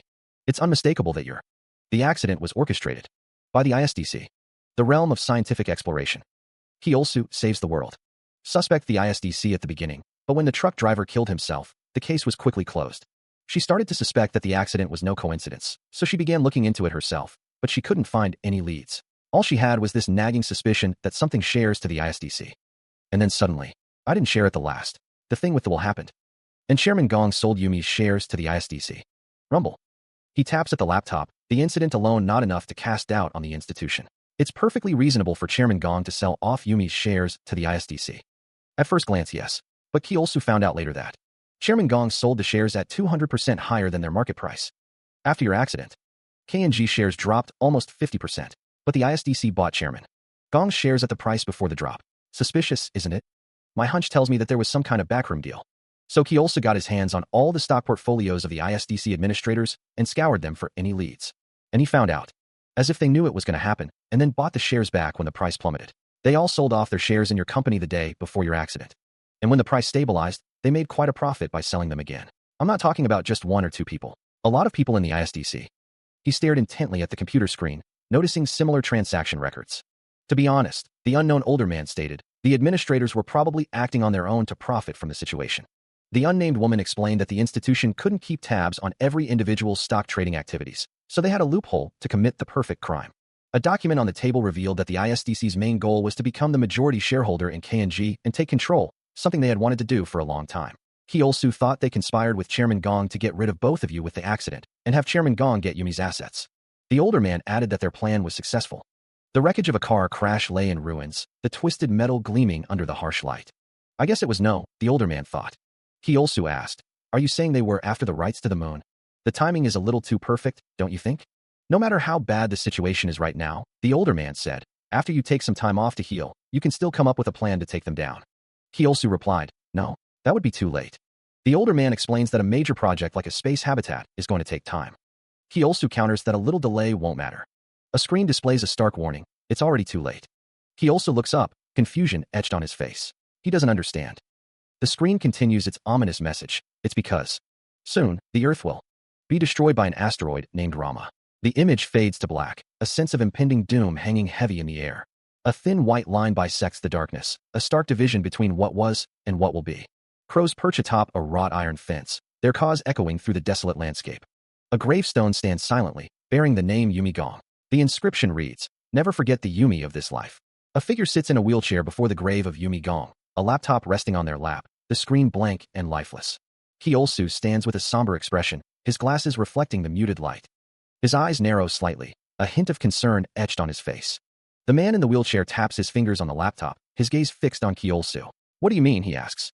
Kyolsu explains, an asteroid coming to destroy Earth, or something. It's become kind of like some inside joke. He continues, to lighten the mood. How long has this talk been going around? The man in the wheelchair inquires, how long was I unconscious again? Kyolsu responds, about a year. His fingers tap away at the keyboard. The camera pans to the gravesite, the headstone standing silently under the overcast sky. Not many people know about it yet. Kyolsu continues, and you were in a coma all this time. The man in the wheelchair looks up, his expression intense. Tell me, he demands. What do you know? Kyolsu pauses, his gaze meeting the other man's. He taps at the keyboard. He continues, and completed one goal after the other in such a short time. Kyolsu concludes, how could I have made every single decision, including investing in you knowing you were going to be successful? The rain continues to fall as the man in the wheelchair sits before Yumi Gong's grave with Kyolsu kneeling beside him. He wonders if he is wrong. Kyolsu, looking up at the man in the wheelchair, asks what the hell he is talking about. The man in the wheelchair states that he already knew what was going to happen and what he could achieve. The man in the wheelchair explains that he was successful because in the past lives he has lived, that's why he came to Kyolsu, or Minsu, all those years ago. The sky rumbles as the man in the wheelchair continues to speak of reliving this life over and over again to stop the asteroid. The man in the wheelchair explains that Yumi and he have done their best to do just that, but raindrops fall as the man in the wheelchair looks on. The rain continues to fall on Yumi Gong's grave. The wind howls through the graveyard. The clouds swirl in the sky. Kyolsu, kneeling in the rain, states that what the man in the wheelchair has just said is shocking, but it's not hard to believe. Kyolsu continues, saying that the man in the wheelchair is saying that for some unknown reason, he's been reliving this life over and over again, similar to the teachings of the Druids. According to the teachings of the Druids, this experience you're going through is also a part of the cycle of life. Kyolsu sits in his wheelchair, listening to the older man. The older man smiles. The Druids were right all along. It would have been nice if you told me about this when we were younger. The older man continues to speak. Kyolsu replies, and, just so you know, even if you hadn't told me this secret of yours, I still would have helped you. Because the older man holds an umbrella over Kyolsu. You're my friend. The yellow umbrella shields them from the rain. An umbrella is opened, the sound echoing in the quiet space. At a gravesite, a man in a suit stands next to a figure in a wheelchair. The man in the wheelchair says, you're my friend. An umbrella shields from the rain. A foot takes a step with the assistance of a walker. A voice says, now one more step. Kyolsu Kong uses a hand cycle, pushing himself forward. He says yes, just like that. Kyolsu Kong is using a walker, assisted by Kyolsu. Kyolsu says, okay, we'll stop here for today. You did great. Kyolsu Kong says, I'd like to keep going. Kyolsu places a hand on Kyolsu Kang's shoulder, saying, no, don't push yourself too hard. Remember, rehab is a marathon. Kyolsu Kong says, I understand. Kyolsu stands near a pool, his expression troubled. He thinks, but I can't afford to redash. He stands with another man, the sunlight streaming through the window. Kyolsu waves, a warm smile gracing his face. A voice assures, you're looking a lot better. Kyolsu pushes Kyolsu Kong in his wheelchair. Kyolsu Kong squeezes a stress ball. Am I, he asks. Kyolsu Kong smiles faintly. Well, just being able to talk to you right now means you've made huge progress. A hand rests gently on the wheelchair's armrest.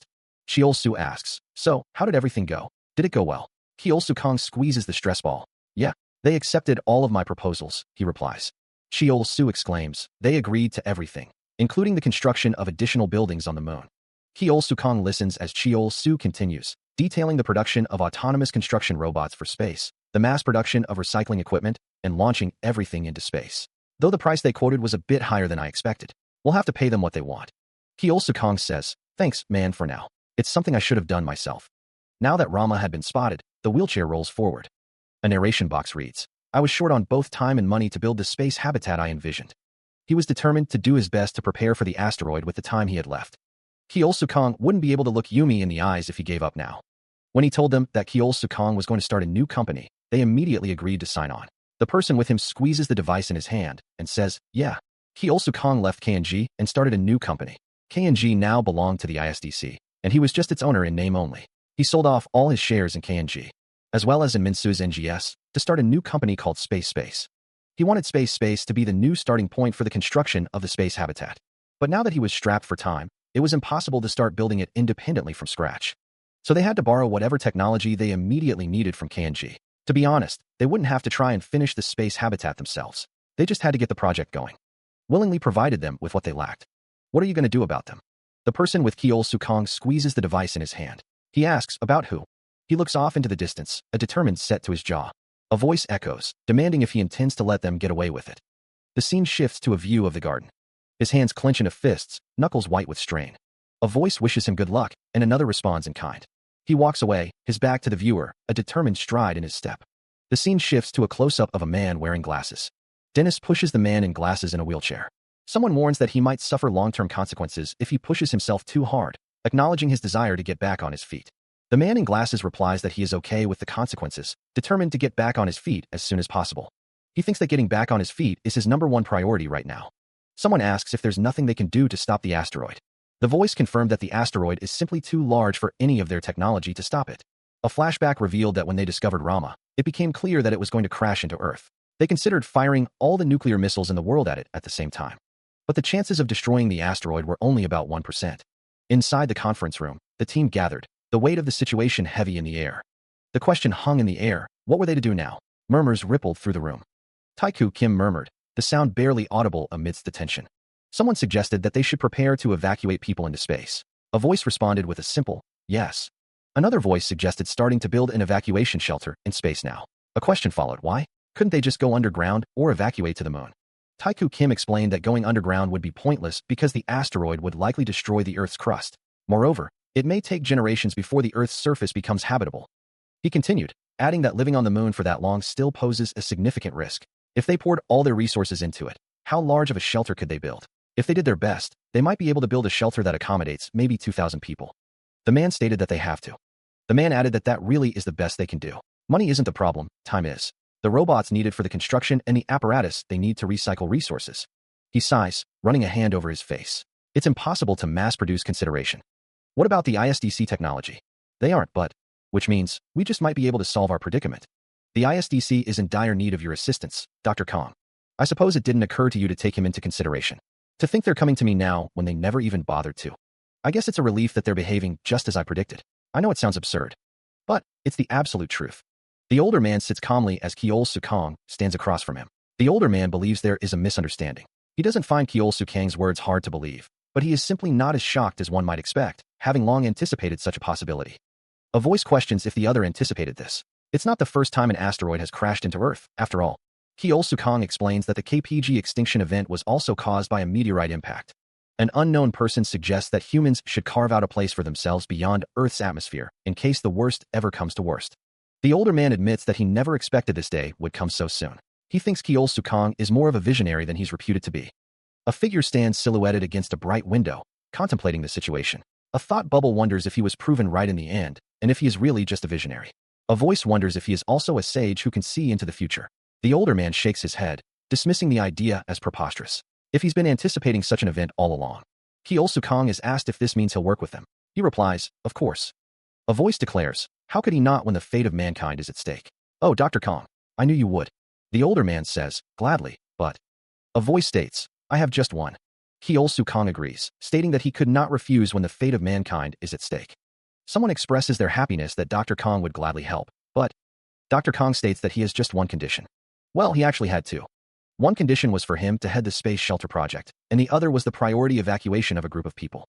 Selected by him, the group in the meeting room wonders if he could be persuaded to give up these demands. In his opinion, no? He made it sound like he was making concessions, but what he really wants is to include all of his employees and their families on the evacuation list. Another man doesn't think he'll agree unless both conditions are met. When it comes down to it, he believes fulfilling Dr. Kang's demands is their best option. And why is that? The text explains that because of the size of the shelter Dr. Kang guarantees he can build, It will accommodate 4 times more people than their initial design. Moreover, the text continues, if they exclude Dr. Kong but still use the same resources that he has to build the shelter, they wouldn't be able to build something that is. The text finishes the thought, stating that they wouldn't be able to build something that is even twice the size of their initial design. Dr. Kong blinks, pausing, as if he's heard something unexpected. He wonders if he heard that right. The older man sits, his expression unreadable. The text states that their choice is to either build it 4 times larger or less than twice the size. Dr. Kong looks on, his expression serious. The older man speaks, stating that is correct. The text continues, asking if all their machines and thingamajigs aren't also the same ones from K&G. The text then states that is correct, but they have the specialists and experts to handle these machines. The text states that they don't. From what they can gather, K&G no longer employs any experts in space construction. They all left when the company abandoned the space habitat project. The text states that all of these specialists are now at Space, Dr. Kang's new company. The logo for Space is displayed. The text states that K&G's current employees simply cannot compete with the people handling Space's tech. Not to mention the fact that they also have Dr. Kong. The text describes someone as their forward-thinking leader. The older man states that if they were to undertake the project without them, they would have to go through a lot of trial and error. One of the passengers notes that they don't have a lot of time on their hands. The man in the vehicle adds that they can't do this without them. Dr. Smilov exclaims that they should have led with that. One of the passengers replies that it's not as if his demands are unreasonable. The other passenger agrees, saying they could do that much. Dr. Smilov tells them to tell him that they agree and have him start work immediately, asking what they are waiting for. Dr. Smilov dashes off. Smilov looks serious. A newspaper headline announces that Dr. Kyeol-suk returns to K&G. The newspaper article asks if they should fast-track the construction of the Moon City.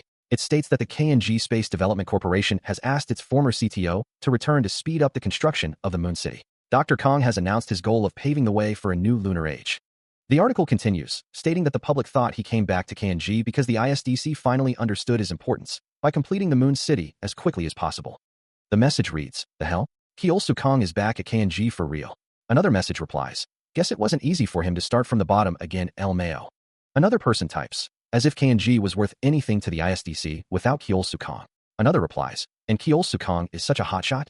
A third person adds, "You guys think K&G shares will go up again cause Dr. Kong is back? I've actually been holding on to my shares." Someone exclaims, "Dude, yes. It's def gonna go up." Another person states, "Because I couldn't handle building the space habitat on my own." A final message reads, "Seriously though, K&G and ISDC working together? Just think about what they can accomplish." However, all of this was merely a cover that the ISDC and I came up with to distract the public from the truth. The words Kyeol-suk return are visible. Our efforts were fully invested elsewhere, in the construction of the space habitat. A view of the space habitat under construction. The Earth-Moon Lagrange point L2, the point of gravitational stability. A robotic worker demands, "What the hell are you waiting for?" Another robot orders, "Hurry up and bring me the materials." A third robot complains, "You're slowing down the construction." The man looks up, exasperated. "God damn, she's taking forever." An orange robotic arm extends into the void, a specialized tool glinting in the distant starlight. Elsewhere, a blue robotic arm locks into place, securing a section of the orbital habitat. Inside the cockpit, Devon hears the warning. "Are you crazy? That was dangerous," she is told. She simply replies, "Whatever." Devon insists, "I've got this covered." A voice responds, "Just hurry up and go get the next batch." Devon's expression is one of focused determination. The orange robotic arm continues its work, oblivious to the conversation. Again, Devon is warned. "Devon, you're moving too fast. Be careful." She retorts, "You bunch of wimps." Devon mutters, "I'm not going too fast. I just have to reverse thrust too." Her eyes widen as she cries out, "Devon." A sudden jolt rocks the spacecraft. Her eyes reflect shock and alarm. Debris scatters across the void, a silent testament to the sudden impact. Debris floats in the void, remnants of the recent collision. A rhythmic beeping echoes through the ship.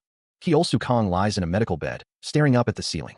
He wonders how bad the damage is and if it's something they can simply leave as is. A voice says it's not really something they can ignore. They'll need to replace the parts that were damaged in the collision. The voice continues, asking how much of a delay they are facing. In a control room, several people are gathered around a console. One of them is expecting something. A close-up reveals a man with glasses. An older man states that replacing the parts shouldn't take more than 6 hours, but the loss of one of their operators is a concern. The disruption of the construction robot schedule due to the cleanup and the destruction of the sanitation facility are adding to the delay. A close-up reveals the man with glasses again, listening intently. Someone suggests they can take care of the vacancy issue by asking the operators to work longer hours just until they find a replacement. A voice says that as for the debris, they'll deal with it by changing the construction order of the Arkansas. And as for the sanitation facility, he guesses he'll have to go assess the situation himself. He walks alongside the older man, who asks if he can fix it by himself. The older man then asks for a map showing the crash site and the location of the debris. The older man relays the request, demanding to know who has the data. Typing away at his keyboard, Dr. Kong is instructed to send it immediately. His fingers fly across the keyboard. The older man questions if all the components produced in the moon-base factories are being changed. He adds that they are incapable of assembling parts made elsewhere. Dr. Kong confirms. He is asked if he has the list of all these parts in his head. Dr. Kong responds, asking how else he would know to make the changes. Dr. Kong scrolls through data on his computer. The door swishes open as Dr. Kong and the older man enter. A desk sits in the office. Walking down the hall, Dr. Kong is asked if the problem has been taken care of. He thinks to himself that he's made the adjustments to the construction order and must now handle the problem with the sanitation facility. Dr. Kong and the older man look at something. The older man says that's right and asks if he can make sure everything's ready so the equipment can be sent into space as soon as it's ready. The older man states that won't be too difficult. He adds that he'll also ask the operators to work overtime until they can find a replacement. Kong speaks, his expression serious. The unknown older man watches as Kong walks away down the hallway. A close-up reveals the older man's thoughtful expression. The older man looks out the window, a contemplative gaze upon his face. He murmurs, "Yes, it's me." A voice declares that they'll have to increase work hours. And thus, the space habitat construction project pressed on. The fluorescent lights hummed against the sterile white ceiling. An older man watched as Kong walked away down the brightly lit corridor, his footsteps echoing softly. The older man's expression was unreadable, a slight frown etched on his face. Stood before the towering structure, the city skyline a distant backdrop. He muttered to himself, "Yes, it's me. We'll have to increase work hours." The rockets stood poised, gleaming under the harsh sunlight. Gazed up at them, lost in thought. However, internalized, "My shoulders still feel burdened." The weight of disappointment from his failure to fulfill the original plan pressed down on him. The sky glows with a warm, orange light. A towering rocket stands ready for launch. Kang's expression is serious as he looks ahead. The lenses of Kyolsu's glasses reflect the light. The older man asks, "Are you slacking off now that you've finished your work?" Kyosu looks down, his hands in his pockets. The older man waves, a smile on his face. He says, "It's nice and cool out here." The older man and Kyosu stand before the rocket. The older man says, "I get why you like it. I like it." The older man asks, "Are you here to say goodbye?" The older man sits down, the chair clanking. He says, "I'm leaving tomorrow, and I wasn't sure we'd have the time to talk then." The older man continues, "I'm sure you don't feel the need for a last goodbye, since you'll get to see me again if you go back." The older man stands with Kong, acknowledging the truth in his words. He admits that he won't think of the past and present versions of Kyosu as the same person. Kyosu wonders if he will become Minsu 5, and the next version of himself will be Minsu 6. The older man responds, suggesting that it's something like that. The older man continues, saying that it makes things difficult for Kyosu. He suggests that Kyosu can think of the next Minsu as a friend with amnesia. He admits that there's always something that makes the past different from the present. Kyosu states that he is different from the present version of himself. The older man explains that Kyosu doesn't know how different this Yumi was from the past Yumi. He asks how she was different. The older man replies that the past Yumi believed him right away when he asked for help, but it was harder to convince this Yumi. From his point of view, it's hard not to see them as different people. He adds that he's had to say goodbye to the same people too many times. Kyosu asks if that's why the older man didn't want to tell him his secret. The older man confirms that it is. The older man states that the past Yumi believed him only because Kyosu didn't think he would believe him. He adds that all of this must be very hard on Kyosu mentally. Kyosu asks if he looks like he's struggling. The older man replies that if Kyosu were really fine, he doubts he would have opened up to him. He explains that it just came out because they were talking about the asteroid. He listens as the older man dismisses his concerns. Taiku Kim states that Kong is weighing himself down by not accepting the situation. Taiku Kim believes that Kong is not yet aware of something. The older man reflects that even if he sees each person differently in each life, it's impossible to see them as entirely different people. The same face and mannerisms are standing right in front of him. A voice announces that Rocket 23 to the Ark is ready for launch, and all passengers are asked to come to the gate. With every memory, Taiku Kim is reminded that the person he once knew no longer exists. It's this process that really wears him down. The more Taiku Kim thinks about how to interact with each person to get the reaction he wants, the more he treats people mechanically. And that wears down another part of his soul. Taiku Kim looks on, a weary expression on his face. A rocket ascends into the starry sky.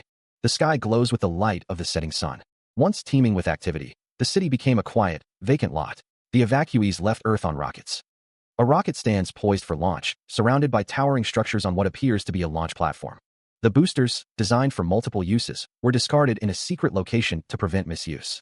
The rocket at Port David ferried the last few people that remained. These people left for the Ark, continuing their role as leaders of the human race. One of the figures remarks that this is scarier than he thought. He asks what there is to worry about, stating that they won't feel anything higher than 3GS, and that it's no different from riding a roller coaster. Kyo Sukong acknowledges the statement, but points out that they aren't exactly young anymore. He admits he can't even remember the last time he was on a roller coaster. The older man expresses relief that Dr. Kong is still alive, imagining what would have happened if he had died back then. He abruptly cuts off the conversation, stating that they should not talk about it now. Kyo Sukong is sure Dr. Kong wouldn't want to be reminded of the accident. The older man apologizes, realizing that all radio communication is open to everyone. He assures that all preparation is finished, and he will close the hatch now. The older man starts to say no, but is cut off by a thud. He thinks that he should apologize to him again once they get to the Ark. The older man is really glad Dr. Kong is still alive.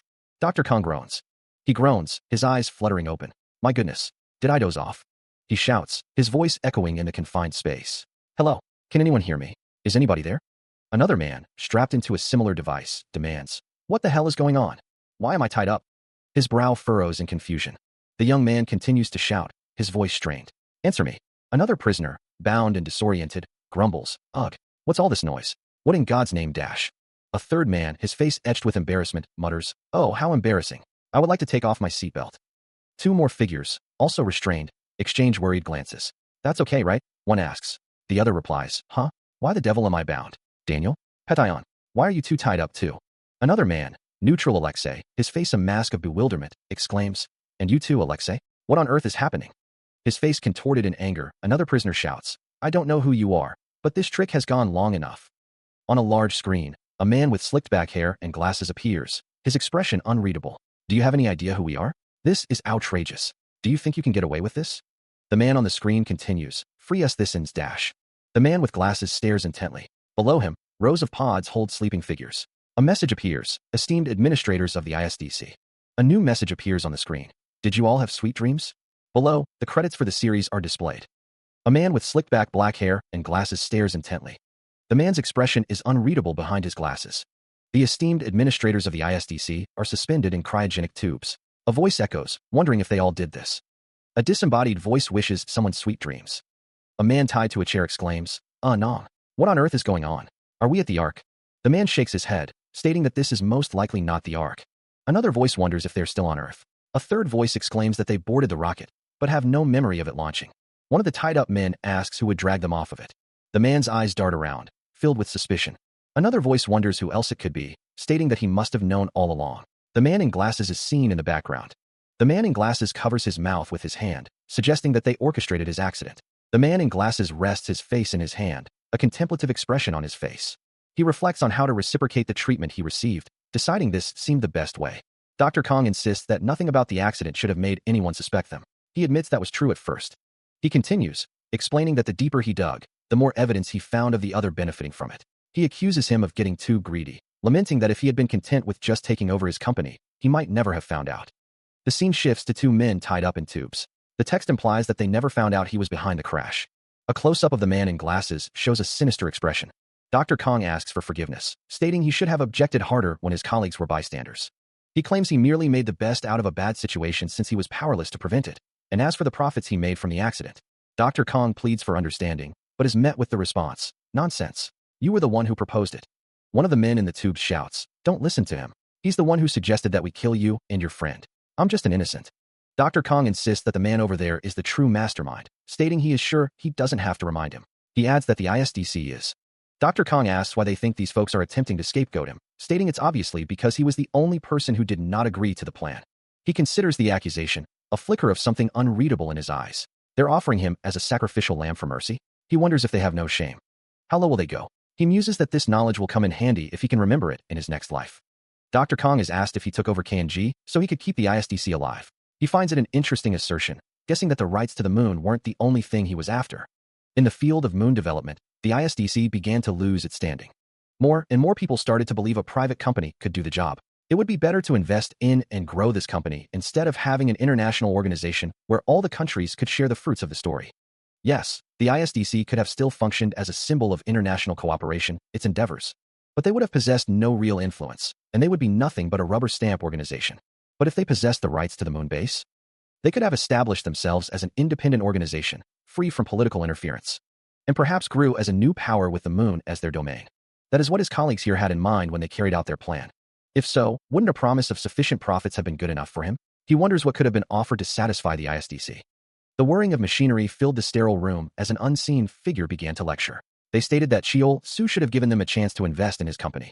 The man with slicked-back gray hair continued, explaining that if Cheol-Soo had tipped them off before successfully developing the recyclable launch vehicle, some within the ISDC would have stepped in to protect him. He added that working for the interests of their organization was paramount. The scene shifted to a stark view of two figures bound and gagged, their fate uncertain. The unseen speaker continued, suggesting that Cheol-Soo could have combined shares with the ISDC to simply take over KNG. The gray-haired man's face was etched with disappointment as he stated that Cheol-Soo's company's governance structure made that impossible. The unseen speaker elaborated, explaining that Cheol-Soo should have created a separate parent company to manage KNG. This way, he could have remained the majority shareholder, even while allotting a fair percentage of shares to those he trusted. Getting rid of one or two people wouldn't have sent the company's share prices plummeting.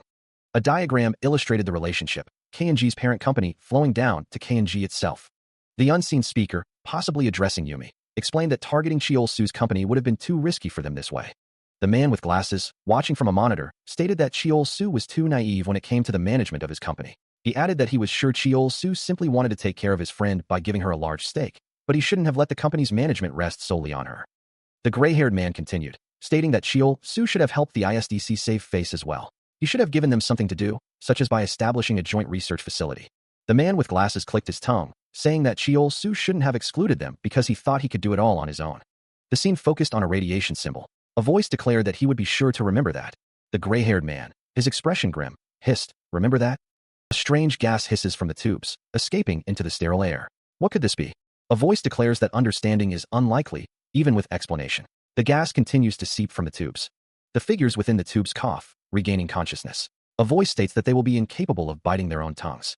The voice continues, stating that they will remain in that state until Rama collides into Earth. Intravenous therapy will merely keep them breathing until then.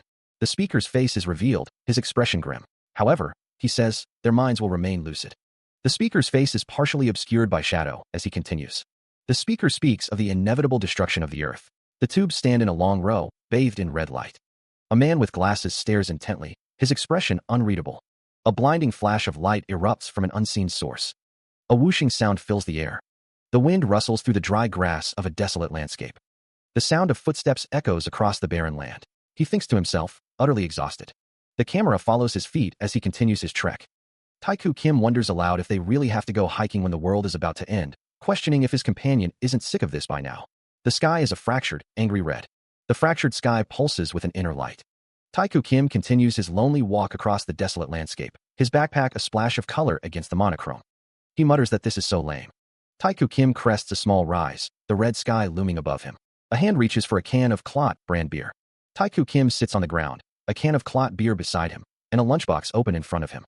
The wind whistles past. The can of Clot beer rustles in the wind. He looks down, his expression heavy with sorrow as the red sky looms above.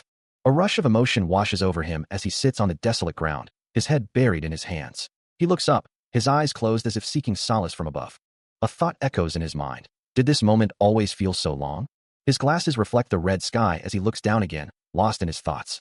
A deep rumble vibrates through the air as he thinks, when this life ends. A crystalline explosion of red energy erupts, the rumble growing louder. He sits with his back to the viewer, head bowed, as he whispers, "I can." The word boom shatters into pieces, a visual representation of his breaking point. The realm of scientific exploration.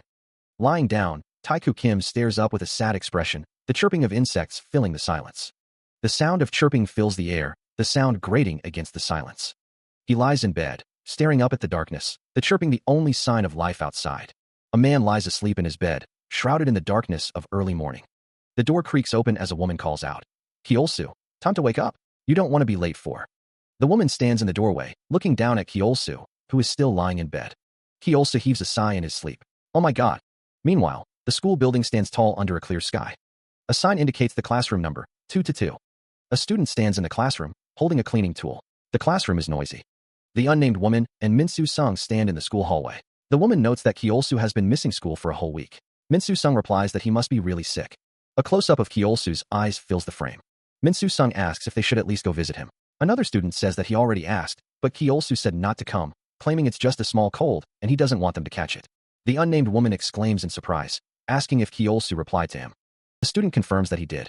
The unnamed woman thinks to herself that Kyeolsoo is a jerk, as he ignored all her messages. A student, Yumi Gong, calls out, telling someone to wait up. A text message reads, "Hey, are you really sick? You sure you don't want us to visit?" Another text message reads, "Look, I'm really worried about you. Text me when you're feeling a little better. Are you too?" A third text message reads, "Why aren't you texting me back? It's not like your fingers are broken, are they? Are you ignoring me on purpose? You stupid butthole." Kyosu lies in bed, seemingly asleep. A mangled car is shown after a crash. Kyosu lies in bed, sweat beading on his forehead. He holds a small device in his hand, a blue light emanating from its screen. Kyosu stares intently at the device, his expression unreadable. A message arrives, jolting Kyosu upright in his bed. The message reads, "Minsu and I are on our way to your front door." The doorbell rings, its sound echoing through the house. The doorbell rings again, insistent.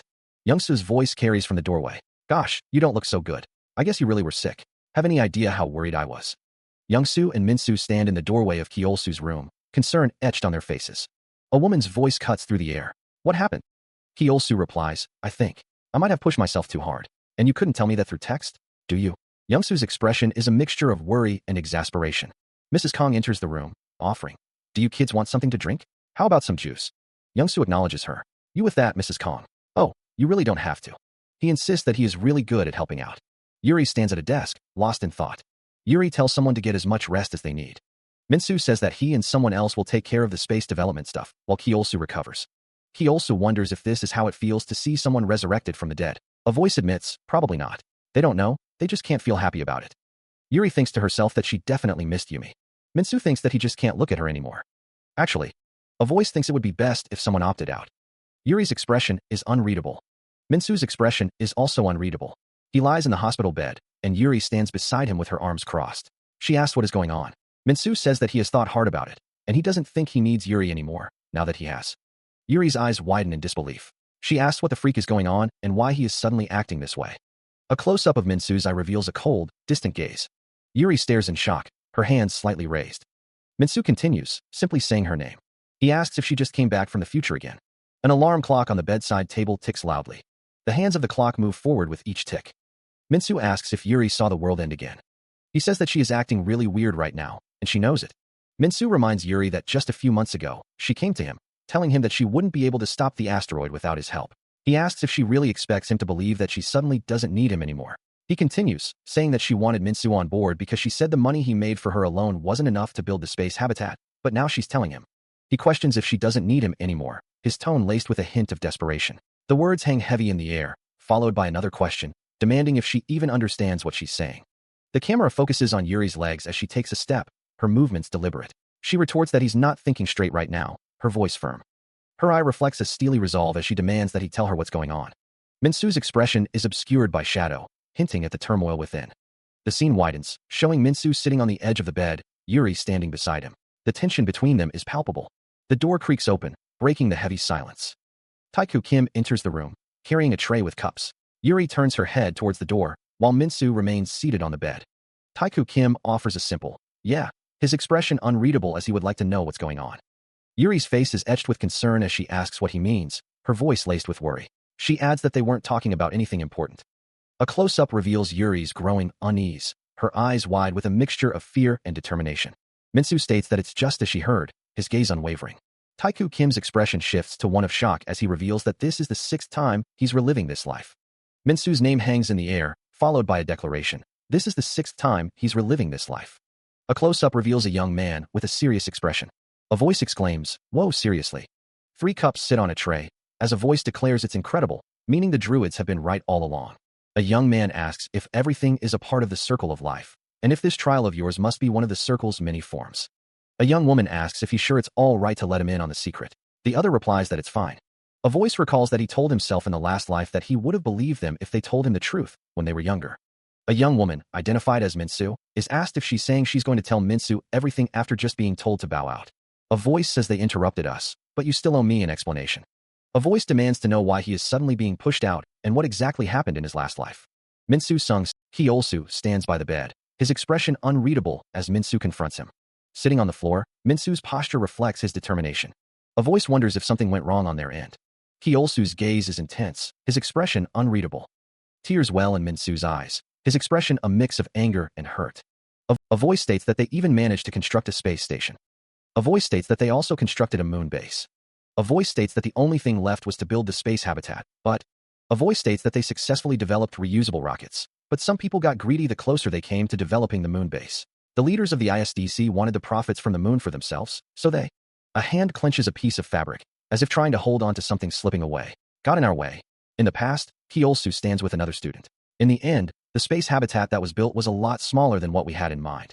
Kyolsu continues, his expression troubled. That doesn't explain why you want to exclude Yumi this time. If the ISDC tried to hold you back the more you progressed.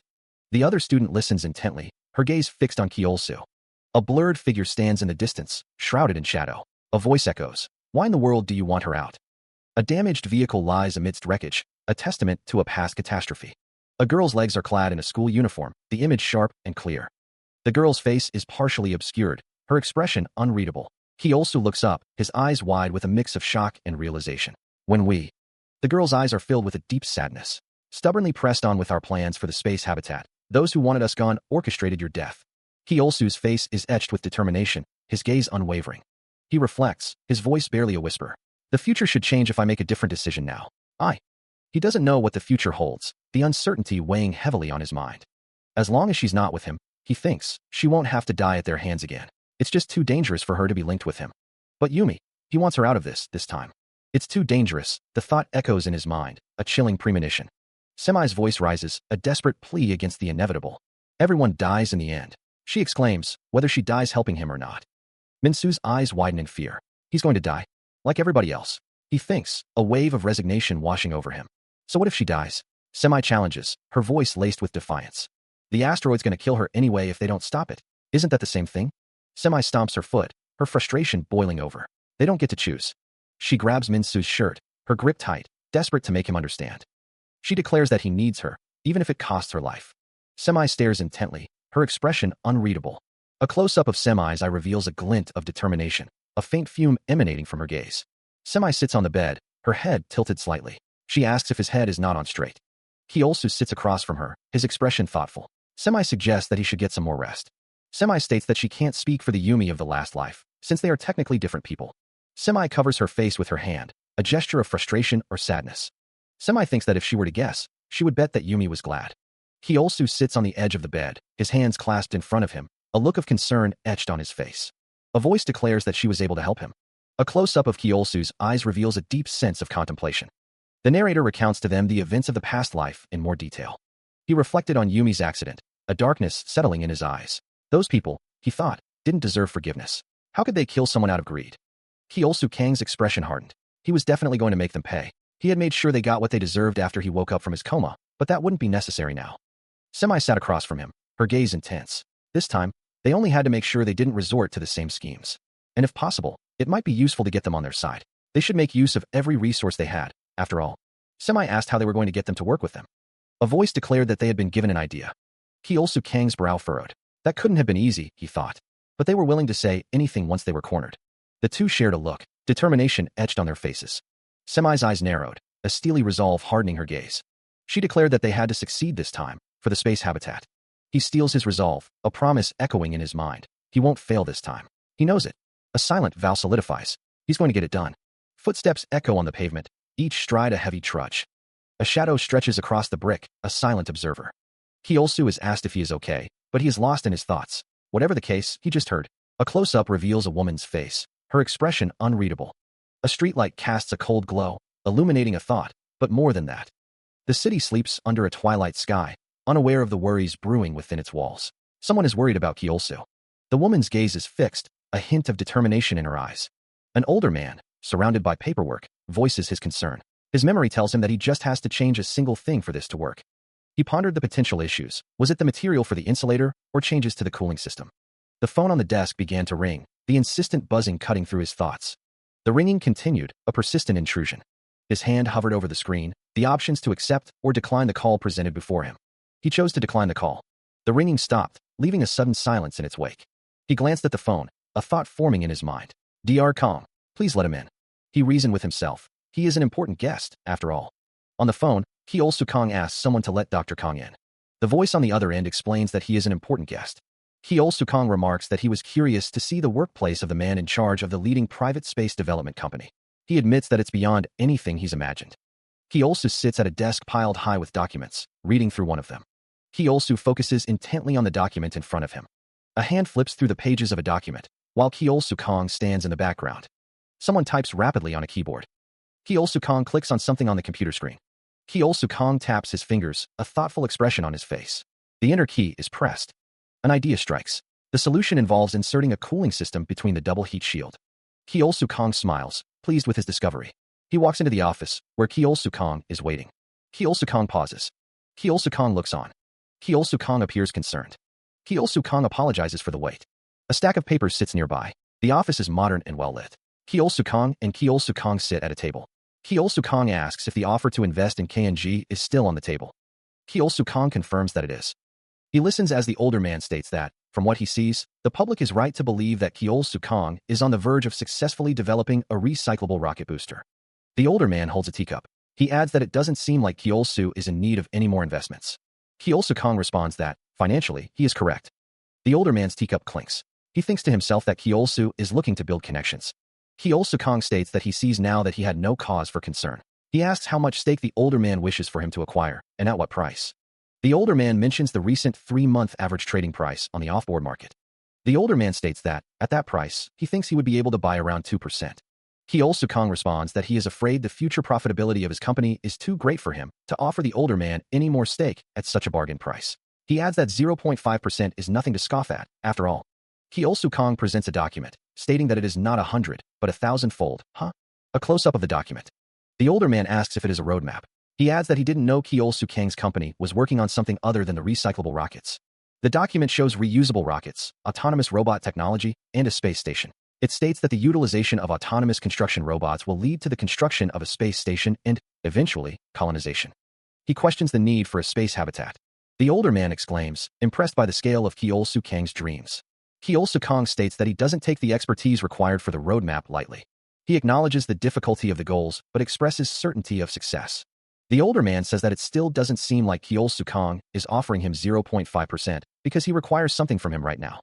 Kyosu Kong asks if the older man is hoping to rely on his help in the future.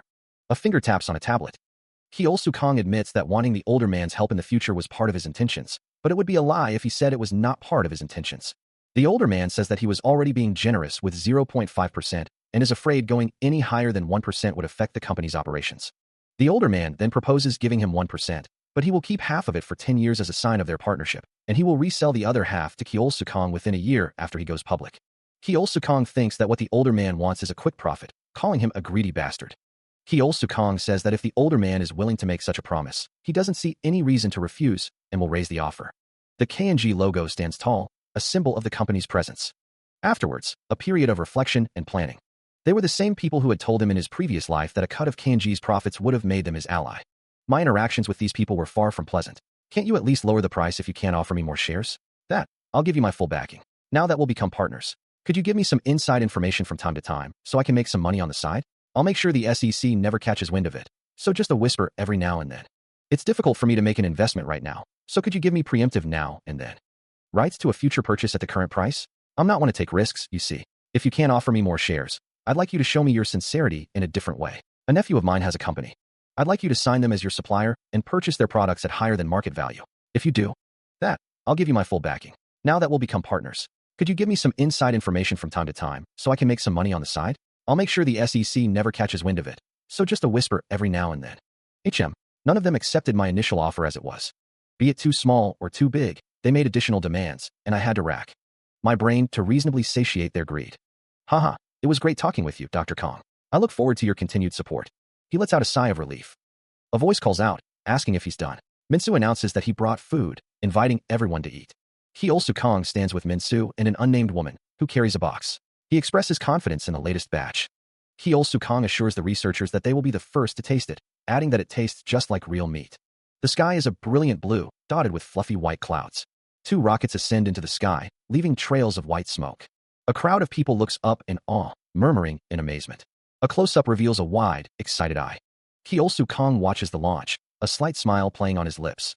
A voice booms from a loudspeaker, declaring that today is a day of celebration, seeking agreement from the crowd. The crowd responds with a resounding yeah, as the rockets continue their ascent. A speaker stands at a podium, addressing the crowd, with an unnamed woman standing nearby. He declares that today marks the beginning of a new era, and that their achievements will open new doors for mankind in space exploration. The company's mission is underway. Their next goal is to go to space. There, they will build a space station. The rocket, emblazoned with the KNG logo, will serve as the foothold for the colonization of the moon. Once these two goals are achieved, they will make space their second home. A deep rumble echoes. The rockets stand tall, ready for their journey. Hyo Soo-kang promises to fulfill all the plans they have made, asking everyone to continue to put their trust in him and join him on this journey. A close-up reveals the intensity in his eyes. The rockets launch, drawing cheers from the unseen crowd. A deep rumble echoes. Rockets stand poised for launch, bearing the KNG insignia. The launch platform is bathed in the fiery glow of the engines. Hyo Soo-kang addresses the audience, promising to fulfill all the plans they have made. He also asks for continued trust and invites everyone to join him on this journey. The rockets soar into the sky, cheered on by onlookers. The realm of scientific exploration beckons. A news anchor introduces KNG Space Development Corporation, known for developing reusable rockets. The KNG-1 space station is now operational in low Earth orbit, marking a significant achievement for the company. One of the remarkable features of the KNG-1 space station is its groundbreaking use of centrifugal force to generate artificial gravity. KNG announces a partnership with the ISDC, signaling a potential return to the moon. A research base on the moon will also serve as a resource base, as the two entities outline their plans for the colonization of Earth's satellite. The base will be constructed on the moon's south pole. First settlers are currently being selected for the mission. Young-soo Gook, an applicant for KNG's astronaut team, is asked how he is feeling. He replies that he is very excited. KNG certainly deserves its reputation as the spearhead of space development. The man exclaims about space development while standing in front of a tall building. KNG has taken another giant leap in space development. After announcing the completion of the fully operational moon base, the company has revealed plans to expand the base into a city for human settlement. Furthermore, KNG has also announced that they will be simultaneously carrying out colonization of the moon and construction of a space station. The company's production of a habitat is underway. The long-standing goal is building a space habitat, the man states, opening the door for humans to live in space. It certainly is true, a voice says as a screen displays news about KNG. In the era of Hyo Soo-kang, what the deuce is wrong with this man? Not only is he completely ignoring us, he's more invested in building the space habitat than the lunar city. It's obvious that the latter is more profitable. Hyo Soo-kang is seen in the background. Not to mention what it would do to the company's stock prices, since they won't have to issue new stocks for more funds. Why are you people not saying anything? Doesn't it infuriate you that he's looking down on us now that our influence has waned and he has earned some prestige? Well, my dear Peshin, have you not read Dr. Kang's roadmap? If you had a problem with it, you should have said something earlier. It wouldn't be right for us to get in the man's way when he's finally trying to reach the last point on his roadmap. Roadmaps are supposed to change to best fit the evolving situation. And right now, building the lunar city is the best course of action. Not for you, you mean. Moreover, didn't Dr. Kang already say that the lunar city was merely a means to maintain the stock value? So I don't understand why you're obsessing over it. What about our stocks? Aren't you worried that the price will plummet if KNG issues more of them? The man gestures emphatically, his voice rising in frustration. He declares that if they're so worried, they should simply sell their shares high and buy low. The woman listens intently, her expression thoughtful. She acknowledges that they might be feeling greedy after hearing about the lunar city projections, but the space habitat isn't completely unprofitable. She adds that Dr. Kang assured them he will continue working on the lunar city after he completes the space habitat. The man's voice booms, demanding patience. The woman sits calmly, listening to the conversation. Dr. Kang, she says, has already compensated them individually. The man raises his hand, emphasizing his point. He states that Dr. Kang has demonstrated his good faith to them many times. He adds that they, however, have not done so. The man stands by the window, looking out at the city. The man sits in his chair, listening to the conversation. The man asks Alexei how his daughter is. He then asks if he didn't become a grandfather recently. Alexei confirms that his granddaughter is absolutely adorable. The man smiles, thinking that she must take after her mother. The man stands up, announcing that since it doesn't seem like they have anything more to discuss, he shall go. He offers his best regards to them all. The bald man asks what about their meeting. The man responds, questioning if it really matters if he's present or not. The man states that he'll leave the decisions to them all. With the dawn of the space age, the number of commodities sent into space gradually increased. Until recently, the increased demands were met through the full use of the St. Tusville Space Center and its eventual expansion. As such, KNG, in cooperation with the ISDC, decided to build a new space center near St. Tusville. The new space center stood ready to usher in a new era.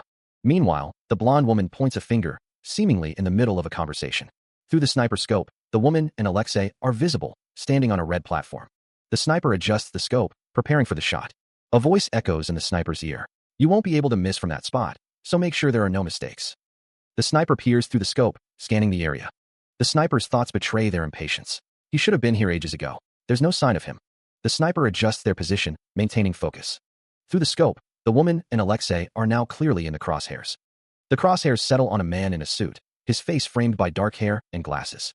The sniper, concealed in the tall grass, whispers, "There he is." The sniper peers through the scope, his gloved hand steady on the rifle. The man in the suit is once again centered in the crosshairs. A subtle creak echoes as the rifle's mechanism engages, the sound barely audible over the wind. The shot rings out.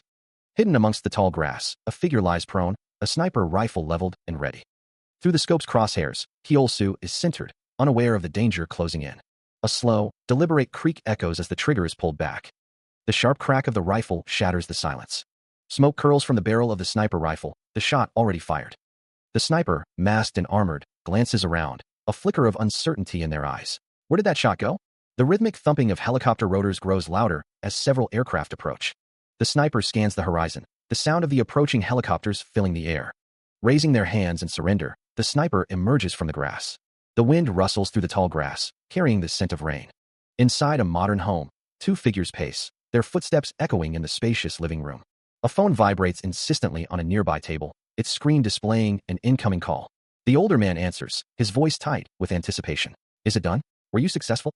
A chilling laugh escapes him as he listens to the response, his eyes gleaming with satisfaction. He holds the phone close, savoring the moment. With a decisive click, the call ends. A pair of wide, terrified eyes reflect the weight of the words spoken. That voice. Elsewhere, a suitcase is filled with stacks of cash and gleaming gold bars, the spoils of a successful operation. The suitcase snaps shut, the locks clicking into place, securing its valuable contents. Clomping down the stairs, the figure carries the heavy suitcase, its weight a promise of escape. The door creaks open, revealing the path to freedom. The police officers lead the man away, one of them remarking that they were saved the trouble of getting a warrant. Elsewhere, the police inform an older man that they need him to come down to the station. Kyosu-kong sits at his desk. Two figures stand in a hallway, one asking how it went. Kyosu-kong receives a phone call. The caller informs him that everything went smoothly and that the target was dismissed from his position and taken into police custody. A man sits in a chair, speaking on the phone, and is told that it was for his invaluable help. The phone rings, the caller ID displaying the name Kong. Director Klusky answers the phone. Dr. Kong suggests that he be extra careful and tighten his security. The older man asks for a pardon, expressing his feeling that Peshin is going to cause some trouble and might come after him. The man on the phone replies that he didn't do much, as he had already tracked down the hitman's location with his satellites. One person states that even so, Peshin would not have taken the bait so easily if they hadn't given him the details about the groundbreaking ceremony. He holds his phone to his ear, listening intently. The older man on the other end of the line speaks. He admits to Dr. Kong that he's had an unsettling dream recently. The older man continues, saying that his dreams have been eerily accurate for a while. He chuckles, finding the situation interesting, and asks what Kyosu dreamed about exactly, wondering if it was a premonition. The older man clarifies that it wasn't like a premonition, but it was very disturbing. The sky is filled with birds. Kyosu recounts his dream. In it, an asteroid shaped like a rugby ball entered their solar system and suddenly shifted course towards Earth. Kyosu continues, stating that the whole experience was quite paralyzing, and the dream was remarkably detailed as well. Kyosu admits that it was frankly terrifying. The older man responds with concern, suggesting that perhaps his health is taking a toll. The older man expresses his concern, saying that Kyosu has been working so hard and should take better care of himself. He adds that he's probably right. Kyosu listens intently. Kyosu is seen with a woman, looking at his phone. The woman asks if he really thinks it will work. Kyosu responds that he doesn't know. The phone displays information, confirming what the report stated. In this life, someone looked into all the administrators of the ISDC. Just as they did to me in my previous life, someone collected as much information about them as they could, including details on their family members, wealth, and personalities. Envelopes containing sensitive information are laid out. Who would have guessed he would be the superstitious type? It would never have been known from the way he carries himself. But for now, the focus remains on gathering information. All we can do is lay the bait. The older man calls the next person in. Next is a proposal by Dr. Smilov. He wants to explore the recently discovered asteroid designated 12/Rama. He wonders what to do. It's pretty expensive. The recent decline in space missions has people questioning our agency's purpose again. He believes they should fund this one for the sake of public relations, even if our budget takes a hit. He agrees, stating that they should certainly add. The older man calls the next person in. A budget report folder sits on a desk, labeled with a pause sign. The older man's expression is unreadable. The report contains an image of a space object, possibly an asteroid or a moon base. The space object drifts through the cosmos. The older man continues to review the budget report. His gaze remains fixed on the document. A towering skyscraper dominates the skyline. A woman stretches at her desk, a laptop screen glowing softly in front of her. The maturity date is 10 years, and they've agreed to lower the interest to 80% of the standard rate. A woman holds a cup, speaking to someone off-panel. You worked really hard to get such a good agreement. You could have just accepted there. The woman continues, terms up front, you know. Nonsense. Even loan conditions can affect a company's stock value. People would get suspicious if I didn't haggle enough. Hyo Sukong stands across from her, holding a cup. They wanted 30% of our shares in the moon base as collateral. The future holds. We can't be sure that everything's going to go according to plan. Hyo Sukong takes a sip from his cup. It'll be all right. I was informed that Dr. Smilov went to see Director Klusky. The phone buzzes, displaying Director Klusky's name. She answers, simply saying, yeah. Hyo Sukong is on the phone. The person on the other end asks if he's jealous and going to take the call while hanging out with them. He replies that he has to keep talking to Director Klusky about the asteroid, sounding annoyed. The unnamed woman greets Director Klusky, asking how he is. Director Klusky responds that he's been well, aside from. She admits that she's getting a little of the unsettling dream she keeps having. She confirms with a yes, and then takes a sip of her drink, humming in acknowledgement. Hyo Sukong continues his phone conversation, mentioning the same dream. Director Klusky continues, well, the thing is, a wall covered in research papers and blueprints is visible behind him. He adds that he would like to hear more. Hyo Sukong asks about the dream of the person he is talking to. He then asks why they are calling. Hyo is on the phone. He thinks to himself, well, the thing is. He then asks, by the way, may I ask why you're calling? Hyo listens intently to the response. The person on the other end of the line is talking about that dream of his. Hyo adjusts his glasses, listening to the person on the phone. Hyo continues his phone conversation. He hears, so you're saying, the asteroid I described was discovered. Hyo sits at a conference table with an older man. They are surrounded by monitors and displays. The older man begins to speak, well. The older man continues, you want to adjust the probe's path, because. The older man explains, we suspect that it's the asteroid shape that is causing this strange phenomenon, but it's still a hypothesis. The older man concludes, the only thing I can say with certainty at the moment is that Rama will pass through the asteroid belt if it stays on its current course. It's possible that it may collide with another asteroid in the process. He recommends embarking on a new project in anticipation of this happening. The older man is asked if he can guarantee it. The phone rings. The older man states that the asteroid is going to stay on its current course. Having been informed about the asteroid, but after hearing Dr. Smilov's report, the older man felt the need to contact Hyo. He asks if Hyo truly has foresight. Hyo asks, really? And it was a future where the Earth was destroyed by an asteroid. Hyo laughs, revealing that his company has been studying asteroids as well. They've assembled a small team in hopes that they would help with the space habitat construction, but they managed to discover the asteroid earlier because of their top-notch facilities. After calculating the asteroid's path, the older man concluded that they needed a contingency plan. But, as Hyo knows, his company lacks authority in this area, unlike the ISDC. The older man didn't think Hyo would believe him if he told him straight out, which is why he hoped Hyo would look into it if he hinted at the possibility. Hyo asks, really? The older man responds, of course. So, you really didn't experience the future and you don't have foresight. He stares at the diagrams, a look of disbelief washing over his face. How could such illogical things happen in life, he wonders. The older man presents the calculations of the asteroid's path. The older man states with certainty that the asteroid will collide with Earth. The space habitat they are building can serve as an evacuation site. The older man explains that at the current construction speed, they won't be able to finish it before the asteroid hits Earth. However, if KNG and the ISDC work together, with the ISDC's wholehearted support, KNG was able to speed up the construction of the space habitat. Most viewed it as a beautiful partnership between a private company and a public institution. They were in awe of how fast human civilization was developing. And thus, the construction of the space habitat in the moon's orbit gained momentum. More robots, more people, and more resources were sent to the moon. And the construction rapidly progressed with the materials continuously produced on the moon. As a result, a large-scale O'Neill cylinder with a capacity of 500,000 people was nearing completion at the Earth-Moon Lagrange point L2. Before the news of the asteroid collision spread among the public, the cylinder neared completion.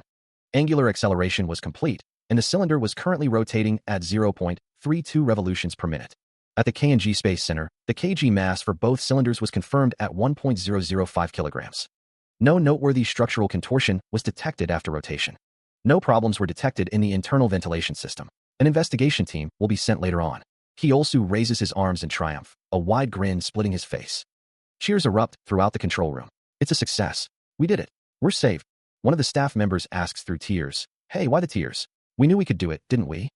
Another staff member sniffles. Can we fail when we have Dr. Kong? He insists, I'm not crying. You're crying. Hyo laughs, wiping away tears of relief and joy. A fist pumps in the air, a symbol of victory and hope.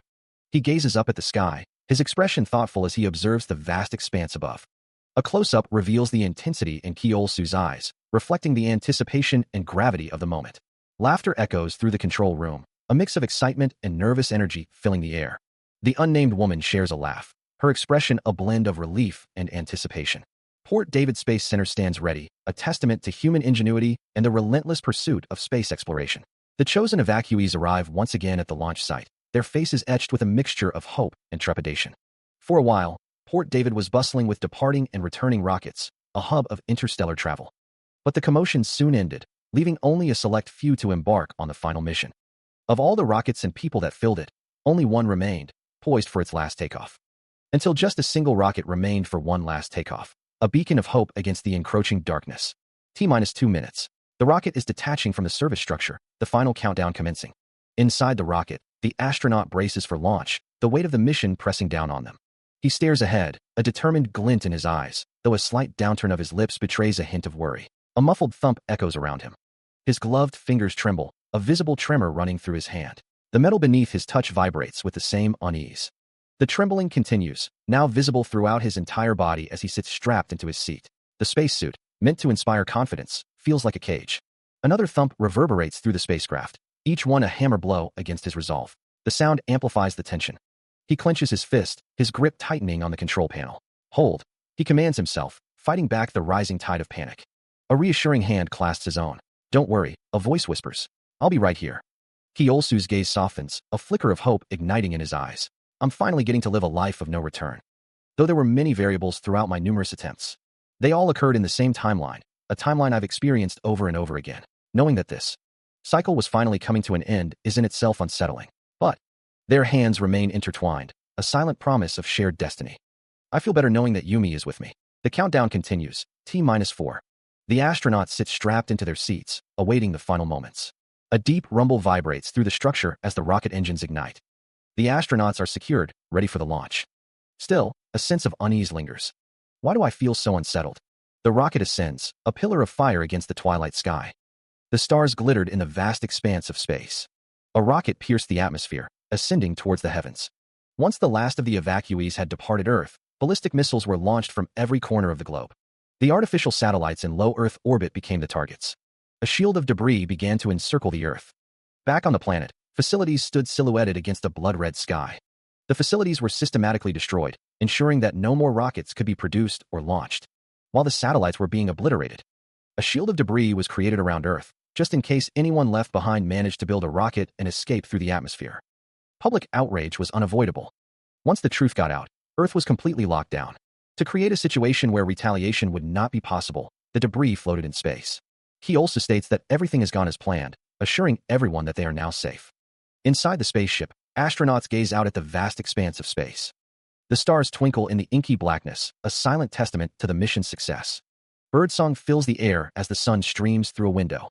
The chirping continues, a gentle awakening to a new day. A man stirs in his bed, pulling the covers back. He reaches for his glasses on the nightstand, his fingers closing around the frame. Sitting up, he rubs the sleep from his eyes, preparing to face the day. He brushes his teeth, the minty flavor filling his mouth. He applies lotion, the scent of sandalwood lingering in the air. He adjusts his tie in the mirror, ensuring it's perfectly straight. He strides out of his house, ready to tackle whatever challenges the day may bring. He takes a step forward. The futuristic corridor stretches ahead. Kyeol-soo walks through the corridor. The corridor's design offers a glimpse of the city outside. Kyeol-soo continues his walk. He walks towards the end of the corridor. He is greeted as he arrives at his destination. Good morning, Dr. Kong. Kyeol-soo holds a can of Vitality. A voice questions, huh? Is that beer? You brought some with you from Earth. Another person asks, can beer? Wasn't it on the list of prohibited items? Kyeol-soo replies, yeah. Kyeol-soo thinks, because they aren't a necessity. Kyeol-soo smiles, thinking, I snuck one can here with me. I knew I'd need a drink today. The other staff members call out Kyeol-soo for breaking the rules, reminding him that food and drinks aren't allowed in the control room. One of them asks if he really only brought one can, suggesting he should have brought more if he was going to break the rules. Kyeol-soo promises to bring something delicious for everyone next time, asking for forgiveness for this one transgression. Sighing, Kyeol-soo expresses his exasperation. One of the staff members laughs, telling Kyeol-soo that he better treat them to something good this time. Kyeol-soo looks off to the side, a contemplative expression on his face. A screen displays the approaching 12/Rama, with a message indicating it will collide with Earth in 3 minutes. Kyeol-soo stands with his back to the viewer, staring at the screen. His hand trembles as he opens the can of beer, the sound of the tab echoing in a tense atmosphere. He wonders why he is so tense. Kyosu's face is etched with worry as he internally questions why he is so tense. The approaching 12/Rama looms closer to Earth. Holding the can of beer, Kyosu wonders what he is so worried about, concluding that it's all over. He resigns himself to the situation, realizing that all that's left is for him to move forward. He stands in the control room, holding a cup. The weight of the impending disaster is palpable. 1 minute, he thinks. Another scientist monitors the screens. The text bubble reads, before Rama collides with Earth. 12/Rama streaks through the atmosphere, a fiery harbinger of destruction. The text bubble states, asteroid is entering Earth's atmosphere. The asteroid slams into Earth, a cataclysmic explosion of light and force. The text bubble confirms, asteroid impact has occurred. The impact sends a shockwave rippling across the planet, a blinding flash illuminating the devastation. The explosion continues to expand, a terrifying display of raw power unleashed upon the world. The impact is visible even from the control room, a stark reminder of the impending doom. Kyosu pauses, his hand still raised to his lips as he was about to take a drink. The word, pause, is printed on the side of the can. Kyosu's eyes widen behind his glasses. Huh? What the? He mutters, disbelief etched on his face. The impact registers, and a wave of horror washes over him. God, he exclaims. The sound of the impact reverberates through the control room. What the? He starts to say, cut off by the deafening rumble. The control room is thrown into chaos, the figures of the scientists blurred by the force of the impact. Darkness. A deafening boom shatters the silence. A faint chirping sound pierces the void. The chirping grows louder, more insistent. The sound of birdsong fills the air. The chirping continues, a persistent reminder of the outside world. He jolts awake, eyes wide with alarm, sweat beading on his brow. Heaving breaths escape his lips, a desperate attempt to regain control. His chest rises and falls rapidly, the lingering echoes of the nightmare clinging to him. He lies in bed, the remnants of a terrifying dream still clinging to his mind. He lies in bed, his eyes wide with lingering fear. But Kyosu sits up in bed, a wave of disorientation washing over him. Why am I back? He wonders aloud, his voice raspy with sleep. Turning his head, Kyosu stares into the middle distance, his brow furrowed in thought. Was it all a dream? A sterile environment, the air thick with the scent of disinfectant. Figures in hazmat suits move with purpose, their faces obscured by helmets. The hazmat-suited figures work in unison, their gloved hands manipulating complex machinery. Below, a ghostly image of a human brain flickers. A cityscape bathed in rain, the towering buildings shrouded in mist. A lone figure in a suit stands silhouetted against a massive window, the city sprawling before him. A blinding flash of light, an explosion of energy that seems to tear through the very fabric of reality.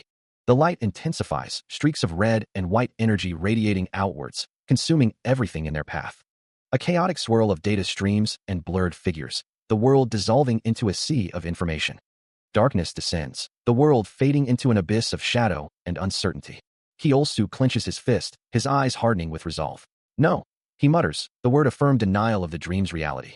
It couldn't be a dream, he thought, his eyes narrowed in disbelief. Had he gotten the mission wrong? His bare foot touched the cold floor. The mission had been to save as many people as possible. But now that he'd been forcefully brought back to the past again, Kyosu wondered if he'd been misunderstanding something. His fist clenched, knuckles white with frustration. Had he been misunderstanding the purpose of his mission? At least, he thought, tell me why I'm back. Why did you send me back? He demanded an answer. Answer me. What do you want from me? Chirp. It ended just like that? Yeah, and when I opened my eyes, I was back here. Whack. He is told to tell Youngmin pronto when he returns from the future. She apologizes, saying she wasn't trying to hide it this time. It just slipped her mind because she had no idea what to do next. It is noted that he managed to build the space habitat and even saw the asteroid hitting the Earth from space. Youngmin looks off to the side, listening intently. He also wonders why he is back in the past, as that's what he doesn't get either when he woke up after. They sit on a bench, pondering the situation. The bench sits empty. Kyosu is surprised by the statement. He asks, huh? Youngmin wonders if the impact of the asteroid was so big, it also destroyed the space habitat. She reminds him that he said that Rama was an unusual asteroid, and that he also mentioned that something about it felt artificial. Kyosu's expression is serious as he considers the possibilities. Kyosu covers his mouth with his hand, deep in thought. The wooden structure stands. Kyosu stands alone, lost in his thoughts. A close-up reveals Kyosu's thoughtful gaze. Kyosu places his hands on Jungmin's shoulders, acknowledging the gravity of the situation. Yeah, it's definitely a possibility. Youngmin looks up at Kyosu, a hopeful expression on her face. I actually did some research in this area. I thought it could help me help you brainstorm or analyze data. Youngmin continues, her voice steady. We should follow the basic framework of the last attempt. Kyosu looks off into the distance, considering the options. We'll have to change the details a bit, though. First, we'll downsize the space habitat so we can Youngmin nods in agreement. Cut back on the costs of building it. Youngmin continues, her expression determined. Then, we'll focus our efforts into. Youngmin finishes her thought, a hint of optimism in her voice. And if we do that? The scene shifts to an exterior shot of the school building under a bright sky. 20 years later, the camera pans up to reveal a futuristic cityscape bathed in the warm glow of the setting sun. Meanwhile, Kyeolsu, now older, stands on a platform overlooking the city with two other figures dressed in white uniforms. The KNG Space Development Corporation has once again marked its place in the history of space exploration. This time, the company hopes to send people to Mars, a woman announces. The broadcast cuts to Sori Hyo, a reporter on the scene. She confirms that she is currently inside KNG's space station, witnessing the events. Sori describes the space habitat behind her, dubbed Space City, as something that was once only possible in our imaginations. She expresses her awe at the astonishing sight.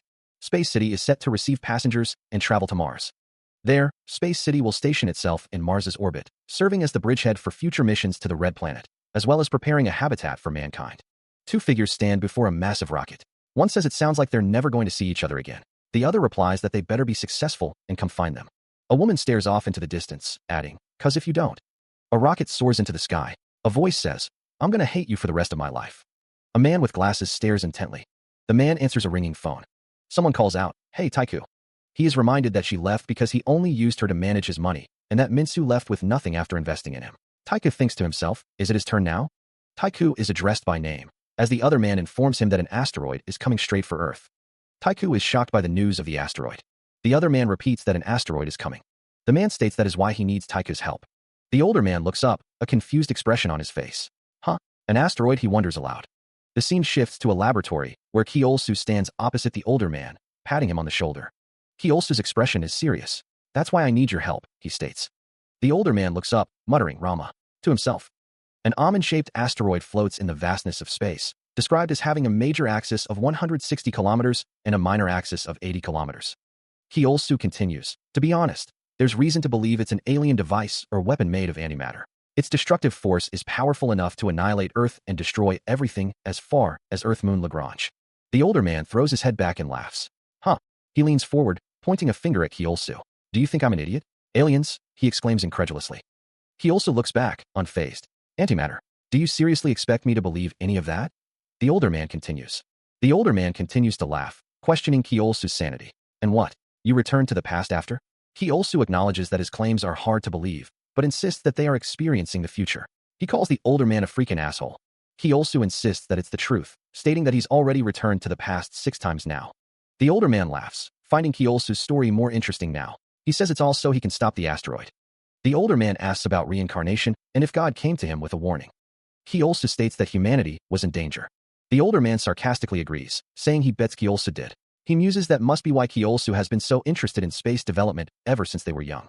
The older man continues, mentioning aliens on the moon who built the space habitat and had Yumi and Minsu evacuated.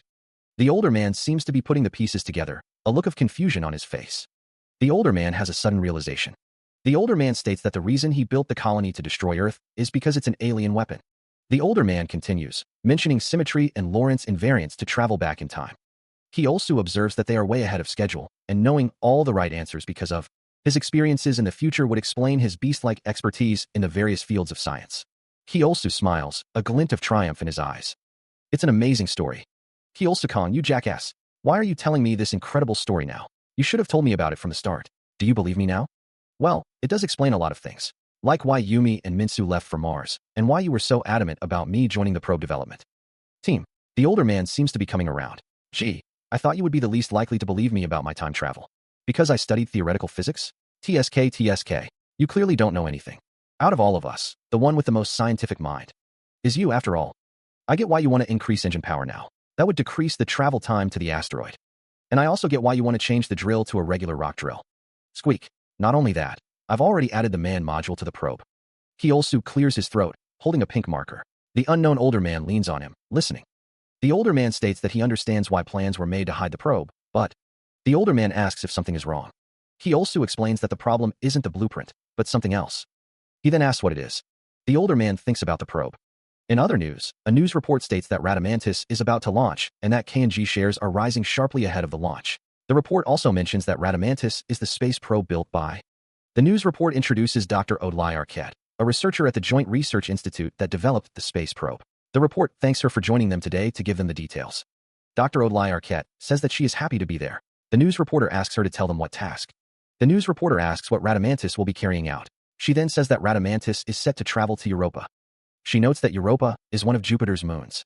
Audley Arquette explains that Europa is thought to have the greatest possibility of extraterrestrial life. The broadcast continues, but then the unnamed woman and Dr. Arquette are jolted by breaking news. The news reports that the space probe, Radamantis, has been launched, and footage provided by KNG will now be shown. The unnamed woman thanks Dr. Audley Arquette for joining them. Dr. Arquette looks thoughtful.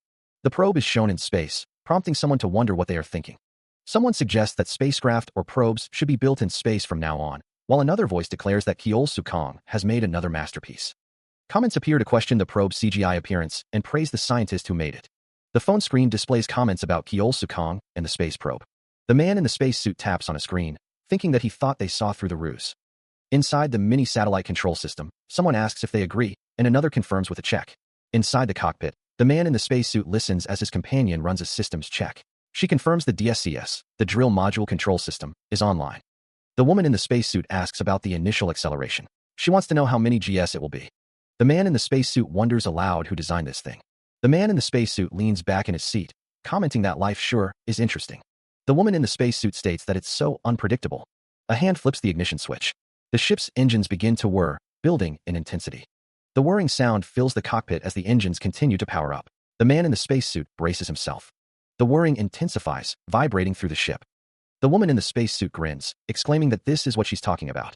The spaceship blasts off into space, leaving a trail of fire behind it. The woman shouts, "Hell yeah!" The spaceship soars through the star-filled expanse of space. The probe hurtles through the void, a lone vessel against the backdrop of swirling nebulae. A voice echoes, filled with dread, "Hell." The probe continues its journey, engines blazing. A voice responds with forced bravado, "Yeah." The probe speeds through space, leaving a trail of light in its wake. The probe continues its solitary flight through the cosmos.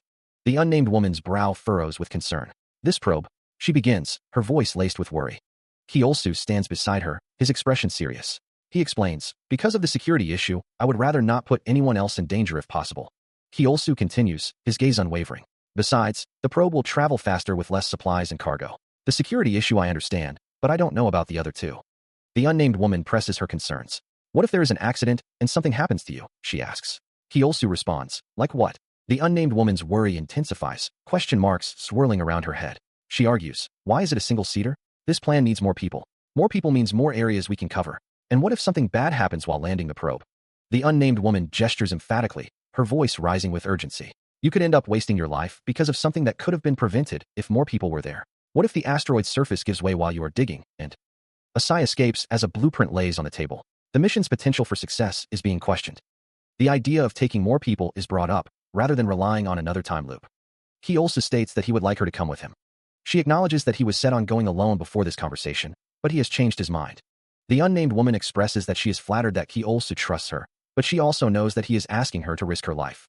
Kyeol-soo says that he can ask her to come with him a little bit onto the asteroid. He adds that if it becomes clear that they can't redirect the asteroid, they can just take the probe to Mars. She questions why he would ask her of all people. He responds that, truth be told, he can't think of anyone better to have with him out there, especially if he runs into a problem on Rama. She says that he's a rare type of genius after all. She then jokingly says that if he's going to brown-nose her, he could have phrased it a little better. Kyeol-soo says that she's the most brilliant person he knows and asks her to help him out here. She agrees to do it. Kyeol-soo states that there's a catch. 2 is still too small a number, and he wants at least one more person to join them. He explains that even the Apollo missions had 3 crew members each. He would love to have one more person join them, but he simply can't think of anyone else he can trust. Kyeol-soo says that he'd rather it be just her and him instead of recruiting anyone else that might endanger the mission. He then asks if she can at least recommend someone, pondering the idea. Kyeol-soo sits, mentioning that he knows Young-soo. Kyeol-soo adds that Young-soo is an astronaut working for their company. Young-soo Gook explains that his dream is to become an astronaut, preferring to learn through experience rather than from books. Young-soo clarifies that he doesn't want to live on Mars permanently, but simply wants to go where no man has gone before. Young-soo Gook introduces himself, adding that to go to Mars, one has to be an expert in a certain field. Young-soo continues, saying he is thinking of studying mechanical engineering and civil engineering at the same time, as being an expert in more than one field would increase his chances of being selected in the astronaut hiring process. Young-soo explains that he wouldn't have chosen Mars if he didn't think gravity was cool, adding that he thinks spacewalking in zero gravity is really cool, too. The teacher responds, saying she sees, calling Youngsu's dream wonderful, before suggesting they give the other classmates a turn to speak. Youngsu asks when he would like to tell her more about it, suggesting tomorrow or after the introductions are over. The text asks if it should be in the morning or at lunchtime. Youngsu is shown in a spacesuit, looking determined. He used to be so talkative as a child. Kyeol-soo Kang notes that Youngsu Guk is a totally different person now, adding that he still can't believe Youngsu seized a probe that was supposed to go to Europa, calling him more reckless than before. Youngsu replies that he didn't have the time to build another probe. Strictly speaking, it is believed that it's an object that can be manipulated, since there is definitely something artificial about it. From its surface features to the explosions they've experienced, it is not thought that a single asteroid can hold enough energy to completely destroy Earth. Youngsu thanks Kyeol-soo for believing him about Rama and his time loops. Youngsu says it would have been nice if there was direct evidence. Youngsu states that it wasn't too difficult to believe from what he's seen from their friends, adding that besides, isn't this what adventure is all about? Youngsu says he's actually glad to be a part of it, adding that it doesn't really matter where they're going as long as he's able to leave his mark. There. Yeah, let's leave. Our mark in history, and go home. The spaceship flies through space. Dennis states that if they are right about this asteroid, it means it cannot. The older man grimaces, his brow furrowed with concern. He thinks to himself that this truly is a nightmare, and its destructive force is far greater than their initial estimation. The older man vows to speed up the construction and have more people join them as soon as possible. He also assures him that everything will work out if they just stick to his meticulous plan. He adds, until next time, then. An unnamed woman sighs in what appears to be a medical facility. Youngsu stands in a spaceship, looking out the window. A woman clicks on her phone, thinking she's going to take back what she said. A document is shown, the text reading, about envying your life. A comet-like object hurtles towards Earth. The asteroid looms large in space. A spaceship flies through the asteroid field. Youngsu and another man look at a holographic display. Youngsu and another man stand in a control room. A text bubble reads, successful. He begins issuing commands. Youngsu instructs the team to get to work, ordering the reactivation of RMCS and informing Mars of their arrival. He then tells someone to send out the mini satellites and asks Taiku to switch the main screen to the infrared imagery. He also states that he wants to take a look at the abomination that brought them all the way here. A satellite sits on the surface of a moon-like object. He also asks for a minute. An asteroid drifts in space, surrounded by faint blue energy. The satellite continues its work on the surface, a grid overlaying the landscape. A close-up reveals the grid pattern on the surface. He also asks if Youngsu is absolutely sure about something. The response is cut off. Youngsu explains that the surface is covered in dorsa and craters like any other asteroid. He adds that its gravity and density suggest that it's not made of metal, and its revolution appears to be random. Youngsu stares intently. Youngsu looks out the window and says, Rama. A close-up of the asteroid reveals its rough, uneven surface. No matter how one looks at it, it's hard to believe it's anything but artificial. Kyeol-soo Kang remains stoic, his expression unreadable. He gazes out at the landscape, a single word escaping his lips, Rama. The consensus is that it is definitely artificial. A massive asteroid looms in the distance, its surface scarred and pockmarked. The starry sky stretches out, an endless expanse of cosmic wonder. The SDC building stands tall, a beacon of scientific progress. Meanwhile, inside the control room, the team monitors the incoming data, the air thick with anticipation. The unnamed woman, her brow furrowed in concentration, wonders what it could be. She exclaims to the director that they're getting a signal from Rama. Kyeol-soo and another man stand in a room filled with computer equipment. This is Daniel. His fingers dance across the keyboard. Kyeol-soo's expression is serious as he monitors the situation. A beep sounds as a message appears on the screen. This is Daniel. Am I speaking with Dr. Kong? Another message follows. Yes, this is Dr. Kong. We have landed safely. Another beep echoes in the room. The screen displays. The ground here is more unstable than we expected, making it difficult to find a way inside. We require the help of a geologist. Kyeol-soo swivels to face the other man, Youngsu. Youngsu exclaims, oh, yes. Kyeol-soo returns to the keyboard, his fingers tapping away. A beep sounds as Daniel types. Yes, I'm fine. Kyeol-soo laughs, a hint of relief in his expression. Daniel continues typing, understood. I will keep this chat line open. He types at a keyboard, his fingers flying across the keys. Kyeol-soo's brow furrows in concentration as he monitors the progress. He taps on the screen, making adjustments to the drilling parameters. Deep underground, the drill begins its relentless work, the sound of grinding stone echoing through the caverns. The drill smashes through the rock, sending debris flying. Back in the control room, the vibrations of the drill resonate through the floor. A message flashes on the screen. Space Center / why the fate of mankind rests in your hands. The drill continues its relentless advance, pulverizing the rock in its path. A clang echoes as the drill hits something hard. Kyeol-soo watches intently, his expression unreadable. A crack forms in the rock face as the drill nears its goal. With a final, earth-shattering rumble, the drill breaks through, revealing a passage beyond. Daniel, Kyeol-soo, and Youngsu stand ready to explore the artificial asteroid. Youngsu exclaims, "Whoa, you were right. This asteroid really is artificial." The team prepares to begin the exploration. He also taps at the console, readying the drones. He mutters, "Please let this be it." A voice echoes, "Let this be the answer." The video stream from the drones inside the cavern shows bizarre-looking structures lining the interior. The walls around the cavern, which serve as its ceiling according to the direction of gravity, are completely covered with these strange structures. The cavern's interior is filled with geometric shapes. There is no way of knowing who made them, or for what purpose. A voice says, "No matter how we look at it, I don't think they're inhabited." Youngsu and Ki also monitor the drone's feed. Youngsu says, "Okay." The drone whirs through the cavern, its camera capturing the strange landscape. Drones veer and swerve through the cavernous interior of the artificial asteroid, their lights cutting through the darkness. One drone plunges deeper into the unknown structure. What is it seeing? He also notes that there seems to be a gravitational anomaly that's messing with the drone's movements. The unknown older man questions what's causing it. The unknown older man admits he doesn't know, and he's not even sure where to look. Youngsu urges them to hang on. He also asks what the hell that is. The unknown older man is damned, guessing they were wrong about it being a nuclear bomb. What the? The drone's camera focuses on a massive, metallic structure. The structure is composed of countless sharp, metallic spikes. At the center of the structure, a blinding light emanates. The unknown older man realizes that it's the asteroid's core. The interior of the asteroid is filled with sharp, crystalline structures. A central light source illuminates the strange formations. Kyosu Kong stares in disbelief. The asteroid's core. His eyes widen behind his glasses, reflecting the gravity of the situation. The realm of scientific exploration. A voice explains that these structures aren't habitats, but spatial arrangements for amplification. The voice continues, speculating that they could be explosives, or simply components of the engine, because Earth was hit.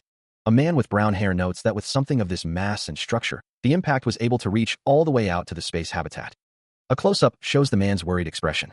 Kyosu and the man with brown hair sit in silence. A sigh hangs in the air. The man with brown hair asks, "What are we going to do now?" He asks what else they can do, suggesting they find the control room. Daniel replies that they don't exactly have a lot of time. For now, they'll start with one of the columns connected to the core. A finger taps the screen. He also notes that with an advanced alien civilization here, there's a good chance they've added passageways or pipes that lead to the most important facilities. Daniel wonders if Kyosu is being a bit optimistic, as the aliens might not build things the same way they do. Kyosu suggests that they could be using technology millennia ahead of theirs to control this asteroid. Kyosu states that this really could be the end for Earth. Daniel tells him not to worry about that. Daniel explains that the second team will blast it with nukes, adding that he's planned for it in advance. He also asks if he came here expecting to die. Daniel replies that he's going to do all he can to survive, but he's willing to put his life on the line if there's no other way. He also says that there's been enough with the gloomy talk. Daniel suggests they head back to the probe and brief Taiku and the Earth team on their findings, adding that they need a propellant tank for the drilling machine and a backup drill. He also stands with his back turned, listening as someone asks if he needs to rest. Daniel sits on a bench, looking at Kyosu with concern. He also declares that he has rested long enough. The drill begins to bore into the asteroid's surface, the sound of grinding metal echoing through the void. The drill vehicle continues its journey across the uneven terrain.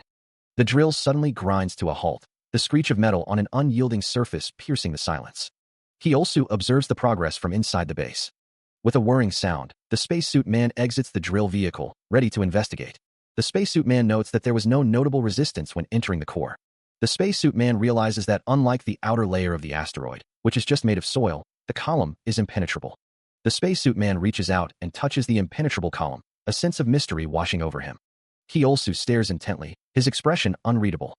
A heat-based device whirs to life, its energy focused on the impenetrable column. The device intensifies its efforts. It's unlikely that even unidentified alien material could withstand 30,000 degrees of heat. The man in the spacesuit states that if a drill can't penetrate it, they'll just have to melt it down. The heat-based device continues its work, emitting a sustained hiss as it attempts to melt the column. The hissing sound persists, a testament to the device's relentless assault on the unyielding material. However, even after melting a hole deep enough for himself, the effort is proving futile. The suited figure stands before the small indentation, the device in hand. This is going to take forever. The minor axis column is a no-go. Youngsu needs to change the drill. It's not that damaged, but he doubts that they'll be able to use it for long. Breaking through the minor axis column is a waste of time. He copies that. Taiku states that they have to try the major axis column next, but he's coming with him. The other person asks if he doesn't want to stay in the probe. Taiku replies with a hey. The other person says things for himself, but all he's got him doing is waiting here inside this probe. He's already got Youngsu on standby outside. The probe sits against the asteroid's surface. It's no fun if he doesn't get to see and experience. The man inside the probe thinks as he operates the drill. The drill, having penetrated the asteroid's surface, now sits embedded within the newly formed opening. The drill bit smashes through the final layer, creating a rough opening. He asks if they finally did it, then tells the other to put on his helmet. He also thinks it's time they stepped outside. The team peers through the hole into a large, open area. He also exclaims that they did it and broke through. The other man wonders if it's a passageway. He notes that the aliens who built this are similar in size to humans. The man in the spacesuit states that it seems like it and suggests widening the opening. He then tells Kyosu that he needs to get some sleep first, as he's done enough already, and to leave the rest to him. Kyosu is patted on the shoulder. He asks why. The man in the spacesuit tells Kyosu that he hasn't taken a single break since they got here. He offers to make the hole bigger so Kyosu can take a nap. The man in the spacesuit smiles, holding a tool. Kyosu lies on a narrow bed in the space station, his eyes closed. Daniel examines a handheld screen, which displays a breached wall. Beyond the shattered wall, a weapon lies discarded on the floor. What the? Where's Taiku? Someone wonders. Taiku's name echoes through the station. Taiku Kim's name is called out again. A voice calls out, "Where are you? Can you hear me?" Dennis, clad in his spacesuit, grips a large weapon. A flashlight beam illuminates an arrow painted on the wall, accompanied by a soft hiss. He follows the arrow's direction. Dennis continues down the tunnel, muttering, "Eche, where did he run off to?" Step by step, he advances. A bead of sweat trickles down Dennis's brow inside his helmet. The interior of the space station hums with a low, resonant energy, the circular architecture suggesting a central hub. Kyosu stands alone in a brightly lit room, his back to the viewer, contemplating the vastness of the station. He approaches a large window, the mechanism whirring softly as it opens to reveal the inky blackness of space. Dennis's voice echoes through the station, calling out, "Taiku, yo." Kyosu's eyes widen, a flicker of recognition in their depths. "There you are." Is Dash. Dennis stands on a circular platform, the cosmos stretching out before him in a tapestry of stars and nebulae. The platform hangs suspended in the void, a solitary outpost against the infinite expanse. A thought bubble appears, questioning, "The control room? Is this? The space station looms large against the backdrop of the cosmos. The control room? The realm of scientific exploration. The space station drifts in the vast expanse of space. Holographic displays flicker with complex data. Finally, have you figured out how it works? Is it possible to redirect the asteroid? I haven't figured that part out yet, but one thing's for sure, though. Check this out. He also looks on with concern. He stands within the space station, the cold metal of his spacesuit a stark contrast to the growing unease within him. The diagram reveals a chilling truth. They were right all along. The asteroid is programmed to crash into Earth. Two figures observe the trajectory, the implications of the asteroid's path weighing heavily on them. One of the figures dismisses the idea of a bomb. The other suggests it's more like a spacecraft, one that's completely malfunctioning. A voice instructs, "How do you know it's broken? Put your hand down here." He also gazes at the designated spot, a mixture of apprehension and curiosity etched on his face. The surface gleams with an otherworldly luminescence, hinting at the advanced technology hidden within. The intricate design of the alien computer is revealed in a close-up, its purpose still a mystery. Kyosu stands before the alien computer, ready to interface with the unknown technology. The man's expression is a mix of awe and bewilderment. Amazing, right?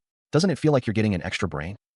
Information floods his mind, an overwhelming torrent of data that barely registers before he begins to vaguely comprehend the messages displayed next to the columns inside the cavern.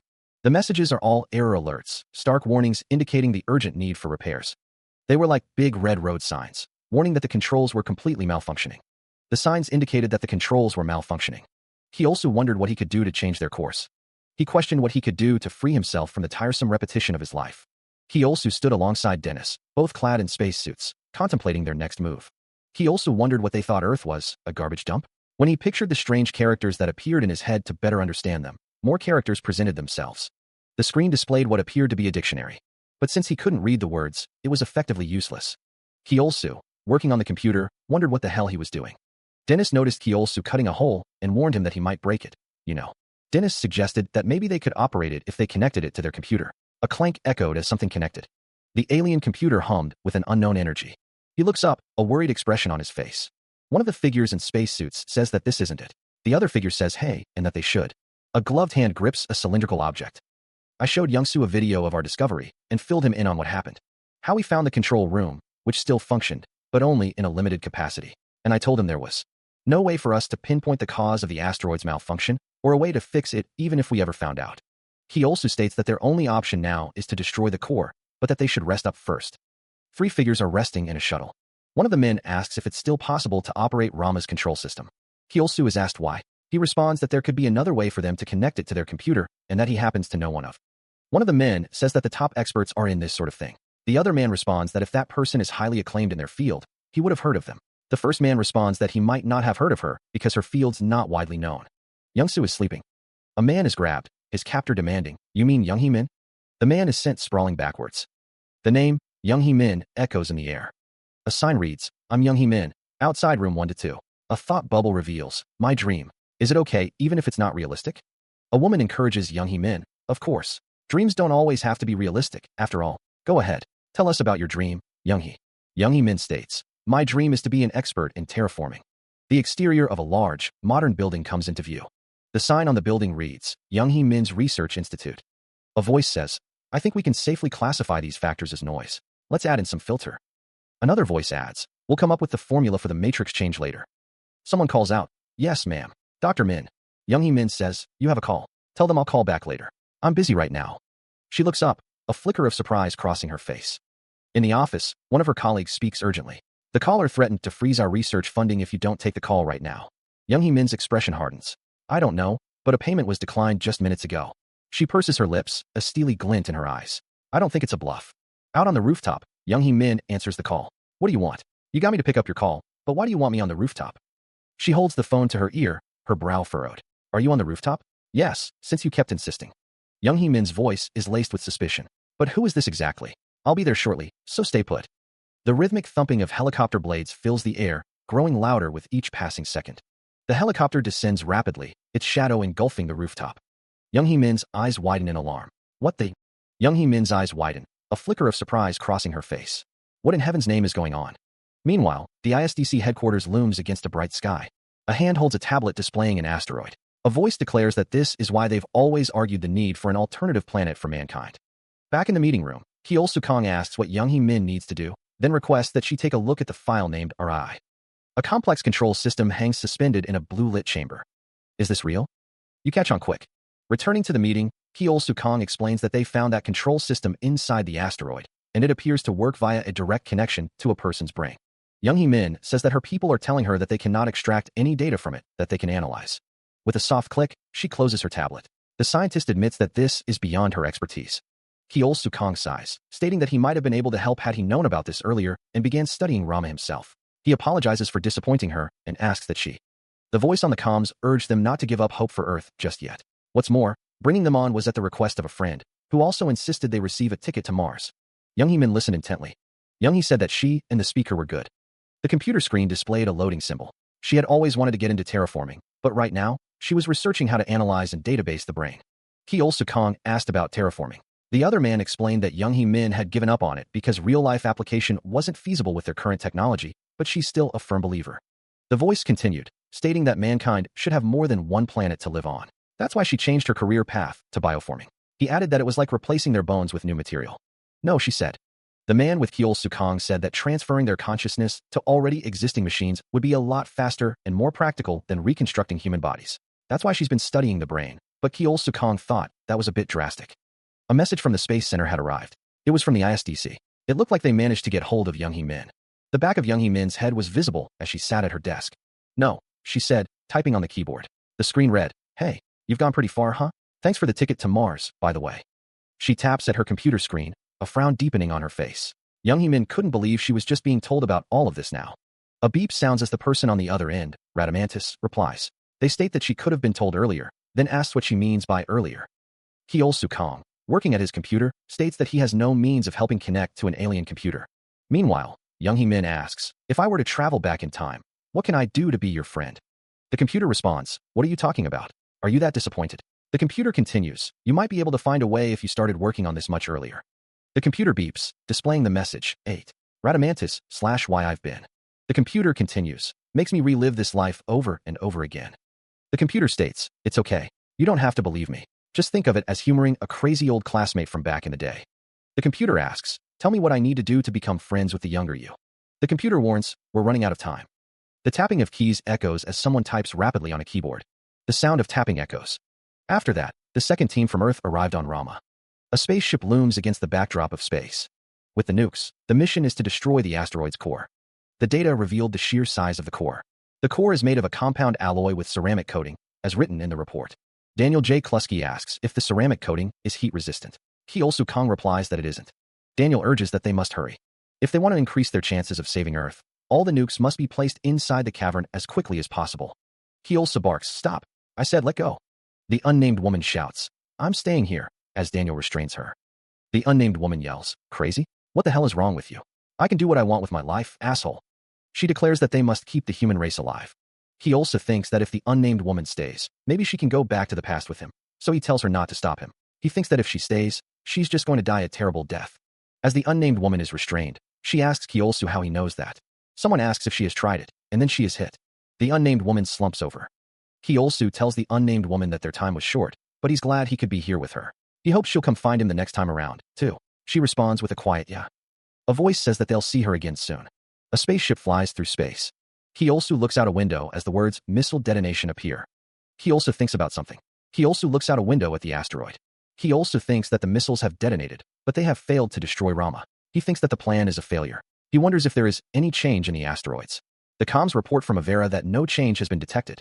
The voice on the comms continues, stating that KNGHQ also shows no change, not even within the margin of error. The speaker tells Dr. Kong not to be too disappointed, saying he did his best.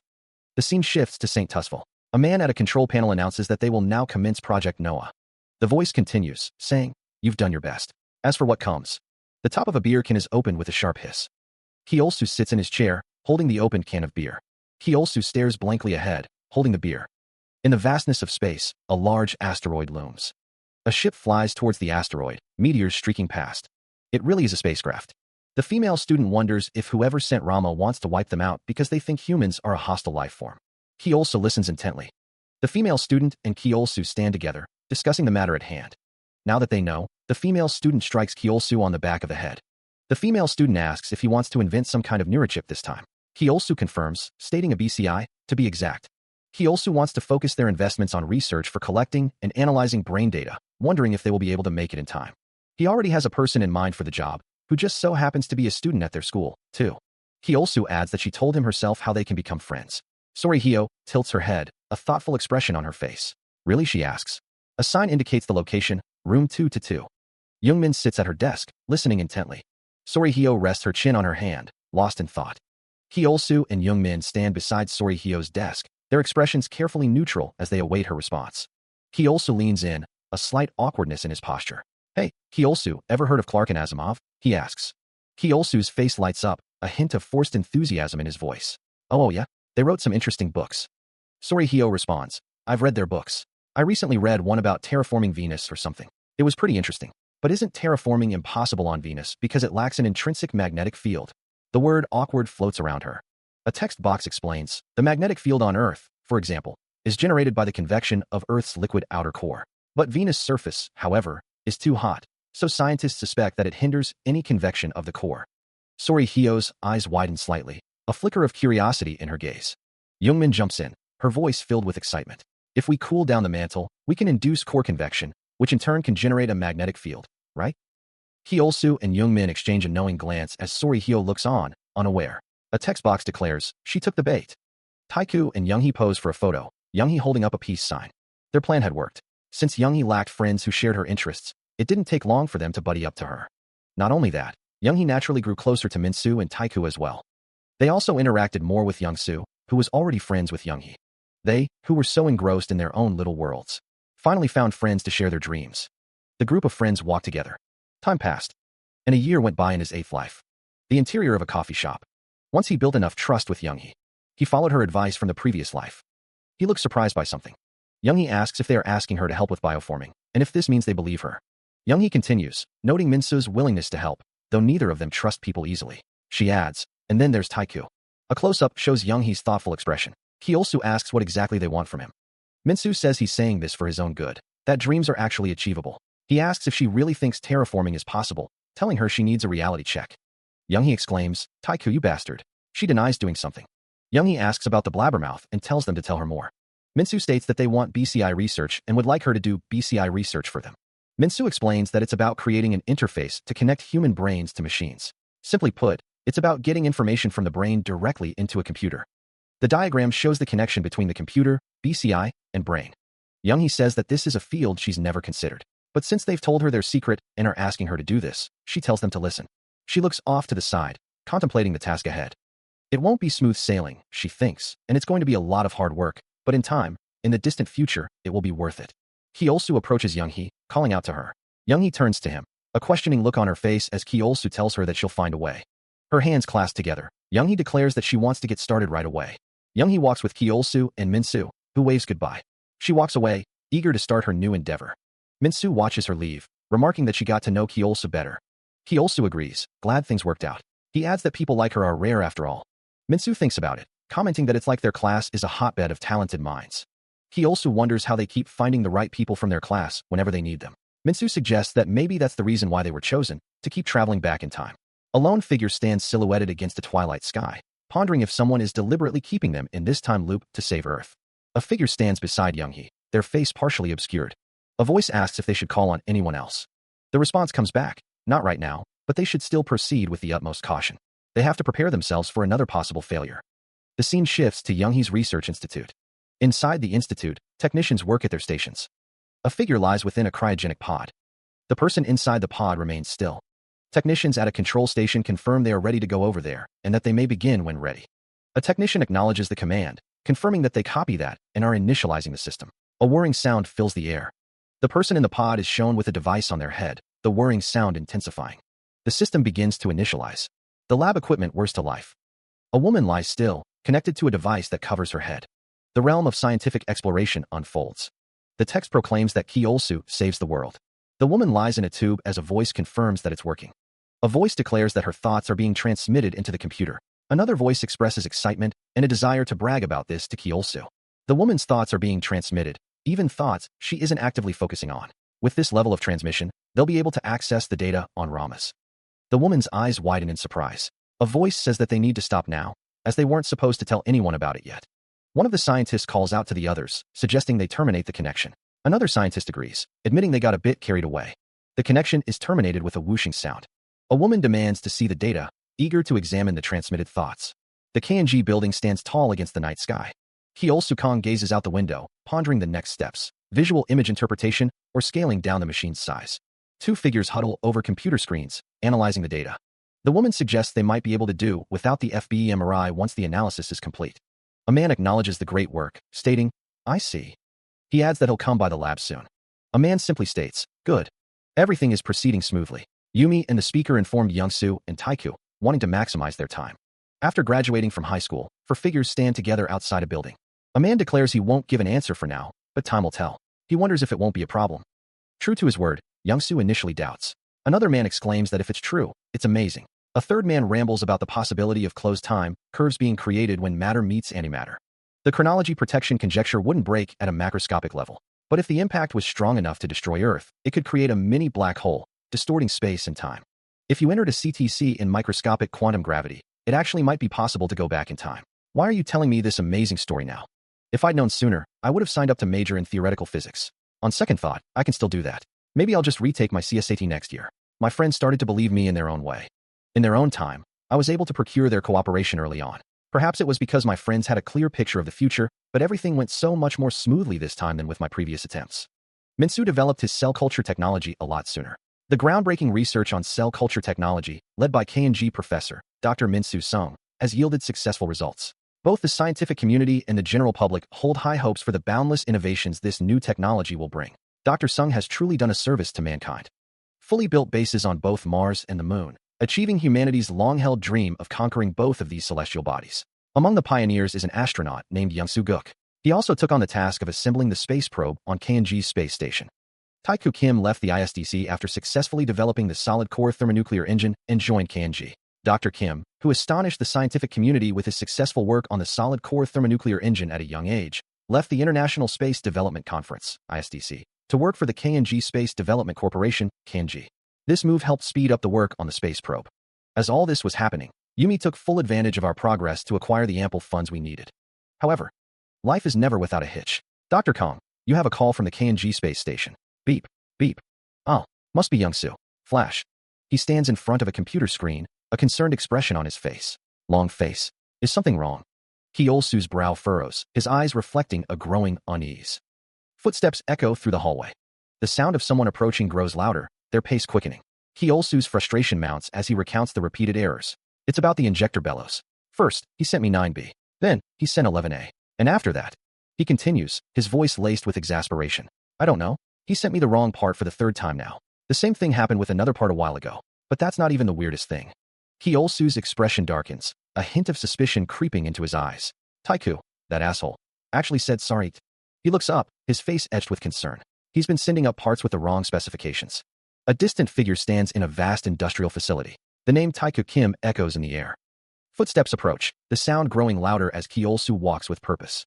Kyosu's eyes widen slightly, a flicker of surprise crossing his face. He stares at a whiteboard covered in complex equations, his confusion growing.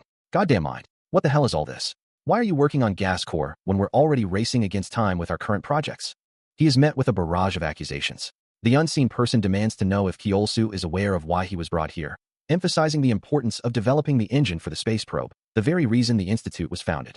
The voice continues, mentioning a mistake and that Youngsu was told to send the right parts. Kyosu responds, acknowledging that he was caught. He asks what the unseen person has to say, implying that he is ready to hear the criticism. The unseen person continues to berate Kyosu, calling him a son of a bitch and accusing him of almost ruining everything for everyone, including Yumi, Younghee, and Minsu. Kyosu defends himself, stating that he fixed the mistake and sent the right parts afterward. He admits to making some mistakes sending the wrong parts, but claims it only happened like 3 times. The unseen person retorts that 3 times is a lot. The voice adds that Kyosu delegated the task to a newbie, when even putting the best employee on it still wouldn't have been enough. Kyosu asks if the unseen person knows about that too, implying that he is aware of the details of the situation. He admits that it was a bit serious. The unseen person slams their fist on the table, emphasizing the seriousness of the situation. The unseen person emphasizes that Kyosu has already identified each and every one of the mistakes personally. Kyosu suggests assigning one more person to check the parts. He asks if the unseen person really thinks that will solve the problem. Kyosu continues, asking what if he gets lost in space because the engine suddenly stops working and he is no longer able to go back in. The unseen person asks if Kyosu really thinks having one more person to check the parts will make everything right. The unseen person asks if Kyosu really thinks having one more person to check the parts will make everything right. He stands in the lab, a figure behind him observing the scene. Kyosu offers an apology, his expression laced with regret. The equation is deemed foolproof. Kyosu states that the team can work on this with no more than 10 people, but not from this lab. Kyosu asks about 15, then clarifies, 10. Kyosu looks glum, thinking he will have to do it alone. A woman asks Kyosu if he is leaving. He replies that he has to find his replacement, and that he's going to need someone else to take over engine development for the space probe. The woman asks if he wants a recommendation, then suggests Charlotte, stating she's pretty good at managing a team. Kyosu says that since they're good friends, he already has someone in mind. He's going to talk to Dr. Arquette. A voice inquires, seeking a recommendation. The woman suggests Charlotte, noting her skill in managing a team. The man states that he already has someone in mind, adding that he can recruit Charlotte since they are good friends. The voice declares that he will talk to Dr. Arquette. The narration states that what he had to do next was a continuation of what he had been doing so far. He needs to explain what he's been going through and ask for help. The man walking with the blonde woman reflects that they didn't believe him from the get-go. The blonde woman observes that he doesn't seem entirely convinced. To be honest, she begins. The woman acknowledges that he's right, looking at a tablet displaying a picture of an asteroid. He also states that a spacecraft is hard to believe. He adds that a brain data research institute is affiliated with their company and that they have developed a technology that can read and interpret visual imagery. She clarifies that's not what she was talking about, stating that she will show him everything. He also says that what he just told her was no joke, but it may be insufficient to call it proof. He hopes that it will allay some of the doubts. She seems surprised, realizing that they have really been preparing for it all. The camera pans to a wide shot of the facility. Kyosu explains that the 10th launch site was built as a cover to hide these things, and that her real goal is to fix that extraterrestrial ship she mentioned earlier. He asks if she believes him a little now, adding that there are too many things here for it to be a lie and that everyone knows she hates it. Kyosu asks how long she has been preparing all this, noting that it takes time to develop robots, so quite a while. The facility started right after he built this place. She asks what he needs her to do exactly. He also asks if she needs him to develop more robots or help her with other administrative tasks, revealing that he has revealed all this to her, Dr. Arquette. She is informed that someone needs to build another spacecraft while she is on Rama. He also explains that the spacecraft needs to reach Rama as quickly as possible to analyze its main control system. Afterwards, they'll need a second spacecraft to carry the auxiliary team. He tells Dr. Arquette that he needs her to handle that. He also clarifies that she would have to build the whole vehicle from scratch, not just the engine. He adds that he also needs her to supervise. He also elaborates, stating that as the CEO, she is responsible for the management, modification, launch, and transportation of the project as well. Dr. Arquette expresses her surprise, noting that the first manned probe needs. He also acknowledges her surprise, stating, "Of course." He continues, saying that she would have to build the spacecraft, despite her working in development or management. He then asks, but as CEO? He adds that people definitely won't like that idea. Kyo-soo asserts his authority, stating that he is the biggest shareholder of this company, so he makes the decisions. He adds, besides. Kyo-soo assures Dr. Arquette that she is the only person for the job. Dr. Arquette appears thoughtful, considering the task before her. With a sigh, Dr. Odlai Arquette says she'll give it a try. Kyo-soo responds that he looks forward to working with her. Kyo-soo and Dr. Arquette shake hands, sealing their agreement. The camera pans to show the vast facility, filled with equipment and structures necessary for space exploration. She stands with Kyo-soo in a modern office, the city sprawling outside the window. He begins to outline their plans. They will. KNG components have landed on Mars, though the planet remains an inhospitable environment for life. Kyo-soo envisions a future where mankind can walk on Martian soil without the need of a spacesuit. And as the first step towards that future, Kyo-soo will go to Titan, the largest moon of Saturn. He will bring the methane found there to Mars, injecting it into the atmosphere to form air and water.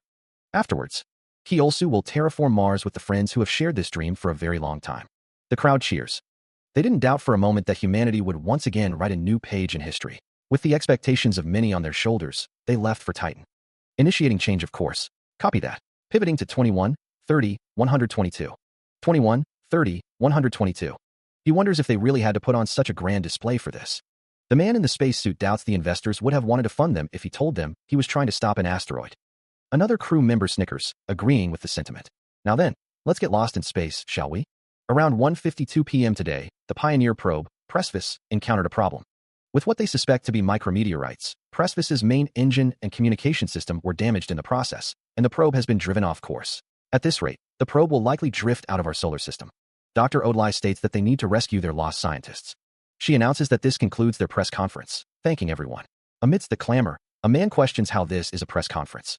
Another man exclaims that all they did was make an announcement. He asks if they can really rescue them.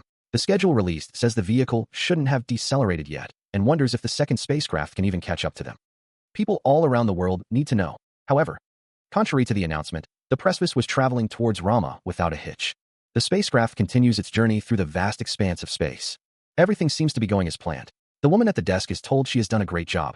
She replies that it's all thanks to the plan she put in place. At this rate, she thinks they'll be able to finish the second spacecraft with time to spare. If the work has progressed to that extent, she won't be needing instructions from her anymore. She'll contact them again after they arrive on Rama. Oh, a signal disconnection is reported. He's already there. The woman stretches, a moment of respite in her busy day. She wishes she could have gone with them, too. The night sky stretches out before her, a distant moon hanging in the inky blackness. An asteroid drifts silently through space, a lonely sentinel in the cosmic void. Stars twinkle in the vast expanse of space. An asteroid drifts silently through the cosmos. A lunar base stands on the desolate surface of the moon, a beacon of human ingenuity against the alien landscape. A tunnel stretches into the unknown depths of the moon's interior. Inside the cavern, one of the figures in a spacesuit exclaims, "Just wow, now that I'm seeing it for myself, I find it a bit overwhelming." The other responds with a simple, "Yeah." The first figure continues, "It's awe-inspiring. To think that a cavern of this size is actually an engine room." A second voice wonders, "Just how fast was this spacecraft moving?" The first figure muses, "It must have been traveling close to the speed of light." The second replies, "Well, it's certainly moving a lot slower than that right now. Do you really think it's busted?" The first figure suggests, "It could have just decelerated." A system message appears, video recording of the cavern is complete, and transmission is sent. The second figure asks, "How are things on your end, Kyo-soo?" Kyo-soo is asked, "Have you found the metal wall you talked about?" He responds, "Yes, we're almost done over here." Here too, Kyo-soo reports, "I located the wall a while ago. I'm currently cutting through it with a plasma cutter." The cutter hisses as it slices through the metal. He instructs everyone to head over to their part pronto. A voice promises to see them in the asteroid's control room. A robotic arm whirs. The team gathers in the control room. A robotic arm is connected to a device. The older man finds it interesting, stating it's as if an unfamiliar sense of awareness is being imparted as visual imagery. The spacesuit man asks if these aliens seem to have other senses besides the sense of sight. The older man admits he might be wrong, but he gets the feeling that the control system is trying to help them. Based on the data it showed him before, it felt as if. He also looks at the robotic arm. The Rama analyzer is described as a mechanical brain Young-hee developed to function just like her own. The device may look odd at first glance. The device was designed to analyze data without the need for human intervention. The older man in the spacesuit admits that he knows the design doesn't really matter, but it would be shocking to look at if you had no idea what it's for. He explains that it's because he focused solely on the functions. It may look strange, but every part of it has a purpose. Someone begins typing rapidly on a keyboard. A nearby device whirs to life. He also asks if it's working. The older man replies that he thinks so. The older man stares at a laptop screen, a bead of sweat trickling down his face. He also says to give it some time. Someone observes that nothing's changing. Odalai wonders if the analyzer is simply displaying the data they are inputting. Perhaps, she thinks, it would be futile to expect deep learning. It seems incapable of responding to other text or images besides its own. The older man suggests giving up on Plan A and moving on to Plan B, stating that it's probably meaningless to keep trying this way. He supposes even the aliens didn't think it was necessary to program their computers to have a consciousness of their own. He decides to run the program. The screen displays complex data as the system whirs. From the data they've managed to analyze. Isn't that the number system invented by the ancient Babylonians? He also asks if the Babylonians were somehow connected to the aliens that built this spacecraft. Daniel replies that it is impossible to tell at this point, adding that it's impossible to base their perception of these aliens on themselves. Minsu states that he tried deciphering some of the symbols. He thinks the first most likely means star, the second ice, and the last water, in liquid form. The symbols are displayed, star, ice, and water. Minsu deduced these meanings because the first symbol kept appearing with the images of stars and planets, such as Enceladus. Europa, a celestial body, fills the view. He also considers the data. He wonders about Europa and Enceladus. Odalai stands before a display, pointing to symbols. She asks about the connection and how they associate with ice and water. The symbols are displayed next to the word water. A thought bubble explains that these symbols also appeared in Rama's observation of Earth, prompting the question of what these three bodies have in common. Minsu states that it's a logical deduction. He also explains that he deduced ice from the summary on Europa and Enceladus. Odalai confirms that the symbol also appears with the images of Saturn's rings. He also adds that he figured it probably means ice. He also thinks to himself, the text would translate to third of XX star, watery planet. He also affirms that it makes sense. He continues to work on the other symbols, promising to update everyone once he's made more progress. Minsu, Youngsu, and Odalai sit together. Minsu asks if they were able to find anything. Minsu looks on with anticipation. He also delved into Rama's log to find out where it came from, tapping the screen. He also wanted to identify the cause of its malfunction, and also its point of departure, tapping the screen. He is then asked if he got anything. He states that he doesn't have all the answers yet. The older man says that what Kyosu has found poses a really big problem. He also explains that he was able to confirm that Rama entered our solar system after passing by Delta Pavonis, Epsilon Indi, and Alpha Centauri. The older man listens intently. He also states that he doesn't think Rama traveled all this distance without any help. The woman asks if he is implying that it warped here. He also says that as you can see, the most likely explanation is that this really is a warp engine. The team sits in silence, processing the information. It makes sense. Are you implying it warped here? The woman wonders, her expression a mix of concern and disbelief. That's the most likely explanation, he thinks. And if this thing is a warp engine, it makes everything so much more complicated, the man states, surrounded by his colleagues. The realm of scientific exploration. The man hangs his head, lost in thought. He stares at his hands, a sense of helplessness washing over him. In my case, he concentrates, a flash illuminating the screen filled with cryptic text. On the negators. Knowing them and what the censored words mean might help us translate the text more accurately. So I singled out a few words from the text. When it canceled out the commands we gave it, the man explains, his brow furrowed in concentration. He rushes through the office, urgency etched on his face. What is it? The woman asks, her eyes wide with surprise as she looks at the computer screen. There's something I need to check. He clicks, his heart pounding in his chest. The team gathers, the weight of their investigation pressing down on them. Odalai voices her concern. Rama is heading towards Earth? The image she looked up was the one that showed Rama's engine room, possibly searching for water. The word for water, which Yumi discovered, as well as the negators that she deciphered, became clear as day when combined.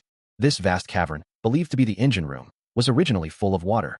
There was no way of knowing what the water was for. Moderator or coolant. The lack of water was the reason for Rama's malfunction. With this knowledge, they were able to deduce that Rama was trying to get to Earth. Odalai considers the information. Water. He also explains that this explains why it had images of Enceladus and Europa. There were possible alternative locations for it to resupply. The older man states that the fact that it still came to Earth despite the presence of water in both of those moons means that it's incapable of. He wonders why, if drilling through permafrost is the way to get water, the ship keeps crashing into Earth. He also asks why they don't just take the water and leave. The older man explains that they can't be certain of that yet. The ice they saw might be the water from the cavern that leaked out. It's just one problem. After another, the older man wonders what they should do now. He suggests filling the engine room with water and seeing what happens, but then asks how. Odalai suggests thawing the ice so they can supply the engine room with water. She then asks why they don't ask the second space habitat they're building to send lasers or other heat sources. A voice asks if that's alright with them. Someone sent Earth a modified version of Yumi's suggestion. The person requested that space mirrors be set up to direct the sun's light towards Rama. They weren't sure if they could do it in time, but they had to inform Earth of the situation as soon as possible for them to come up with a plan. Besides the task of building reflective panels on Earth and on the Moon, and setting them up in space to direct sunlight to Rama, the task of moving the water from the melted ice into the cavern, as well as coming up with an alternative solution if this were to fail, still remained. Someone sees that the space habitat suggestion wasn't included.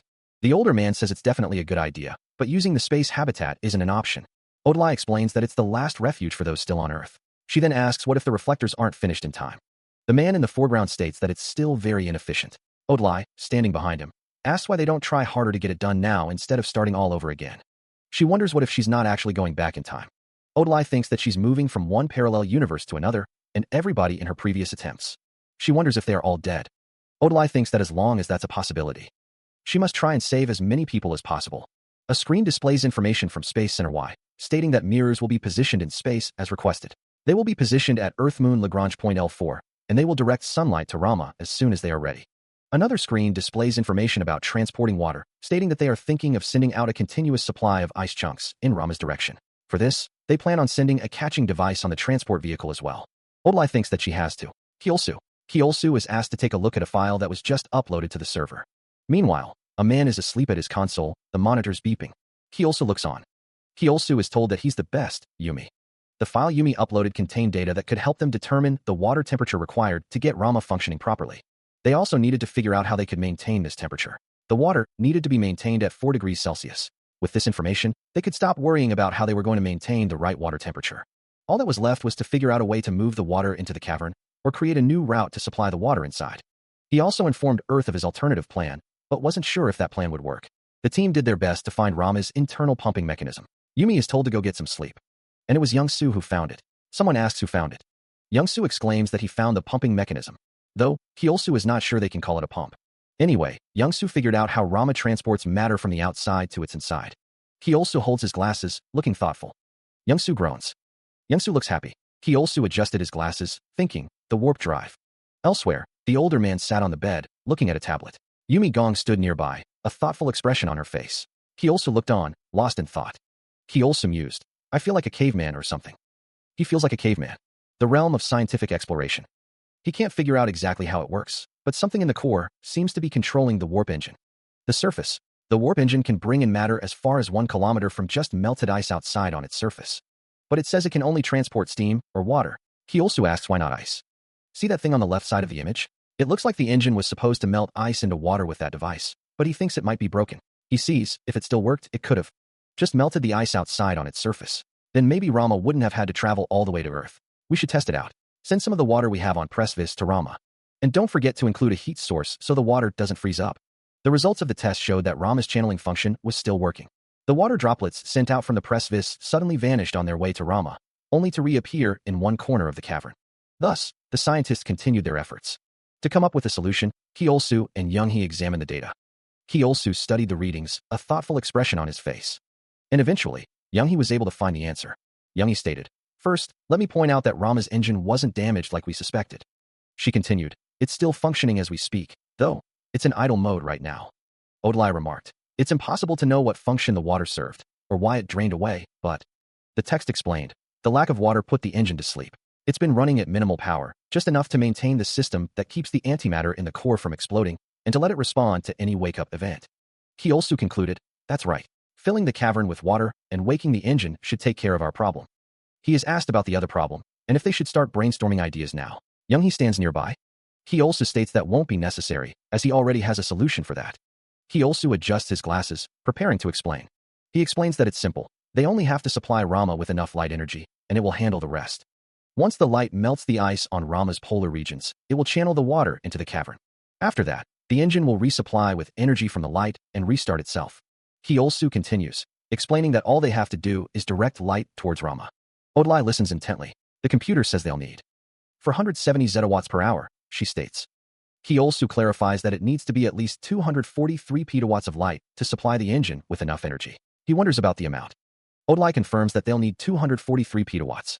An inverted view of a man with glasses is shown. The text indicates the scale of energy being discussed is in petawatts, referring to the Kardashev scale. The measurement of a civilization's technological development is based on the amount of energy it uses. No civilization can defy the fundamental laws of the universe. The more advanced a civilization is, the more energy it uses. Type 1 civilizations harness all the energy that reaches their home planet from its parent star, with energy consumption at 174 pW. Type 2 civilizations harness all the energy of its parent star, with energy consumption at 400 YW. Type 3 civilizations harness all the energy present in its galaxy, with energy consumption at 40 trillion YW. These hypothetical classifications are based on the assumption that a civilization's progress depends on how much energy it uses. According to this scale, Earth's civilization has not reached Type 1 yet, and thus falls under Type 0. Energy consumption on Earth hasn't even reached 1 petawatt. The text suggests that we might be able to gather enough energy if we positioned an Earth-sized mirror as close to the Sun as possible and directed the radiation at Rama with near-perfect efficiency. However, all that has been managed to be achieved in this life was the construction of two cylindrical structures that are no more than 80 kilometers in length and 12 kilometers in diameter. The scientists stand in the control room, the atmosphere tense with anticipation. A monitor displays complex data, the faint ding of a notification echoing in the room. The monitor displays a message. After our analysis, we have concluded that the normalization of 12/Rama is impossible. It will take a huge amount of energy, not just water, to restart Rama, and such energy is simply unattainable. The monitor displays the final verdict, and such energy is simply unattainable. Therefore, please cease all work on the space reflectors and water transportation. She leans forward, stating that they are asking to send nuclear bombs, even though the chances of success are slim. Odalai slumps over her desk, exhausted. It may be their last hope. A vehicle rattles across a rocky surface. A man with glasses looks up, wondering what to do now. The man asks what she means, questioning if she is planning on starting all over. The man with glasses stares intently. He has decided to. The man with glasses thinks to stop trying if this attempt fails. A spaceship drifts through the cosmos. An asteroid floats in space. Another asteroid drifts through the void. A spaceship flies through space. The nuclear bombs were ineffective. The spaceship continues its journey. They will head directly to Mars. A sleek, cylindrical transport craft pierces through the star-dusted void. The transport is followed by two smaller vessels, all heading towards an unseen destination. Kyosu welcomes the group, acknowledging their efforts. Welcome, guys. You all did what you could. An invitation hangs in the air. Come with me. I chose a special spot for your new homes. Kyosu gestures towards a panoramic view, leading the group into their new habitat. The others follow, their expressions a mix of awe and anticipation. A vibrant, artificial sky stretches above a meticulously crafted landscape, a testament to human ingenuity. A woman shields her eyes, marveling at the vista. What a view! The unknown older man observes the scene with a critical eye. It's beautiful, all right. Whoever designed it really did a good job. The unknown older man inquires about the artificial sky. How did you replicate the sky? The other areas have a different ceiling. He gazes at the landscape, a sense of hope washing over him. Well, I can live in a place like this and not miss Earth. What we have here is enough to help mankind get back on its feet. The unknown older man nods, a quiet affirmation of their new beginning. Yes. The group stands together, bathed in the artificial sunlight, a sense of camaraderie and purpose filling the air. He also affirms a decision. It will be sufficient. A group of people stand together, bathed in sunlight. Much remained to be done, even after the mission's failure. Policy establishment and administrative matters were more vital than ever to enable a large population to survive in a limited space. Meanwhile, the last of the evacuees safely left Earth. In the second space habitat, dubbed the Ark, they traveled a distance of about 150 million kilometers to reach Mars. Space City finally got its one and only neighbor. Three figures in spacesuits stand ready. He also shakes hands with the older man in a spacesuit, solidifying their partnership. And eventually, the day of Rama's collision with Earth arrived. A screen displays the impending collision. He is offered a beer. Someone asks who wants a beer, and another replies with thanks, stating they were getting thirsty. It's noted that beer is hard to come by here. Another asks where they even found these. The woman with short black hair pauses, asking if he brought these from the Ark the last time he went there. She wonders where he hid them, as she didn't see them anywhere. He also replies that he has his ways. He also presses a button on a device, a faint hiss escaping it. Meanwhile, on a nearby screen, a massive meteor hurtles towards Earth, a fiery tail blazing behind it. The meteor closes the distance, its red glow intensifying as it nears the planet's surface. The meteor strikes Earth, the impact point erupting in a blinding flash of light and debris. The explosion expands outward, consuming the planet in a cataclysmic wave of energy. The devastation continues, the planet engulfed in flames and shattered into fragments. The screen displays only static, a visual representation of the catastrophic event. The television in the room displays a no-signal message, the screen a stark reminder of the lost connection. The group sits in stunned silence, the static from the television filling the void as they grapple with the implications of what they've just witnessed. He now understood why he had no memories of how his last two attempts ended. The group sat together, trying to process the obliteration of Earth. The older man couldn't believe that something so small could destroy the entire planet. Yumi looked at him, A mixture of concern and disbelief etched on her face. The group continued to sit in silence, the weight of their loss heavy in the air. Earth may be gone, but they were still here. With a clack, they had to keep moving forward. Yumi wondered if they could contact the Ark. The older man assured her that everything would be fine, but they should still check in on them now that Earth was gone. They drowned themselves in beer, trying to forget the sadness. Minsu and the older man embraced, finding solace in each other's presence. With alcohol and trivial banter, they tried to lift their spirits. It felt like a mountain of work was awaiting them after this, but they allowed themselves a day to commiserate together. Empty beer cans litter a table, a testament to recent despair. A faucet drips, each drop echoing the slow passage of time. Water slides down a face, a silent expression of grief. From somewhere in the room, Kyolsu's name is called out, twice. A man in a purple hoodie exclaims that they have a problem, referring to the Arkansas Kyolsu, looking distraught, realizes they've lost everything. The man in the hoodie continues, mentioning communications with the Ark and gamma rays. He believes the gamma rays are the cause of their problems. The man explains that the explosion produced higher levels of gamma rays than they anticipated, and the walls of the space habitat won't be able to block them. He also wonders if more gamma rays are being produced because matter is colliding with the scattered antimatter. The man in the hoodie laments that they could have created an environment where pair production and annihilation occur over and over again. He doesn't think. The man in the hoodie says that they looked closely enough at the destruction of the planet. According to his calculations, they have 10 minutes before the gamma rays start affecting their bodies. He says no. Tears welling in his eyes, Kyolsu whispers that he messed up again. Standing alone in the rain, Kyolsu reflects that he shouldn't have given up, no matter how hard it got, if he wanted humanity to live on. He reflected on his past failures. If Kyolsu wanted to survive, he shouldn't have stopped looking for a solution. The older man paused, then yanked a towel off the rack. He tossed the towel aside. In your next life. The man insisted that they needed to go beyond their solar system. Kyolsu countered that inside their solar system would have been safe. The older man stated that there was no other way. They needed to build a spacecraft and go far outside their solar system. The man continued, saying they should use that to go somewhere like Alpha Centauri. If they were successful, the engine would help them travel at 10% of the speed of light. The man admitted he didn't know if they'd find habitable land out there, but they could always gather resources and continue on until they found a good place to live, adding that they were bound to come across something. The man thought of Youngsu's skills as an astronaut and Yumi's knack for making money, adding research. The man dried his face with the towel, saying he was sure Kyolsu could do it. He emphasized that they should make full use of everything they had. The man urged Kyolsu not to let this experience be in vain. Kyolsu's expression is one of concern. One of the people on the couch says, "Thank you." Another responds, "Everybody." The man from the first panel is shown again, followed by a scene of him with a woman. A man nods, sitting on a couch. The man nods again, followed by a close-up of his eyes. The man appears woozy. A close-up of the man's eye. Someone is feeling queasy. Chirping sounds fill the air as the world is seen through closed eyes. The chirping continues as the perspective shifts, showing a glimpse of a room and a figure sitting on a bed. Kyolsu, now dressed in a school uniform, stands before a window, the light casting long shadows. This time, Kyolsu remembered everything. He retained almost all of his memories. Was this because he died outside of Rama's impact range? Was dying so close to the collision the reason why he only retained vague memories of his previous lives? The cause of his time loop was actually hindering him instead of helping him. A different phenomenon, separate from the collision, was behind his time travel, and a lot of his memories faded during the process because of the flow of spacetime. Kyolsu mumbled, realizing it was a stumbling block all along. A female student asked Kyolsu what he had said. He replied that it was nothing, then asked where he was. Kyolsu realized that was right. He declared that was his plan.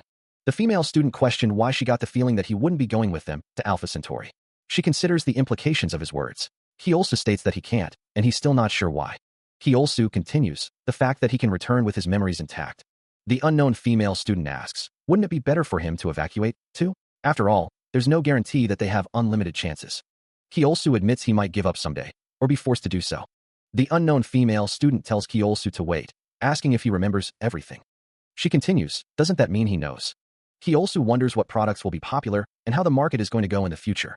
The two continue their discussion, the air thick with unspoken questions. She whispers into Kyolsu's ear. The title card reads, The 10th Life. The team gathers, and Kyolsu begins. The plan failed, but we made promising strides. Taiku successfully invented the gas core engine, and we managed to build a migrant fleet that housed a total of 100 people. Taiku smiles. I think our final goal may be the ramjet engine. I knew I could do it. That's tech for you. Minsu reports, and Minsu, you successfully developed an enzyme that reduced cellular metabolism by 30% during cryogenic sleep. The lengthening of telomeres repeatedly resulted in cancer. Younghee adds, as for aging, we saw some success synthesizing the NAD in cells, but it proved ineffective in prolonging life. And Younghee, it was impossible to bring you guys with me to the past using brain. Younghee looks disappointed. Really? So it's impossible. Besides that, They also failed to recruit more people to the team. As for the laser, the team sits around the table, listening intently. Minsu looks down. Not much changed from the last attempt. We made no progress on the telomeres, and we failed to miniaturize the anti-aging device. The team's efforts to expedite technological advancement, including the datafication of the brain, have failed. Their attempts at spreading prophecies also fell short. The team gathers for another meeting, designated as the 12th life. Minsu reflects on their repeated failures. The laser they developed was weaponized. The team gathers again. One of them states that the only thing worth mentioning is that they failed again. Minsu realizes that this is related to his time loop. The date he returns to seems to skip ahead 3 months each time, but the distortion. By the destruction of Earth.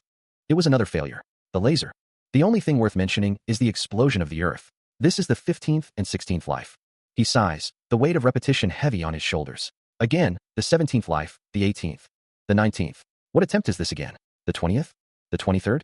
He doesn't remember what he told them the last time. Did he already tell them this part? It feels like he's summarizing what he already told them. The unknown female student wonders if she is even in a time loop anymore. How many times have they had this meeting? 10. No, wait, 13? No. He can't. Give up now.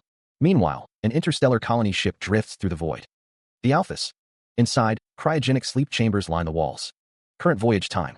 40 years pass. The interior of the space station hums with a low, constant thrum, the only sound in the otherwise silent chamber. Kyosu lies still within his cryogenic pod, the display indicating the current voyage time. 40 years have passed. The realm of scientific exploration awaits. The pods hiss as they begin to open. The team slowly awakens from their long slumber. Kyosu sits up, rubbing his eyes. He feels woozy, like a bad hangover. He finds it's better than expected, though. Just a little stiffness, like he's been sleeping in a bad position. Has it really been 40 years? Because he feels like he just woke up from a nap. The clock clearly says 40 years, but they haven't aged a bit. The team makes their way down the sterile corridors, feeling hungover. A video message has arrived. The video message begins. He hopes Dr. Kong is well, stating that many years will have passed by the time the message is seen. The man in the video continues, recalling when they left for Alpha Centauri on board the Alphas. Dr. Kong thought they had evacuated on time. He deeply regrets delaying the construction of the spaceship, despite their warnings. The gamma rays were far more powerful than he expected. He shouldn't have redesigned it to house as many people as possible. His decisions have cost them their lives. Still, Dr. Kong takes solace in the fact that they and those aboard the Alphas have survived. It comforts him to know that humanity still has a chance of going on. He wishes them all the success, then dismisses the need for his well wishes. The message was not a surprise. Even if he had remained on Earth to help Daniel with the construction of the spaceship, it still would have failed. It was the outcome he had seen through the numerous repetitions. A door opens with a mechanical whir. The view shifts to the ship's bridge, looking out at Proxima B. Proxima B was an exoplanet that looked like a capsule ball from a gacha machine. The side facing its host star, Proxima Centauri, was covered in steaming oceans and red deserts, while the side facing away from the star was covered in ice. The ship approaches its destination, Proxima B, entering a strong magnetic field. The planet's surface does not initially appear to differ much from their expectations. Crew members in spacesuits stand outside a structure. Or so they thought. A massive volcanic eruption explodes on the planet's surface. Inside the ship, the crew monitors the situation. He also looks on with concern. The crew sits at their stations, observing the unfolding events. A crew member cries out in alarm. Oh no! A message flashes on the screen. Do you read me? Report. Several crew members rush down a corridor, attending to an injured colleague. Someone asks what happened. Another replies that Minsu is injured, but it's not too serious. The planet's surface is cluttered with massive volcanoes that erupt on a regular basis. Minsu reflects that they thought Proxima B would be a paradise. The planet hangs in the void, deemed unsuitable for human survival. Thus, the journey continued to the third planet around Alpha Centauri B, also known as Alpha Centauri BD. 2 years and 5 months later, the ship approaches Alpha Centauri B. As with the attempt at Proxima B, the next move was exploration and research. However, the briefing on Alpha Centauri B begins. The existence of 4 planets orbiting the star has been confirmed, and there is nothing unique about the asteroid belt in this star system. The planets are briefly described. The first planet, BB, is too close to the star, as expected. It is an arid planet very much like Mercury. The second planet, BC, is shown. The third planet, BD, is orbiting within the Goldilocks zone. However, data shows that it has 3/10 of the Earth's mass and is only about 4/10 of the Earth's size. Furthermore, it has no atmosphere, making it impossible to settle on its surface. As for the third planet, BD, reports indicate that it is habitable. The average temperature is -60 degrees Celsius, but it is possible that water is present beneath the surface, if resources can be found there to serve as fuel. The crew murmurs, observing the planet on the screen. It looks completely frozen. One wonders if they can even build on such a planet. Murmurs fill the air as the crew discusses the situation. The woman with blonde hair doesn't seem to think much of it. Odlai states that colonization is possible, her expression serious. Elsewhere, a group sits at a long table, listening intently to the discussion. Daniel chuckles softly, a hint of amusement in his eyes. Two figures stand in the background, observing the proceedings. Concern etched on their faces, two men exchange worried glances. Someone asks Kyolsu if he is okay. He replies that he is fine, explaining that he was just laughing at the absurdity of it all. The group at the table continues to listen, their expressions unreadable. Kyolsu is asked who someone is, his brow furrowed in confusion. The man looks to the side, his expression thoughtful. A close-up reveals the man's eyes behind his glasses, his gaze intense. A group of people surrounds a seated figure, their faces obscured in shadow. He outlines the situation, explaining that they are now left with two choices. The first is to roam from galaxy to galaxy with no particular destination. The second is to live in space, relying on planets like Alpha Centauri to sustain them. A voice from the shadows expresses a desire to hear everyone's opinions on the matter. A figure at a podium asks if this means they are not going to Alpha Centauri. A voice responds in the affirmative, explaining that they have concluded that none of the 4 planets orbiting the star are habitable. The figure at the podium questions the blackbody radiation measurement, which showed that AC's average temperature was 35 degrees Celsius. The voice responds that considering how the blackbody radiation measurement of Venus showed an average temperature of 30 degrees Celsius, the data is hardly reliable. A disembodied voice states that they have a question that is not related to prospective planets. The voice is told that is all right, and they can ask their question. A woman asks why they are opting to live in space instead of looking for a new planet to colonize. Kyolsu, his brow furrowed, states that it is because they have concluded that none of the 4 planets orbiting the star are habitable. A voice states that exploration was the original goal of this mission. A desolate, red, rocky landscape stretches out, illuminated by crimson light rays piercing through the atmosphere. A figure wearing glasses gently embraces another, offering solace and comfort. A text bubble nearby reads, "This is because." A sleek spaceship glides through the vast expanse of space, a beacon of hope amidst the stars. A nearby text bubble declares, "We are the last remnants of humanity." The explanation begins. The remnants of humanity drift through the cosmos. Kyolsu apologizes for his delayed honesty. Kyolsu admits he kept the truth hidden. He explains his fear that the truth would jeopardize their mission. Kyolsu reveals the devastating truth. A collision with an alien spacecraft filled with antimatter led to the annihilation of the human population remaining in the solar system. They are the only survivors. The reason they survived is because they left the solar system early enough. Kyolsu taps on a tablet, preparing to share the evidence. Kyolsu acknowledges the difficulty in believing this revelation, but insists on its truth. Kyolsu announces that he has uploaded the proof to the server, urging everyone to examine it. The room buzzes with murmurs as the meeting progresses. The murmuring continues around the long conference table, the attendees absorbing the gravity of the situation. Kyolsu addresses the room. He states that they will reconvene the meeting at the same time tomorrow, and that he would like to hear their thoughts. The murmurs persist as the attendees begin to disperse. He walks away from the conference room, his expression unreadable. The doorway looms ahead. A hand reaches out, grabbing the door. Kyolsu continues walking, unaware of the person following him. His footsteps echo in the sterile corridor. The older man covers his face, a grave expression etched upon it. He says that they've all seen the message from Earth. The older man, addressing Kyolsu Kong, asks if he anticipated all of this would happen. The murmuring continues in the background. Kyolsu simply replies, "Yes," his tone measured. Murmurs fill the room as the attendees question the situation. One asks how he knew, while another wonders how this could be. Kyolsu explains that they secretly worked with the ISDC because Earth would collide. The result was to evacuate as many people as possible out of the solar system. A man questions why they didn't warn the public in advance if they already knew Earth would be destroyed. He asks why they only shared this information now. The older man explains that a warning to the public would have been pointless. He adds that he already knew how the future would unfold, though they probably won't believe him. He also states that it depends on his decision, and he swears to them that he will warn the public. The result, he says, is that advance never went well. He also says that's not what's important right now. Instead, he'd like to hear their opinions and come to a consensus on the next best course of action. The screen displays the results of the poll. The poll shows that 32% voted to remain, 6% voted to leave, and the rest abstained. The poll results show stay and didn't vote. He also takes this to mean that those who abstained are fine with either decision. The room is silent as the attendees consider the poll results. He also thinks to himself that this is how it is. He supposes it's understandable since they just learned that Earth is gone. A hand is raised, seeking permission to speak. The room is filled with the team, awaiting the next course of action. Yumi Gong, Director of Resources, speaks up. She requests permission to speak freely, believing the captain has overlooked something. He also grants her permission. He also looks on, curious.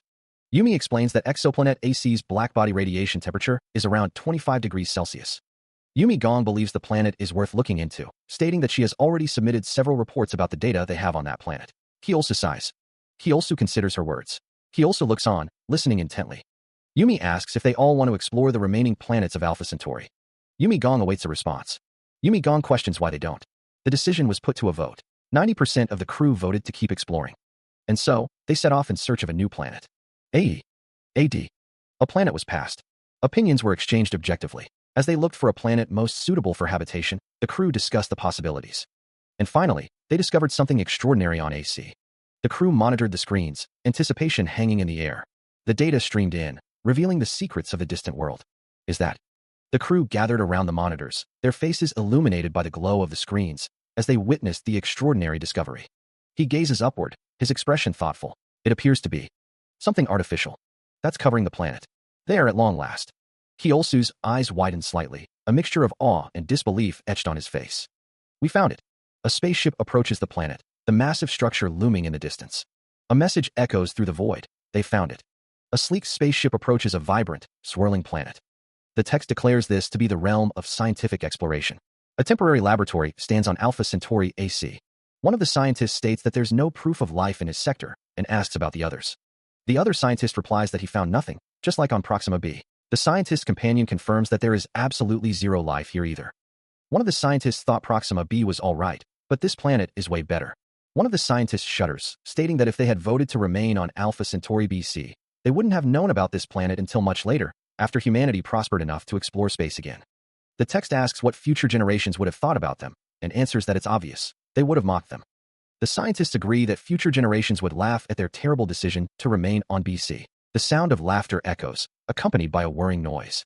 If everyone is done with the analysis, Kyosu says, "Guys." A voice suggests, "Let's go exploring."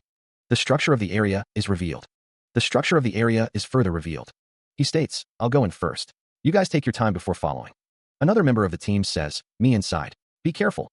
Dennis says, "There could be a security system in place to ward off intrusion." Another team member responds, "Don't worry." From above, a team member says, "I'm sure everything will be fine." Kyosu continues forward. He looks ahead. His eyes narrow. Suddenly, Kyosu lurches forward, falling. A sudden thump echoes as he plummets downwards, the gravity having shifted without warning. Inside his helmet, Kyosu grunts in pain. What had changed so suddenly? Kyosu lies sprawled on the ground. A voice calls out, asking if he is okay. Upside down, Kyosu replies that he is fine. Yumi Gong assures him that it's nothing to worry about. Dennis asks if he is sure he is alright. Kyosu realizes that the gravity must be the reason. Dennis laughs, then asks what Yumi is looking at. Yumi asks if he found something. The screen shows a passageway.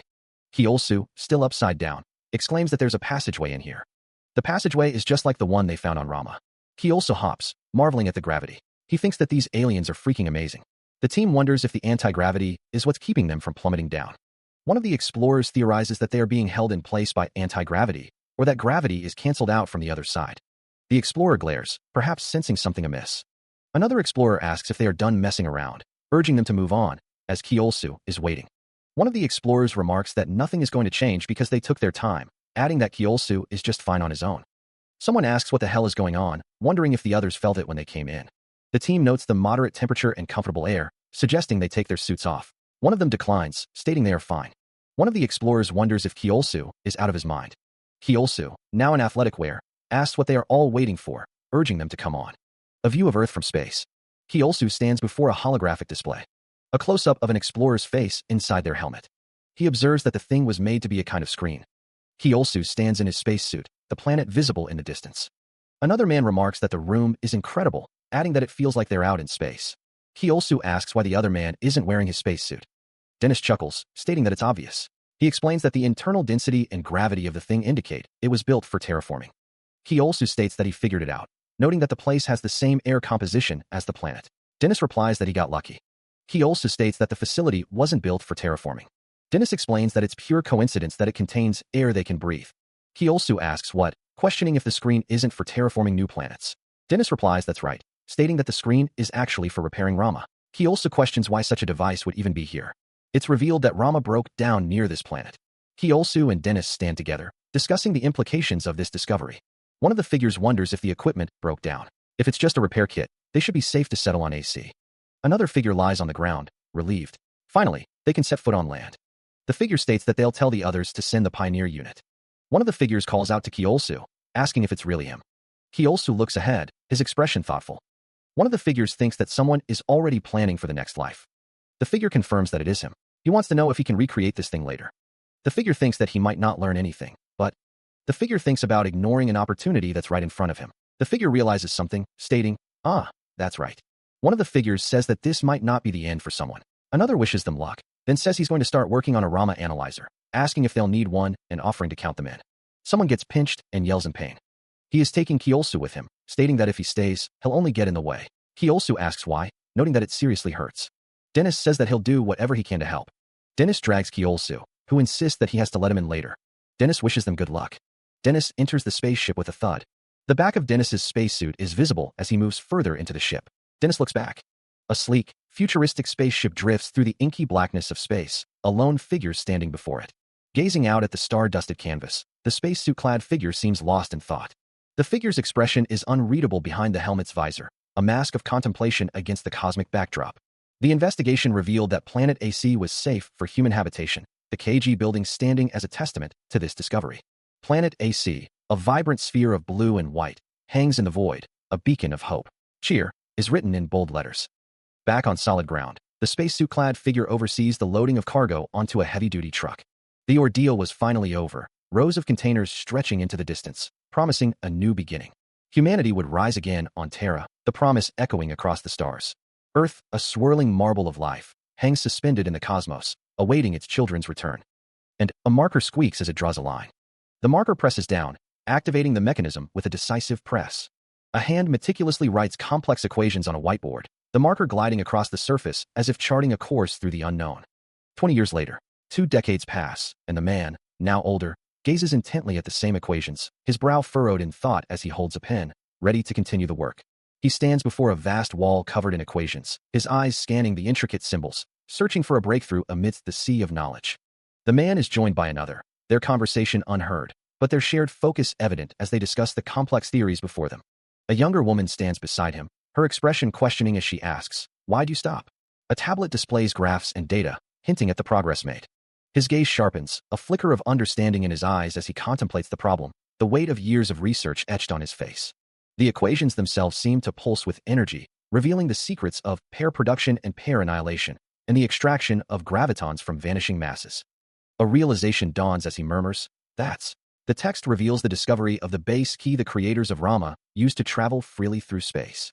He stands alone in a vast chamber, the walls adorned with intricate diagrams and equations, a testament to his relentless pursuit of knowledge. "I've finally," he thinks. A breakthrough. The culmination of years of research, the moment of discovery echoing in his mind as he declares, "Figured it out." He is surrounded by colleagues, their faces a mixture of awe and excitement as they stand within the chamber of equations, witnessing the dawn of a new era. Then, his expression is thoughtful, a hint of uncertainty in his eyes as he contemplates the implications of his discovery, the future stretching before him like an uncharted galaxy. The man with glasses asks, his expression serious, "Are you heading down to the surface now?" The man's gaze is cast downward, his brow furrowed in thought.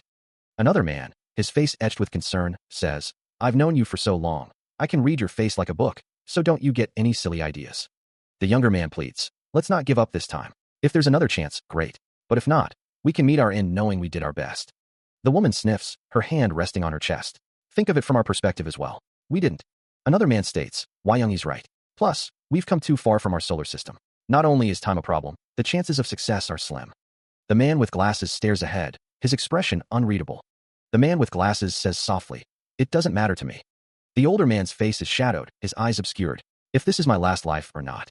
The older man continues, his expression grim, "And I'm also not sure if spending the rest of my life here is the better choice." The woman declares, "That's why I want to return to our solar system." The older man's face is filled with anguish as he asks, "Why?" The space-time coordinates have become distorted, and pretty much everything there is probably destroyed. Kyolsu pauses, a thoughtful expression on his face. There's something he wants to confirm. The stained glass window casts a soft glow, illuminating the room. This could be an opportunity for us in this life as well. If his theory is correct, humanity might be able to return to our solar system with Venus as our new home. The group listens intently as Kyolsu speaks. Equations and diagrams cover the walls, a testament to their research. Kyolsu strokes his chin, lost in thought. Kyolsu poses a question, his brow furrowed. "What about the problem of age? How will you survive the long journey back? Even cryogenic sleep has its side effects. If that's the risk," Kyolsu declares, "I must take to go. Then so be it." Kyolsu sighs, the weight of the decision heavy on his shoulders. Kyosu gathers the group. Gather around, guys.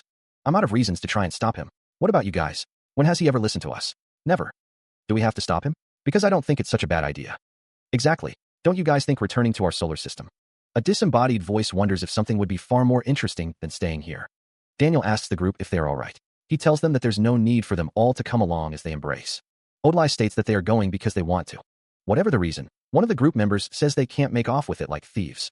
He tells them to wait until the next line. Another member asks about the nano pattern for crystal growth that was mentioned. A voice says that they have to go down to the surface to make that, don't they? Another voice responds that they don't know, and that it's barely running at 45 nanometers right now. Odlai says that she'll look into ways to reduce the side effects of cryogenic sleep.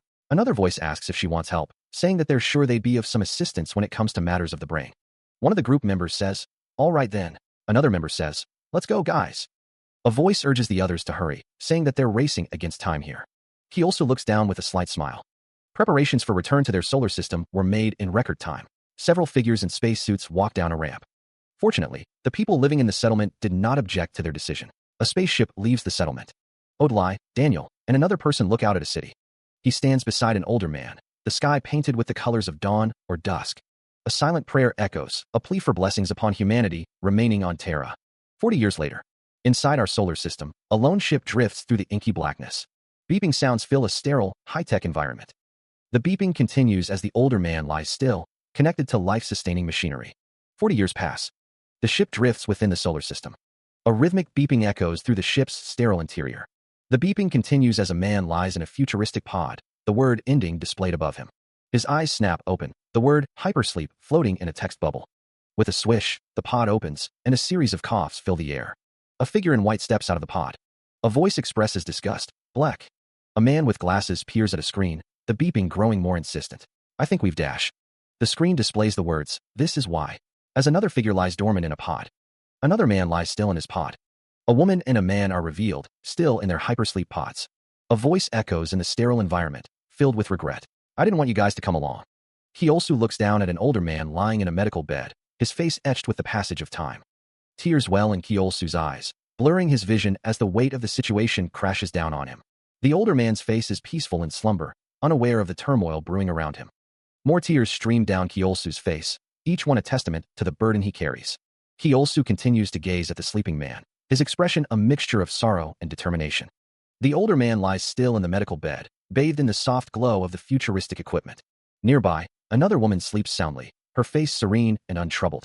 The older man remains in his slumber, oblivious to the passage of time and the emotions swirling around him. Kyolsu stands between the two sleeping figures, his gaze shifting between the older man and the woman, a silent promise forming in his heart.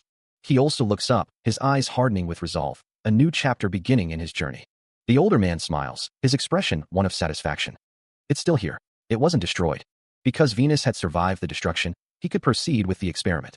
The results were extremely encouraging.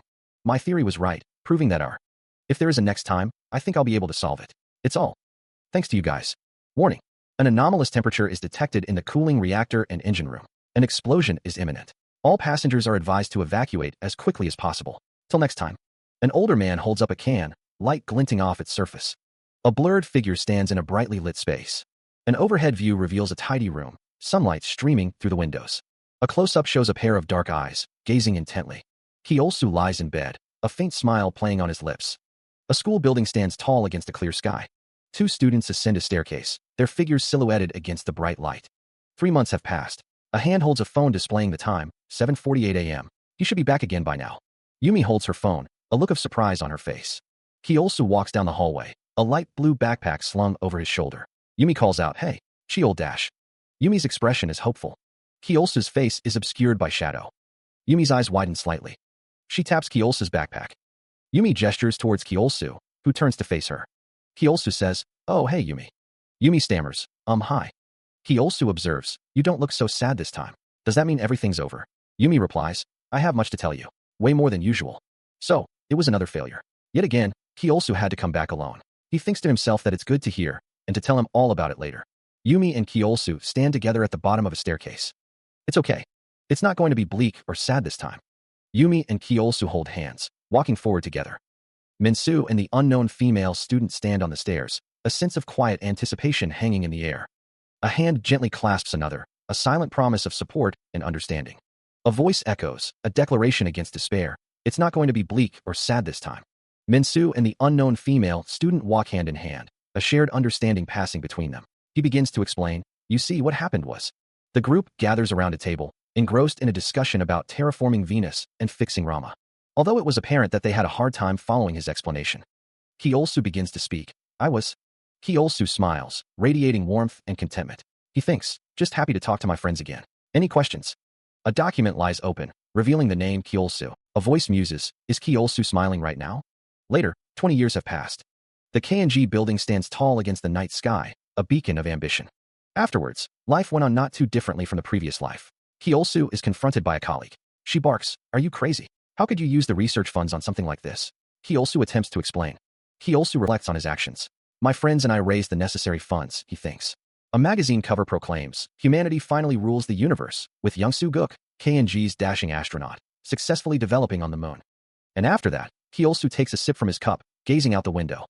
We immediately moved on to developing on Venus. A news report questions, why Venus and not Mars? The report states that K&G's unrivaled progress leads to unparalleled rise in stock prices, because Venus is surprisingly habitable as well. The woman with the short bob remarks, looks like everyone's confused by the news. Kyosu replies, really? In a control room, a technician thinks, I wonder how they'd react if they knew the truth. The technician continues, the Aegis ray is in position. Checking system before rotation. No problems detected. System is ready. Inside a launch facility, a figure in a spacesuit sits in a chair, ready for launch. A voice asks, shall we commence? Kyosu stares intently, his expression unreadable. Kyosu states, commence. Inside the space station, a device is activating. A beam of light shoots out from the device. The beam hurtles towards a distant planet. The planet's surface is now covered by a glowing, hexagonal grid. The hexagonal grid shimmers across the planet's surface. The planet glows with an artificial structure. Kyosu looks on, uttering a surprised, whoa. He observes, it really worked. The unknown female student types at a console, questioning. The whole thing is just a repair station and not a terraforming tool, right? Youngsu sits in a chair, remembering. I remember you said that Rama was coming to Earth in search of water at a suitable temperature. Do you think it mistook Earth as having this kind of repair station? He adds, perhaps, but I can't be sure. A stark statement echoes. One thing is for certain though. Rama will be coming. Kyosu stands, looking out at the planet. The unknown female student sits at her console, thinking, soon. What followed remained largely unchanged. Back on Earth, the commotion surrounding the development on Venus had subsided.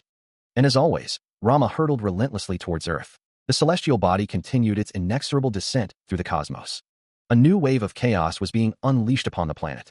The message spread, Rama is here because of humanity's sins. Meanwhile, religious zealots took to the streets, their signs proclaiming the coming judgment. They insisted that this was the only path to salvation, condemning the ISDC and K&G's attempts to defy God's will. Elsewhere, a city at night echoed with an unsettling howl, a symphony of urban dread. The older man, his face etched with worry, declared, as I'm sure you are aware, humanity is in grave danger. We are in dire need of your help. Kyosu assured him, I assure you that Rama won't be colliding with Earth. The man named Kyosu stated with grim certainty, it's Rama. And so, a spaceship approaches a large, rocky asteroid in the vast expanse of space. Kyosu remarks that they've been talking about it the whole time. Radamantis states that the thing is freaking. Odlai observes that it is massive. The spacesuit man declares that it's time. Radamantis responds affirmatively, tapping on a screen to initiate incident energy waveform conversion. Another man announces that the conversion is complete, starting space distortion. A visual representation of the space distortion appears, showing a warped and shimmering effect. He also confirms that space distortion is confirmed and no anomalies are detected. He notes that the target range is reached in all areas. Odlai states that they are targeting Rama for gravitational lensing. Radamantis confirms the targeting. The space suit man and another person stand in front of a window, observing the events unfolding in space. The side of Kyosu's face is visible, his glasses reflecting the light. Kyosu looks up, a concerned expression on his face. A voice commands, activate Aegis. Below, a hexagonal energy field activates, a beam of blue light shooting upwards. The beam of energy continues its ascent. The beam of energy continues its ascent, piercing the darkness. A massive impact occurs, sending debris flying outwards. Chunks of rock and ice break apart. The debris continues to crumble. An older man shouts, Arg, guys, that thing, it's getting smaller. Another team member exclaims, but its orbit and speed aren't changing. Is this really going to work? I didn't think the impact would reach us. The room shakes violently. Kyosu braces himself against the shaking. Kyosu shouts, keep shooting. We have to keep supplying Rama. A mechanical device spins rapidly, the text above it indicating it will soon function independently. A red light flares from the center of the device. Rama drifts through the inky blackness of space. A hexagonal structure glows with a faint blue light. The woman urgently demands that the ray be stopped. The woman asks if Rama is steering itself. The man confirms that it is. He also looks on with concern. Rama continues its silent journey through space. The ship continues its approach, prompting a startled exclamation. A voice urgently reports that the object is attempting to attack. A blinding flash of light erupts. The flash intensifies, blurring the scene below. A blinding flash erupts, signaling the experiment's activation. The facility blurs, the air shimmering with unseen energy as the experiment takes hold. Kyeolsu peers down, his expression a mix of anticipation and apprehension. A beam of pure energy pierces the darkness, a testament to the power unleashed. Kyeolsu watches, his hand raised as if to grasp the impossible. Daniel stares, a soft escaping his lips as he witnesses the unfolding phenomenon. Odlei's eyes widen, a question forming on her lips. Did we just succeed? Yumi, fingers flying across the keyboard, stammers. Did we? Did we pull it off? Multiple beams of energy ascend, reaching towards an unknown destination. The energy coalesces into a brilliant, concentrated point of light. The team erupts in cheers, their faces alight with triumph. We did it. He is congratulated with a pat on the head. The team exclaims that they finally did it. Another team member tells him that he did great. Kyeolsu replies, you really? The team gathers for a group hug. Tears stream down Yumi's face. Daniel comforts her, patting her on the back. The team huddles together, one of them saying that they couldn't have done it alone. A shooting star streaks across the night sky, a symbol of their collective achievement. The voice of Radamantis echoes, stating that it was not possible without all of them. In the streets, a reporter announces that a miracle has occurred, as crowds celebrate. The news spreads. The asteroid, Rama, which was threatening to destroy mankind, has been redirected. Joyous celebrations are held all over the world. The news reports that Rama will soon be out of our solar system, on its current course. The crowd rejoices, holding a sign that reads, we survived. It will no longer be a danger to Earth. Everyone breathes a sigh of relief, knowing Earth is safe. Kyeolsu smiles widely, the relief evident on his face. That's right, they can all breathe easy now, as fireworks light up the sky. Confetti rains down on the city, the word cheer emblazoned on a nearby building. The world owes this miracle to Dr. Kong and his team. The news broadcasts joyous celebrations held all over the world. A voice from the television says, thank you, while another mutters, humph, clearly unimpressed. The television announcer declares that they have done a great service to mankind. A man presses a button, thinking that if they're grateful, they should have thrown them a huge party or something. One of the men asks what the hell this is. Another man asks why they should be grateful, wondering where the expensive whiskey is. One of the women exclaims about the whiskey, wondering where the steak is. Another woman says that today's the day she finally buries him. A man laughs, apologizing for that, saying he just really wanted to have a beer with them. A man smiles, holding 2 cans of beer. In a small, private setting like this, Daniel wonders if Kyeolsu fathoms their situation. Odlai remarks that it's not like they're broke college students. Daniel suggests they could have gone out. Odlai asks if Kyeolsu wants to eat out now. Daniel suggests they could have at least gone out for pork belly barbecue, but Odlai says they'd be mobbed on the streets. Odlai laughs, stating that they've just saved Earth. By the way, Odlai asks Kyeolsu what his dream is. Kyeolsu is watching the conversation. The group sits around the table. Daniel states that they've all accomplished theirs. Yumi became the CEO of the greatest company in Korea. Minsu researched and developed cultured meat, artificial cells, and anti-aging. Youngsu has flown all over space. Kyeolsu answers that his dream is technology. Taiku developed the gas core engine and got a chance to terraform a planet, thanks to Kyeolsu. Kyeolsu wonders if he didn't also fulfill his dream, as his goal was to stop Rama, after all. Minsu wonders if goals and dreams are different, and says he really can't. Someone jabs another person. Odlai tells Kyeolsu to come on and asks if he doesn't have any other dreams. Kyeolsu says he just wants to enjoy this moment with her. A loud thwack echoes. Someone groans in pain, feeling the sting of a blow. Daniel wonders what would happen if his time loop didn't end with this life. He doubts that would happen, but if it did, he'd just try to live a different life each time. Daniel realizes that the thing that's been tormenting him wasn't the time loop after he stopped the asteroid. Odlai understands now that the question about saving him was only worth 4 points. There was a good reason for it. Kyeolsu asks what she's talking about, wondering if she remembers. It's revealed that Kyeolsu's name appeared in a weird science question in one of their workbooks back at school. The group laughs, remembering how they put Rama into the question and had a good laugh about it. The science question is shown. Kyeolsu is observing the asteroid Rama from Earth. Rama is hurtling toward Earth at the speed of 17.5 kilometers per second and is continuously accelerating. Save Kyeolsu. For points, Taiku even added an illustration. Odlai remembers now. If saving Kyeolsu was worth 4 points, what about the remaining 96 points? Daniel states that it's obvious. It's for saving the rest of them and Earth. That was the hidden question inside the question. Someone wonders if that means they finally get a 100, now that they're here with all of them. Standing close to a woman, he hears her say, "You bet." The group gathers to celebrate Kyosu's perfect score. Someone says, "Let's celebrate your perfect score. Come on, raise your beers." A hand holds up a can of beer. A voice declares, "To Kyosu, who's worth 100 points." The group raises their beers in a toast to Kyosu. Kyosu, blushing, asks, "Huh? Did I?" He then says, Whatever. Let's just go with it."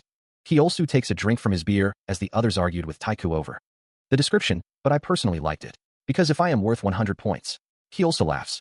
It means my friends all deserve 100 points for saving me. And at that moment, it finally dawned on me. Kyosu looks at his beer and thinks, "Oh, I have achieved my dream." Though I've never thought about it. It finally dawned on him that this was the dream he had been harboring in his heart. He wanted them to know that it was them who saved him. Thank you for joining me on this journey, my friends. Thank you for saving me. The beer tasted extra sweet today, which was a relief. Kyosu holds up a beer can, stating it's a relief because he had to drink quite a bit. A close-up of Kyosu's face shows him smiling.